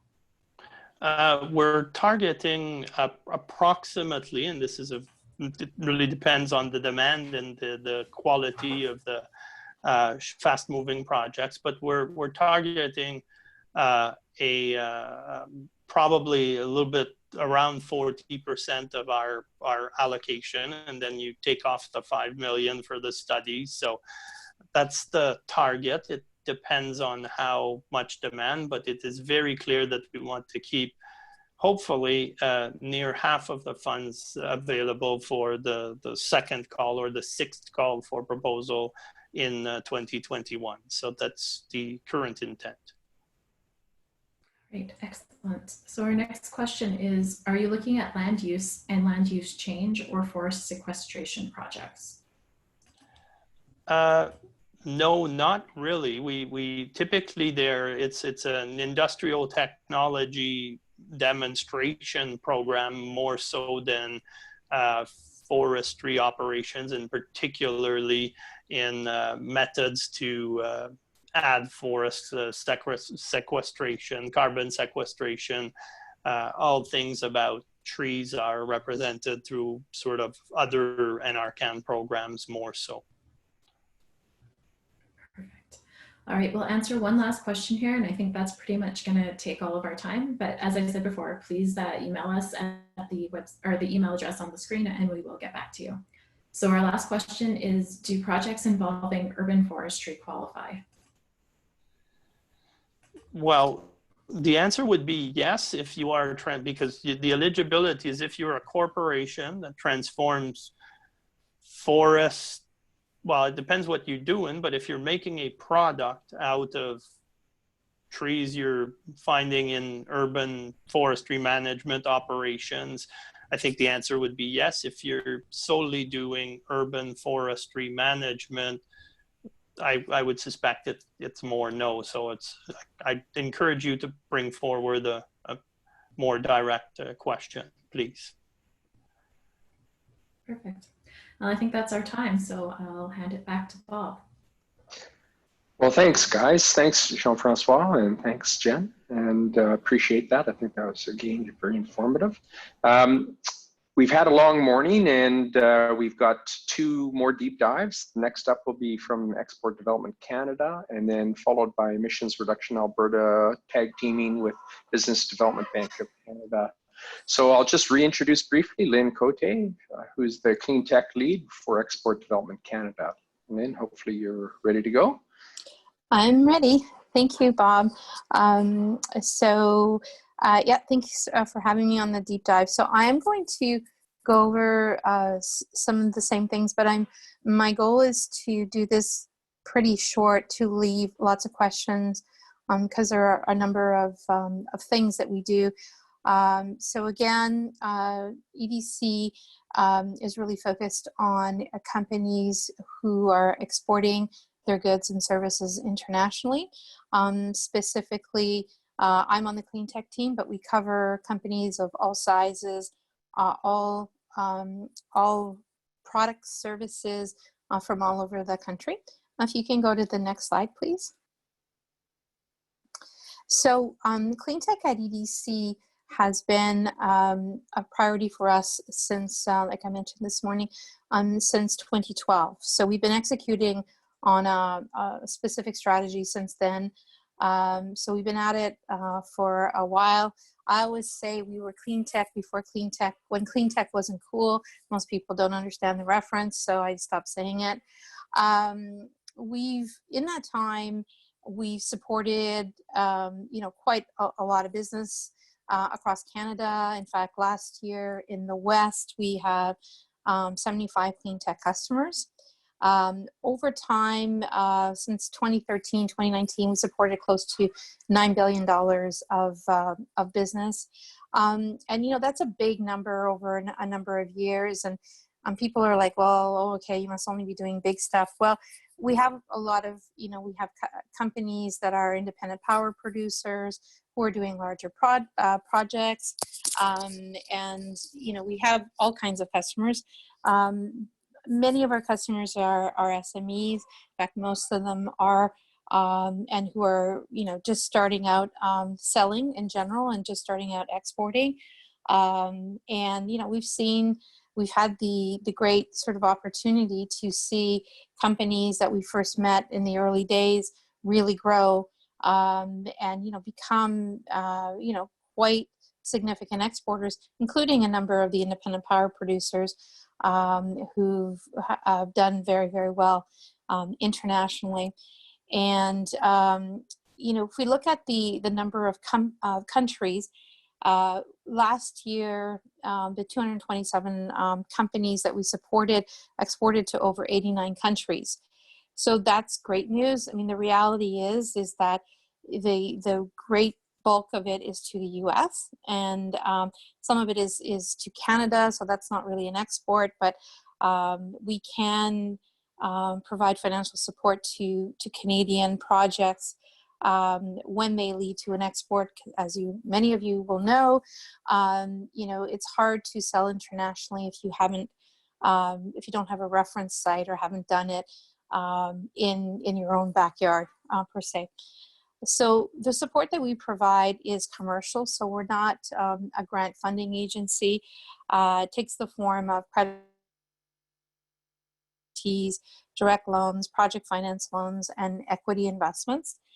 So I always say the companies are sort of, birthed out of all the great early stage ecosystem, go through SDTC, but later stage, and we try to catch the baby on its way out and make sure that together with folks like BDC, CCC, that we're able to provide the financial solutions that a company needs to grow, because that's the name of the game here, is to grow and to increase the amount of exports so that the environmental benefits that the companies have with their goods and services, we're not the only ones who are able to take advantage of them. Next slide, please. So I've talked very high level. These are a 4 family of products.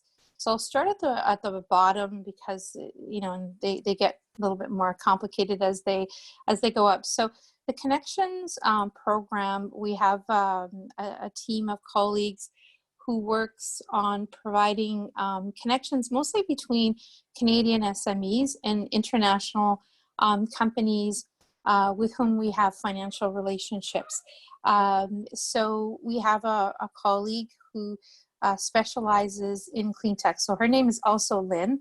So I guess you need to be a Lynn at EDC to be involved in Cleantech. Her name's Lynn McClellan, and if you'd like her contact information, I'm happy to share it with you. But she works with all the verticals, whether it's oil and gas, mining. Mining has always, for many years, been a sector where the international companies have been looking for solutions in Canada because we are a world leader in mining. So there's always been a great connection there. So those folks do that. And how they work with the buyers is the buyers are typically very, very specific in what they're looking for.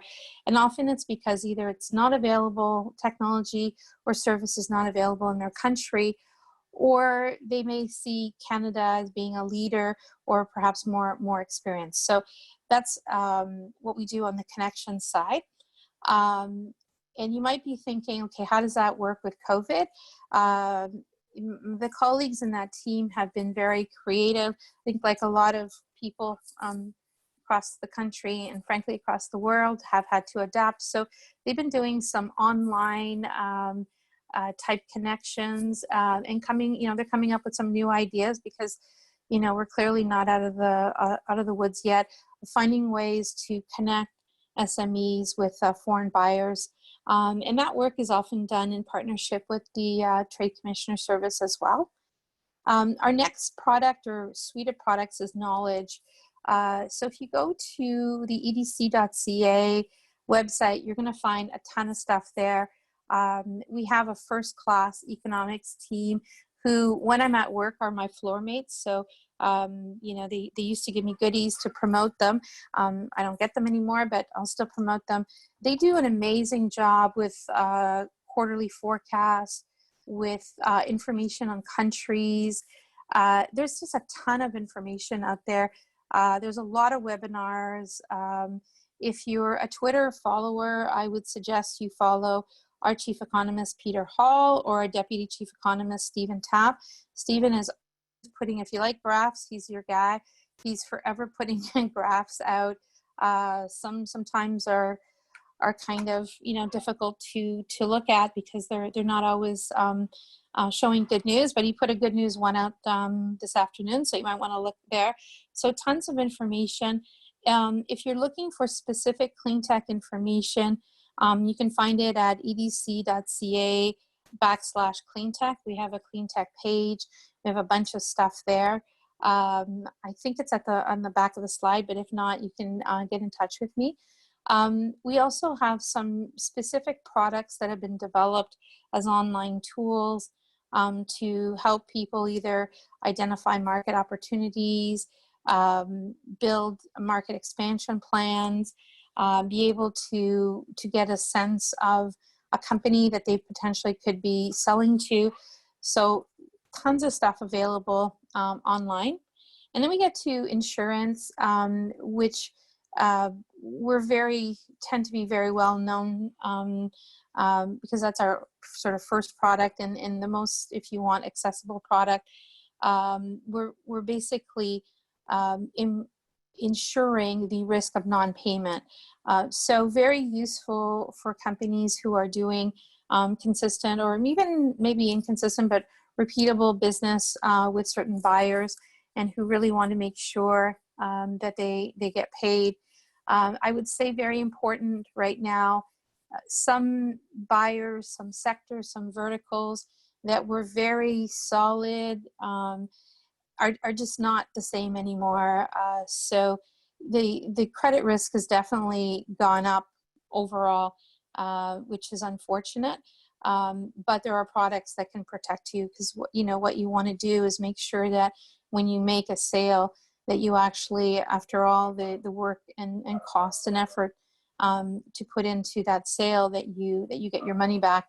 As I mentioned this morning, also used by the commercial banks as a way of ensuring that the receivables that they're taking as they're looking at your financial situation and looking at your assets, when the receivables are insured, especially when they're foreign receivables, they will take those as part of how they make the assessment of your ability to repay a loan. So quite important. So finally, on the financing side, and maybe what I'll do is I'll touch on bonding first. So as I indicated this morning, a lot of companies who are selling a new product, a new service, and especially when it's very disruptive or it's not known in the market, and the buyer may be super interested, but they're a little bit afraid of what if it doesn't work, what I don't want to make that mistake. So a performance bond is often requested. In some places in the US, it's sort of mandatory because they don't want to take any sort of technical performance risk. And basically what it allows you to do is provide a performance guarantee that basically tells your buyer that if you don't perform, that they can then call on a bond that you would post. What EDC does is it guarantees that bond 100% to the bank. So the bank will do it for you, but they'll basically freeze your money for the exact amount of the bond. So kind of ties up your working capital. So the name of the game is always to make sure that your working capital is accessible to you so that you can use it to grow your business. And then the financing we do through many forms. Many of you might be familiar with our loan guarantee. We call it Export Guarantee Program, which is really delivered through the commercial banks, where we are guaranteeing a loan that the bank makes to you for a certain percentage. We also do direct loans. Often those direct loans are related to specific acquisitions, but not always. And we do project financing, and we also do investments. So we will sometimes invest by ourselves. sometimes invest along other investors in companies. So we do all of this for clean tech companies. So the difference, some people would say, well, if you're doing all the same stuff, well, why do you have a strategy? Well, we have a strategy because we identified a long time ago that the sector was a sector of the future for Canada, and that it was going to be a source of economic wealth, job prosperity, and that EDC needed to sort of think about how it applied its mandate, understanding that a lot of the companies were earlier stage than what we were normally used to seeing. So what that means is that we look at companies, clean tech companies, with a different lens. And it's not that, we'll do, if you're clean tech, you get a pass and we'll do anything for you. But we definitely take on a higher risk profile than we would normally do. And because we've been at it for a few years, we've had the opportunity to learn, what are some of the critical elements that need to be present for us to be able to do that. So next slide, please. So we have pretty much, almost everybody who's been on this call today is a partner one way or the other.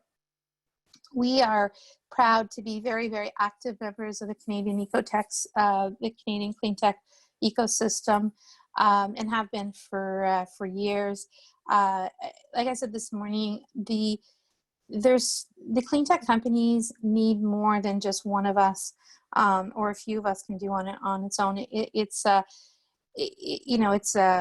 chain of people starting from early commercialization, early R&D, early ideation, all the way to commercialization to export, and we all sort of have to row in the same direction to support Canadian companies. And it's been super interesting to hear the details on some of the earlier stage funding and that's available, which is what that type of funding leads to the companies that we see. They go through that. We hear it all the time. IRAP, ERA, whatever, and that's how they got to where they are. It doesn't happen on its own. We work really closely with BDC, SDTC, CCC, Global Affairs, NRCan, ISED, Clean Growth Hub. NRCan and ISED mainly through the Clean Growth Hub, although we have participated on a number of NRCan challenge programs. And I would say that, we all of us together are very aligned in our desire to support Canadian clean tech companies, and we see the potential. And I would sort of reiterate the fact that the Clean Growth Hub is an exceptional service. They're very connected to all of us. We have very good relationships, and they're really good at sort of identifying the need and reaching out really quickly. And then we work with them and see what we can do for companies. We also have been sort of very proudly working together with a number of industry partners, Actia, Foresight, Ecotech Quebec, Mars, Cleantech North, Ontario Cleantech Industry Association. So, because what we know is that, sometimes we have, opinions, ideas, but opinions and ideas are interesting, but facts really help. So I did a plug for the survey. There'll be a Pan-Canadian survey coming out in a couple of weeks. Please participate if you receive it, because it's really important to understand what's happening right now. And these organizations are providing meaningful information guidance, programming, education, partnerships, linkages to Canadian clean tech, and together are an important part of the fabric of how we all work together to support and the Canadian clean tech companies. And for us, it also gives us an idea. I can call up Jason at Actia and say, like, what's going on with this thing, or sometimes we may not fully understand something that could be very provincially focused, and understand the impact that it could have on some of our customers, or potentially, co-funding alongside a provincial institution. So that's been very helpful for us, and I hope quite helpful for the industry as well. Next slide, please. So we talked really briefly this morning about things that were different with COVID. Well, to quote Don Henley, I love Don Henley. He has a song called "Everything is Different Now." So everything is different now. You know, EDC has worked with our shareholder, the Government of Canada, with BDC, with the commercial banks, and put out a number of different programs. The one that's, I would say, specific for Cleantech, or developed, you know, with parameters that are very, very unique to Cleantech. So all the other programs that we have, and if you want to see what they are, you can look at our website or the Clean Growth Hub, who's done an amazing job of putting all the COVID programs together, because there's a lot, and they all came out sort of very quickly. I would actually go to their site first to get a good sense, and then ours. And if you have questions, I'll be happy to take them as well. But one of the things that we heard from the industry associations early on was that a lot of the equity investments, planned equity, expected equity, just kind of poof, vanished. Either the investors walked away, they got skittish, they wanted to keep the capital for their current portfolio. So EDC developed a matching program, which is across all sectors. And then we took it and we, you know, sort of tweaked it, understanding the reality of Canadian Cleantech. So basically, EDC will co-invest alongside a qualified co-investment partner for amounts up to 2.5 million for Canadian Cleantech companies who have commercial trailing revenues of 250,000. So our usual investment, the minimum is $1 million in trailing revenue, and we realized that that would be too high of a bar and wouldn't be as useful during COVID. So we changed that up. The conditions are quite broad. A qualified co-investment partner is basically any kind of venture fund who's got at least 10 million under management. They can be Canadian, they can be from all across the world. And, you know, we're sort of agnostic on sort of the parts of clean tech sector. We've done energy efficiency, we've done transportation, we've done all kinds of different things so far. We've done about 9 deals so far. We think we'll get, I don't know, you know, anywhere around 20-ish by the fall. So that program is, I mean, I'm calling it a program. The solution is still open. You know, it may not be around for a long time because we have been getting a lot of interest, which is great. And we're happy to see the money go to Canadian clean tech companies. So if you're working with, you know, VC, a fund, it could even be a family office. Some of the family offices are really managing like funds. And the reason that we do have that criteria is that we're using their term sheet. We're doing sort of minimal due diligence. The idea here is to turn this around very, very quickly. And in order to do that, we take the due diligence from the partner. And we're looking for companies, you know, it can be trailing revenue, but it does need to be commercial revenue. So we're, you know, if the only revenue is like engineering services, pilot, that may be a bit of a challenge. When it comes to structures, as long as it's not, you know, crazy, we're pretty flexible there. So, and we can also invest alongside a BDC. So if BDC is in a deal, we're happy to invest alongside them.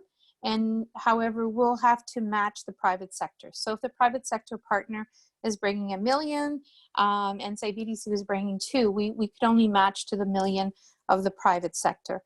But there's no issue. In fact, you know, we're happy if we, you know, both go in together and share the risk. So I'm going to leave it at that, and happy to take questions, of which there are a few.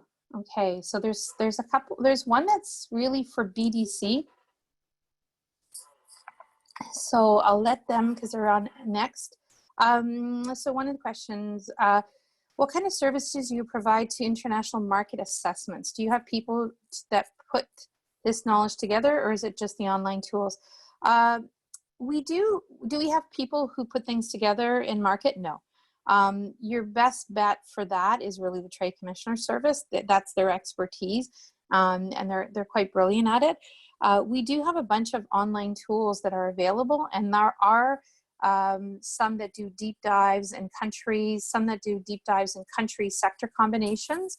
But we don't have like a la carte type service where someone would come and say, can you do, a deep dive on a particular country? Does EDC support nonprofits as well? I mean, I would say yes, in the sense that we are a commercial corporation. We charge, for what we do. If a nonprofit is exporting a service or a product on commercial terms, then I don't see why. I mean, we don't tend to see a lot of those types of companies, but it would really be a case by case. The next question, I probably should say your name. That was from Adam Linesford. The next question is for Ed Weinberg. From Ed Weinberg, in addition to supporting credit insurance, does EDC support pollution liability coverage where needed abroad? Oh, that's a good one. I do not think that's the case. I think that's a different type of insurance, but I'll have to get back to you on that. We don't do product liability, that type of insurance typically. So I'm pretty sure we don't do that, but I'm not 100% sure. So I'll have to get back to you on that. The next one is from Chad Joshi. Does EDC do the financing directly or through the regular banks? We do both. For SMEs in particular, it tends to be through the banks, and all of the chartered banks, and then many of the credit unions in Canada are part of the program. So we can do it that way, and we provide a loan guarantee. It can be anywhere from 50%, 60, 75, 80, 85%, depending on the parameters. In some cases, we do finance directly. And those tend to be, like I mentioned earlier, for foreign acquisitions, where the commercial banks are often not that interested, or just kind of their risk parameters don't allow them to do financing for those types of projects. So, because our goal is not to come in and compete with the banks who are doing their job, is really to offer sort of something complementary, or something that's either difficult for the banks to do or difficult to do on their own. The next question is from Ryan Hutchinson. Do you have the criteria as to what would constitute a Cleantech solution? Yeah, so we have a pretty broad definition, but a Cleantech, because the word tech is important. So it will be a product or service that has a net positive impact on the environment. Not all of the solutions that we support are necessarily the perfect solution in that they fix every problem. Some of them are very much under the category of better than. We don't tend to do, like, for example, like a lot of consumer goods, because we are looking for the tech and we're looking for defendable IP. So we're looking for companies that have, unique and registered IP, and who are, doing something, whether it touches, water, air, soil, that is, having that positive impact. So it's pretty broad. And if you're not sure about your company, let us know. I mean, we've done all kinds of things. We just did a financing in Manitoba for Merit Functional Foods, which is an alternative protein company who are using technology to make protein from canola and peas, and they will be selling that to then consumer goods companies, various, who will take that and then make it into products that we might buy. So there's an example of something that's, maybe people think alternative proteins, so how is that clean tech? Well, you know, they use less water, less soil, less a whole bunch of things than some of the alternatives. It's a different type of protein. So that's an example of something that may not, at first blush, seem like clean tech. The next question is from Frederick Omorogby. If one has a letter of intent to purchase your goods, does EDC provide proof of funds if the seller of the good requires it?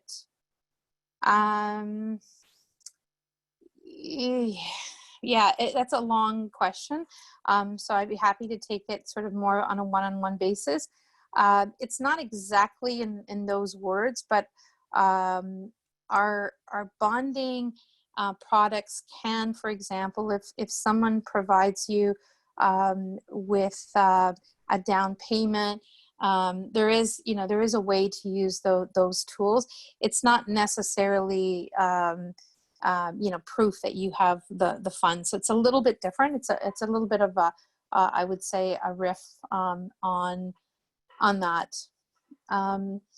Next question is from Matthew Cowles. Oh no, that's the BDC one.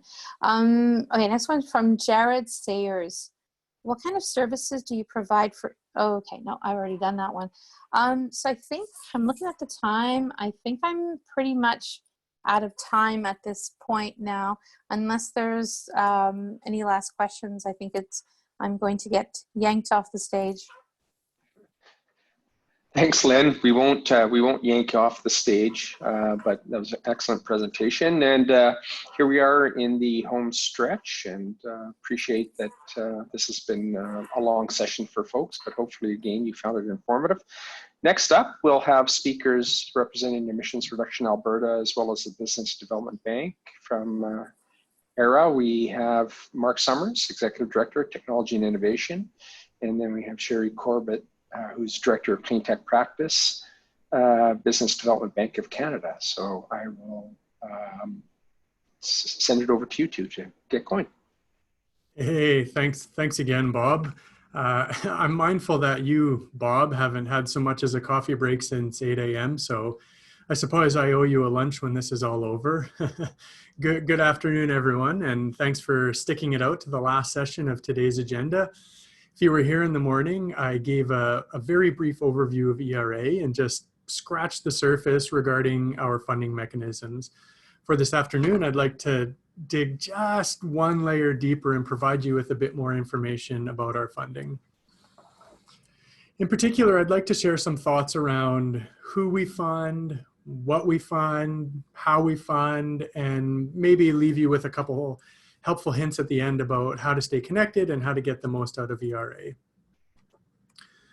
So let me start with an easy one, which is how we fund. And I say this is easy in the sense that we can work with pretty much any type of entity. We've funded large organizations, small startups, universities, not-for-profits, and many others. In fact, I would say that we're much more project-centric than we are organization-centric. Our interest is primarily with the advancement of the technology for greenhouse gas and economic benefits.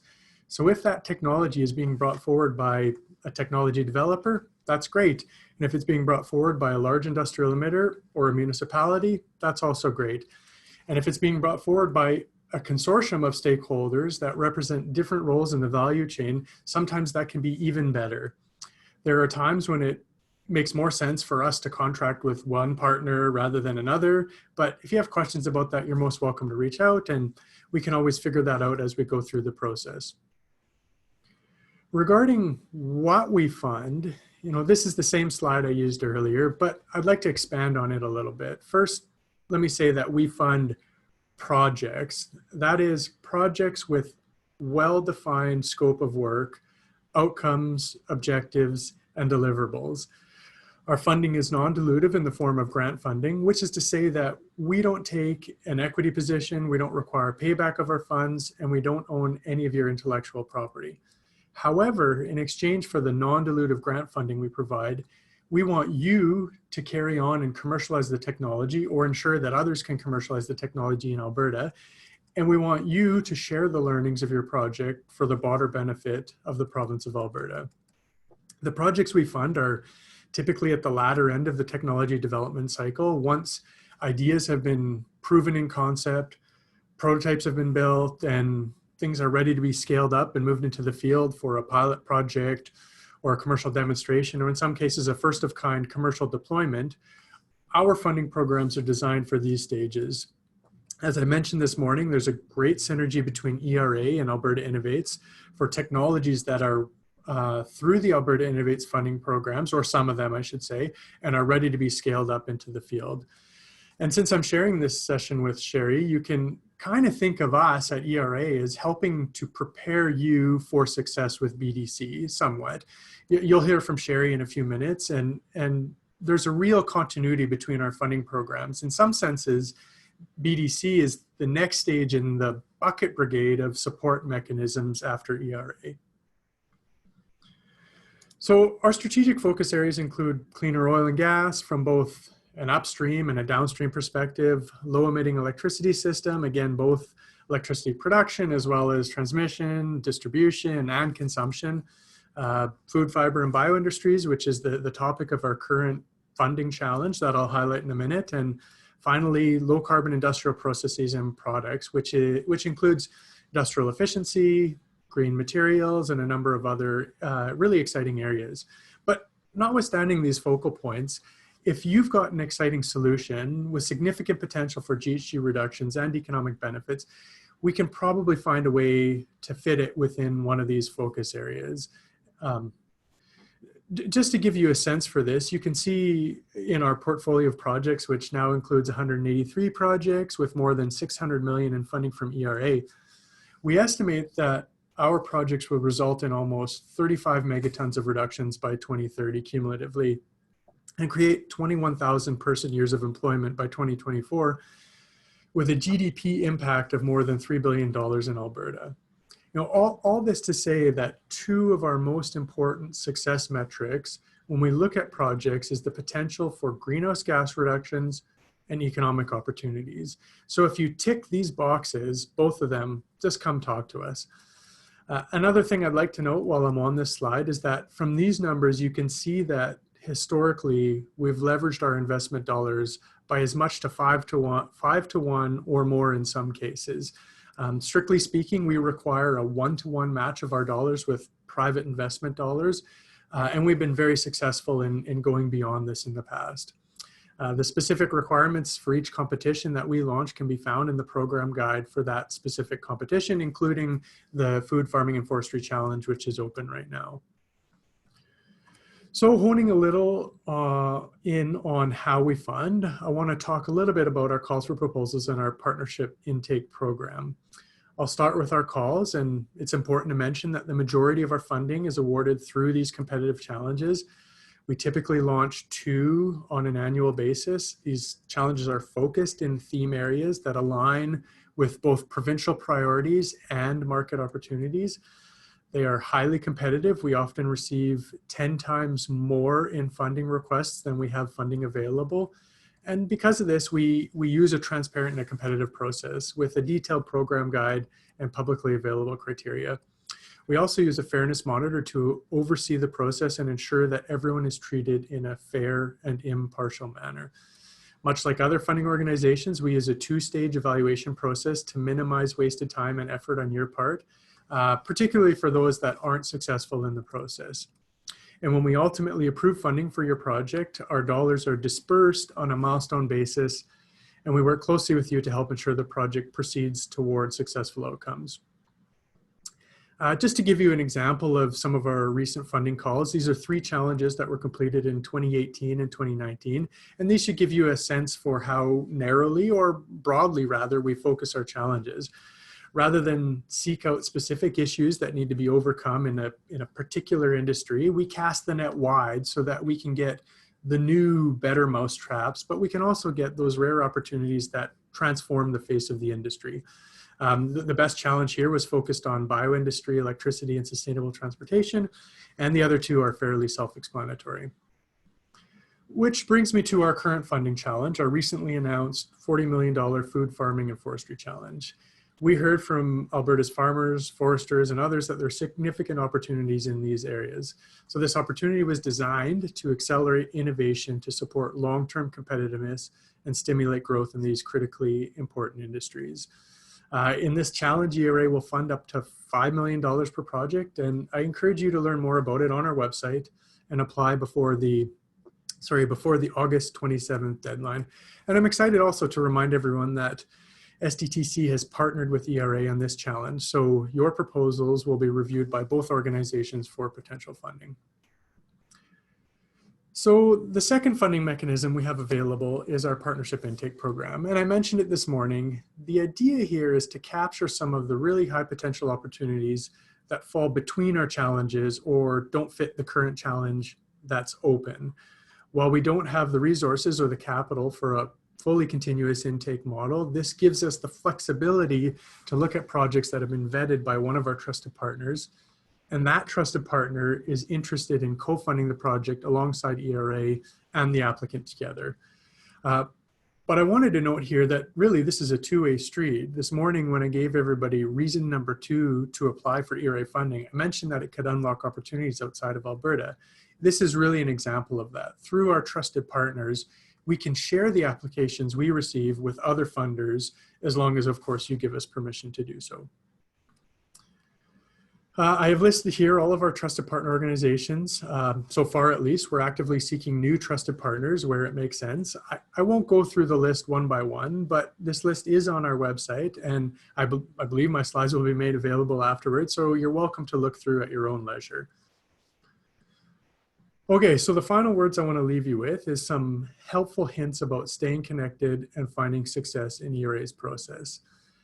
The first is to sign up for our newsletter. I know this sounds cheesy. I promise we won't inundate your inbox. We send out a handful of emails each year, but this is truly the fastest and best way to find out about our new funding opportunities. When we launch a new call, we try to reach out to those in our personal Rolodex and make sure that everyone's aware. But you'll honestly find out sooner and more reliably if you sign up for our newsletter. Secondly, when we do have funding available, please, I encourage you, take a look at our website and at the program guide. There's a lot of really good information there about the process, about the evaluation criteria, and about things you really need to know while going through our process. And then finally, whenever we launch a new call, we put on an information webinar to talk about the challenge and try to answer as many questions as we can. We just held one for the Food, Farming, and Forestry Challenge 3 weeks ago, and the recording is available on our website. Okay, well, thanks again for listening to me this afternoon. It's my pleasure to turn things over to Sherry from BDC. Thanks, everyone. Hi, everyone. Lucky last, lucky me. Glad to see there's still some people that are listening in. So I'm really here to build on the reverse pitch that Susan Rohack did this morning. So I'm Sherry Corbett, one of the 7 directors within BDC's Cleantech practice. I'm based in Calgary. We have one of my colleagues, Karen Kennedy, he's based in Edmonton, and then Mark Druin's based in Vancouver. So the 3 of us basically cover the West for our team, and everyone else is based out East, including Susan. Next slide, please. So just to quickly recap what Susan said this morning. So we're a $600 million fund, kicked off back in 2018. We have 5 years to invest our funds, and we're about halfway there. So both in time and funds dispersed or allocated, I think we have about 300 million. We just hit that milestone of allocated, so we have about 300 million left to invest. We have a number of partners. So Mark, for example, at ERA, who I'm sharing this presentation with. And we really do rely on them, both ERA and SDTC, for example, to help us with a lot of our diligence. So for a lot of the investments we've done recently, we have diligence calls with them. We obviously get the company to sign off first before we share that information, but we are trusted partners in that way. I saw this question already on the chat, but no, BDC does not do grants. We invest as either debt or equity. And I'll get further into that further along in the presentation about the details of that. So the types of companies that we invest in typically have the following. So it's a clean technology company. We are the Cleantech Fund. And our definition of what cleantech is very broad. So we consider, ag tech, energy tech, biotech, basically anything that makes a process cleaner, greener, or more efficient. For the most part, if a company has received grant money from, again, the likes of ERA or SDTC, that's a nice big green check mark with regards to, is it clean tech for us? We look for companies that have developed their own IP in the clean tech space. So we typically do not invest in companies that are licensing technology. They have to have developed it themselves. We like it to be a new and novel technology in the clean tech space. And we like companies that have shown real commercial traction that validates their technology. So again, we're later stage compared to a lot of the other speakers that you've heard from today. So by validated technology, what we typically mean by that is we have a paying customer. It can be early, maybe just a 1 or 2, but you at least have 1 or 2 paying customers that are paying you arm's length price for your technology. We like to see a clear pathway to profitability, and I'll talk more about that and cash runway on the next slide. We're looking for companies and technologies that are highly scalable.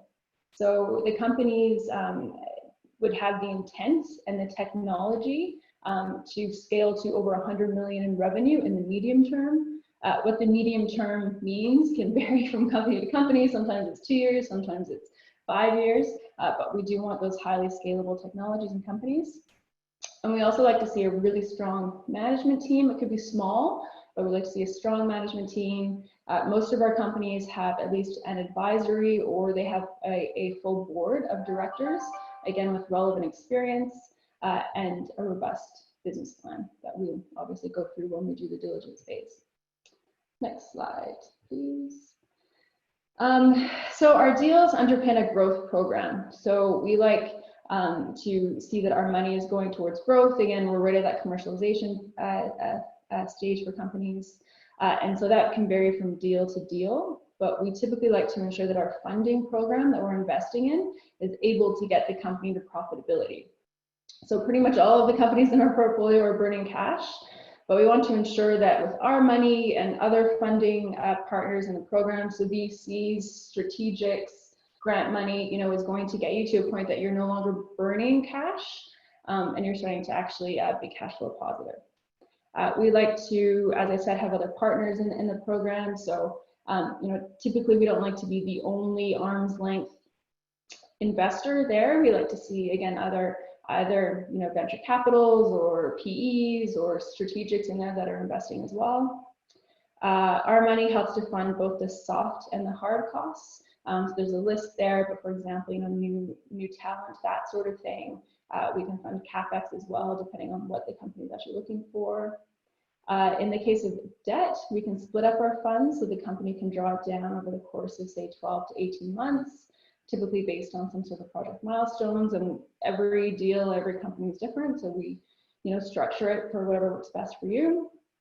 Just a reminder that on the debt side, this is not a line of credit, it is term debt.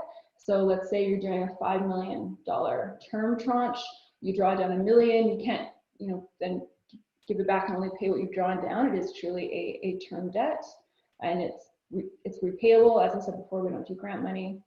And then for equity, though, we typically fund the full amount right away with the other partners that are funding in that round. Next slide, please. So table looks confusing, but really what we're trying to say is that we invest as either equity, debt, or convertible debt. So it really depends on the stage of the company, where they're at. Again, we have some very early, some slightly pre-revenue companies in our portfolio. That's not the norm. Most of our companies have at least some revenue, or paid pilots at least, all the way to, one of our companies is 100 million of revenue. So it really depends on, where you are. Typically the way it works is the higher risk, the deal, the earlier you are, that's where equity makes the most sense. And then as you sort of get down that sort of risk scale, we can go to convertible debt, and then subordinated debt, and then senior debt. So, you know, it really depends on what the company's looking for. We'll talk to you and sort of work out what structure makes sense. Our check size ranges from 5 to 20 million typically. So we, on the equity side, a key thing to note is we don't lead rounds. And so lots of companies are looking for that lead investor. That's not us. We want to see someone else, again, another VC that's in that space, that knows the space really, really well, or a strategic that's coming in, giving you a lead term sheet that's pricing the round, and we can come in and help fill out that round. Again, our minimum check size is 5 million. So that means on the equity side, the smallest round size we'll typically invest in is 10 million. So that lead is at least 5, and then we'll come in for, say, another 5. But again, it can be a much larger round, and we can go up to 20 million. On the debt side, as I mentioned previously, we can tranche out our money. So that can be based on certain milestones. So we have lots of companies that say want 5 million over the course of the next 18 months, and we can tranche it out 2 million to begin with, and then another 1 million, that sort of thing. And we price to risk. So, you know, the higher risk, the higher the rate, the lower the risk, the lower the rate. On the equity side, because we don't lead transactions, again, we're doing market rates because we're getting an arm's length VC to price, to value the company, and we come in on those terms. And we typically invest as pref shares, just as an aside on the equity side, but again, it varies deal by deal. Next slide.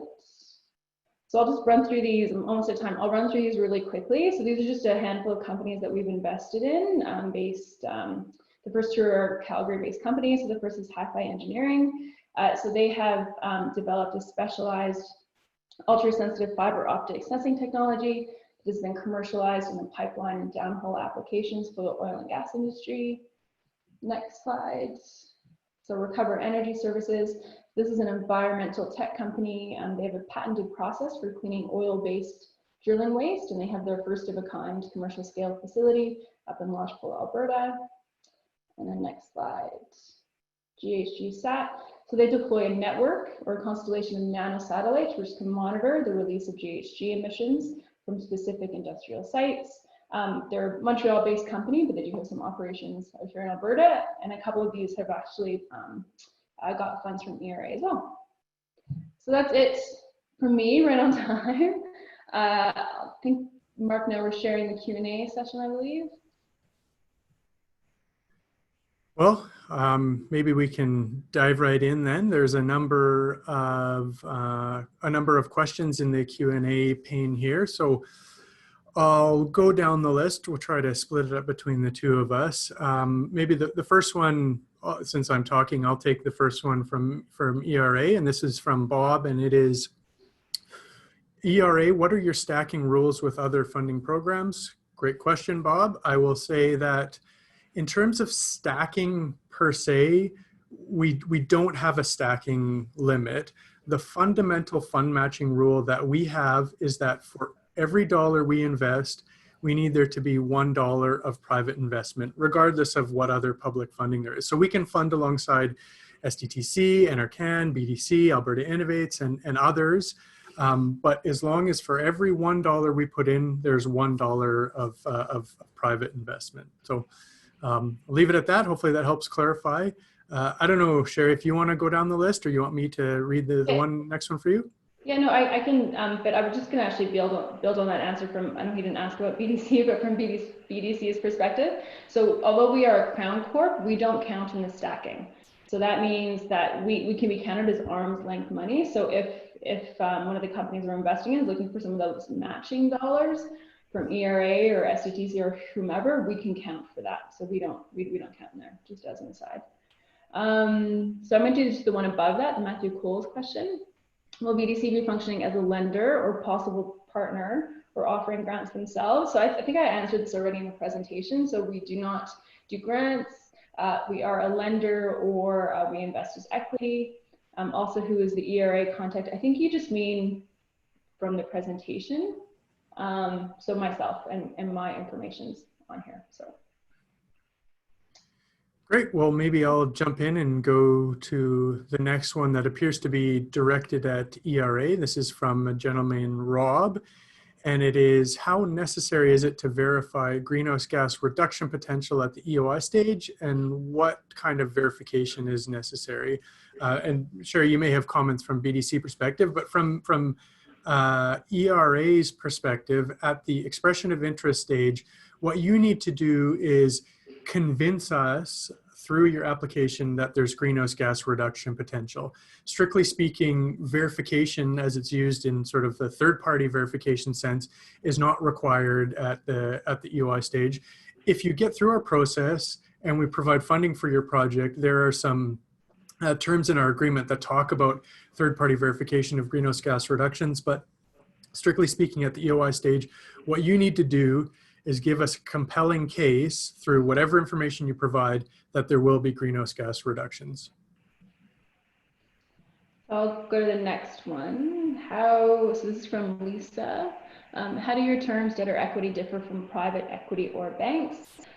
So, I would say that they're very similar with regards to the debt side.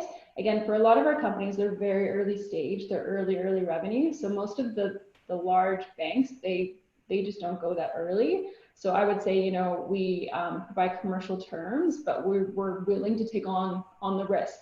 And that's, a lot of the reason why our fund was created. Equity, as I said, we don't lead rounds, we follow, so they would be the same as anyone else. BDC, how long does it typically take to go through BDC's due diligence process? So typically from so it can take a few weeks to issue a term sheet. We have a few processes to get through before we issue a term sheet. From when we issue a term sheet and you sign off on it, typically takes about 2 months, I would say. It takes sort of the full, the full deep dive diligence is maybe 4 to 6 weeks. And then we need to get it approved and sign a letter of offer and then do legals.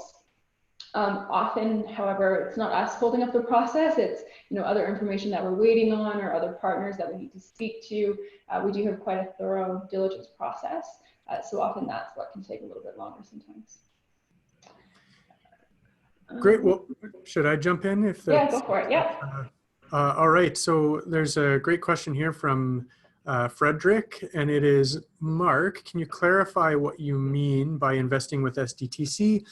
SDTC has its own fund matching requirements. Do you split the funding allocation? So again, this is a great question, and honestly, it can come in a number of varieties. But let me tell you, an example for to help illustrate this. It's not uncommon for us to go in at, let's say, 1/3 of the project costs, and SDTC to go in for 1/3 of the project costs, and then private dollars to come in for 1/3. So, hypothetically speaking, if you're talking about a $9 million project, we could put in $3 million. SDTC could put in $3 million if you've got $3 million of private dollars, and that satisfies our one-to-one matching requirements. I believe it satisfies SDTC's requirements. Of course, they would speak to that. But, if you go back 4 years, ERA and SDTC put out a joint call, and that was sort of the upper limit of funding that could be received from the combination of ERA and SDTC.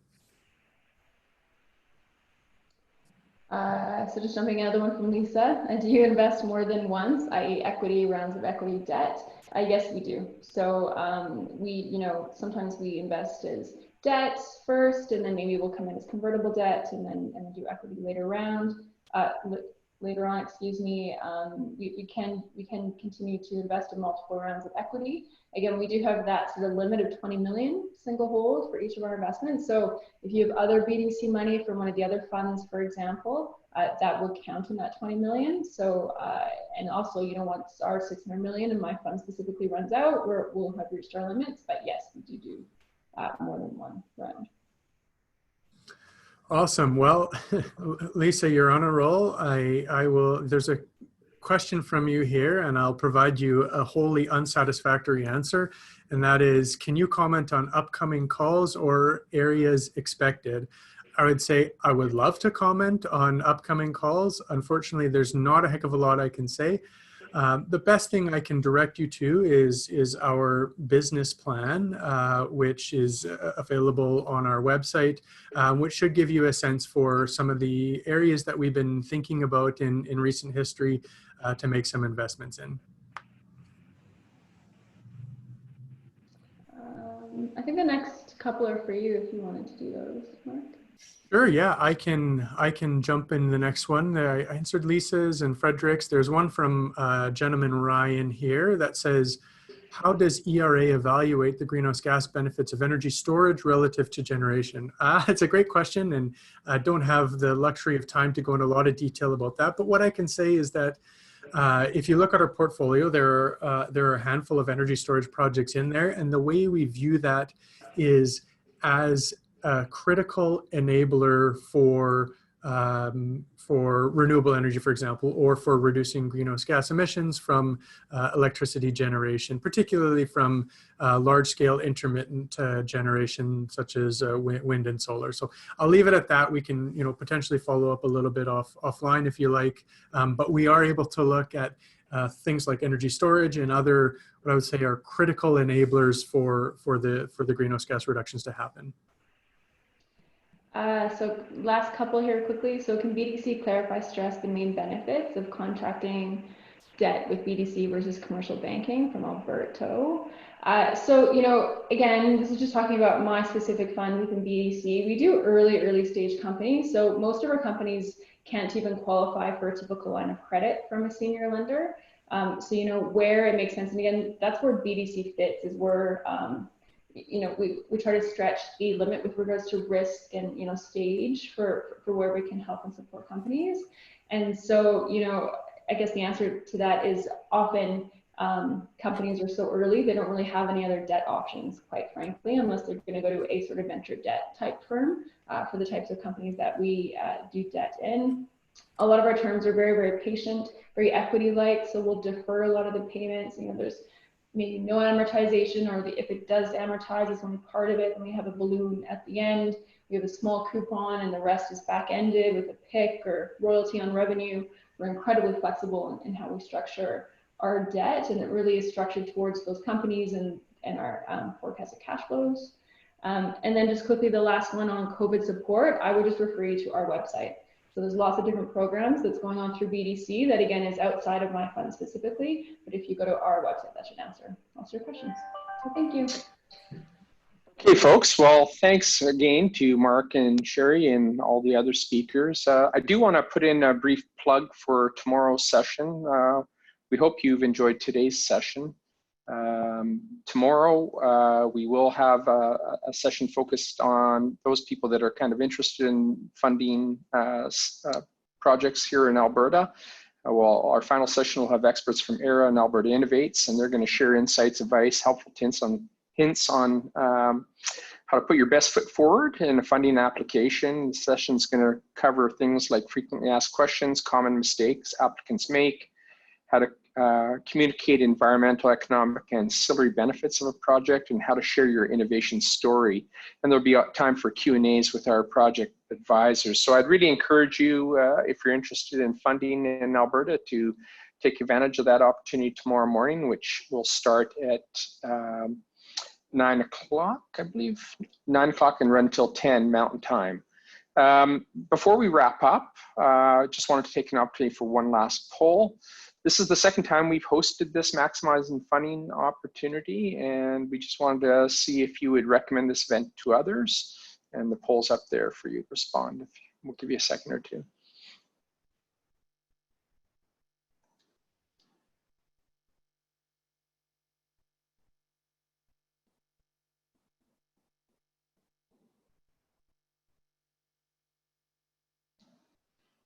Okay, well, it's good to get the positive feedback. So with that, I'm mindful that we're a little bit over our time, and I just wanted to take the opportunity to thank again our presenters, and a big thank you to everyone who joined us for today. I know it was a bit of a long session, and once again, if you're interested in applying for funding or have an application for funding in one of the calls out there right now, I'd encourage you to join us again tomorrow morning. Thanks again, and with that, we'll sign off.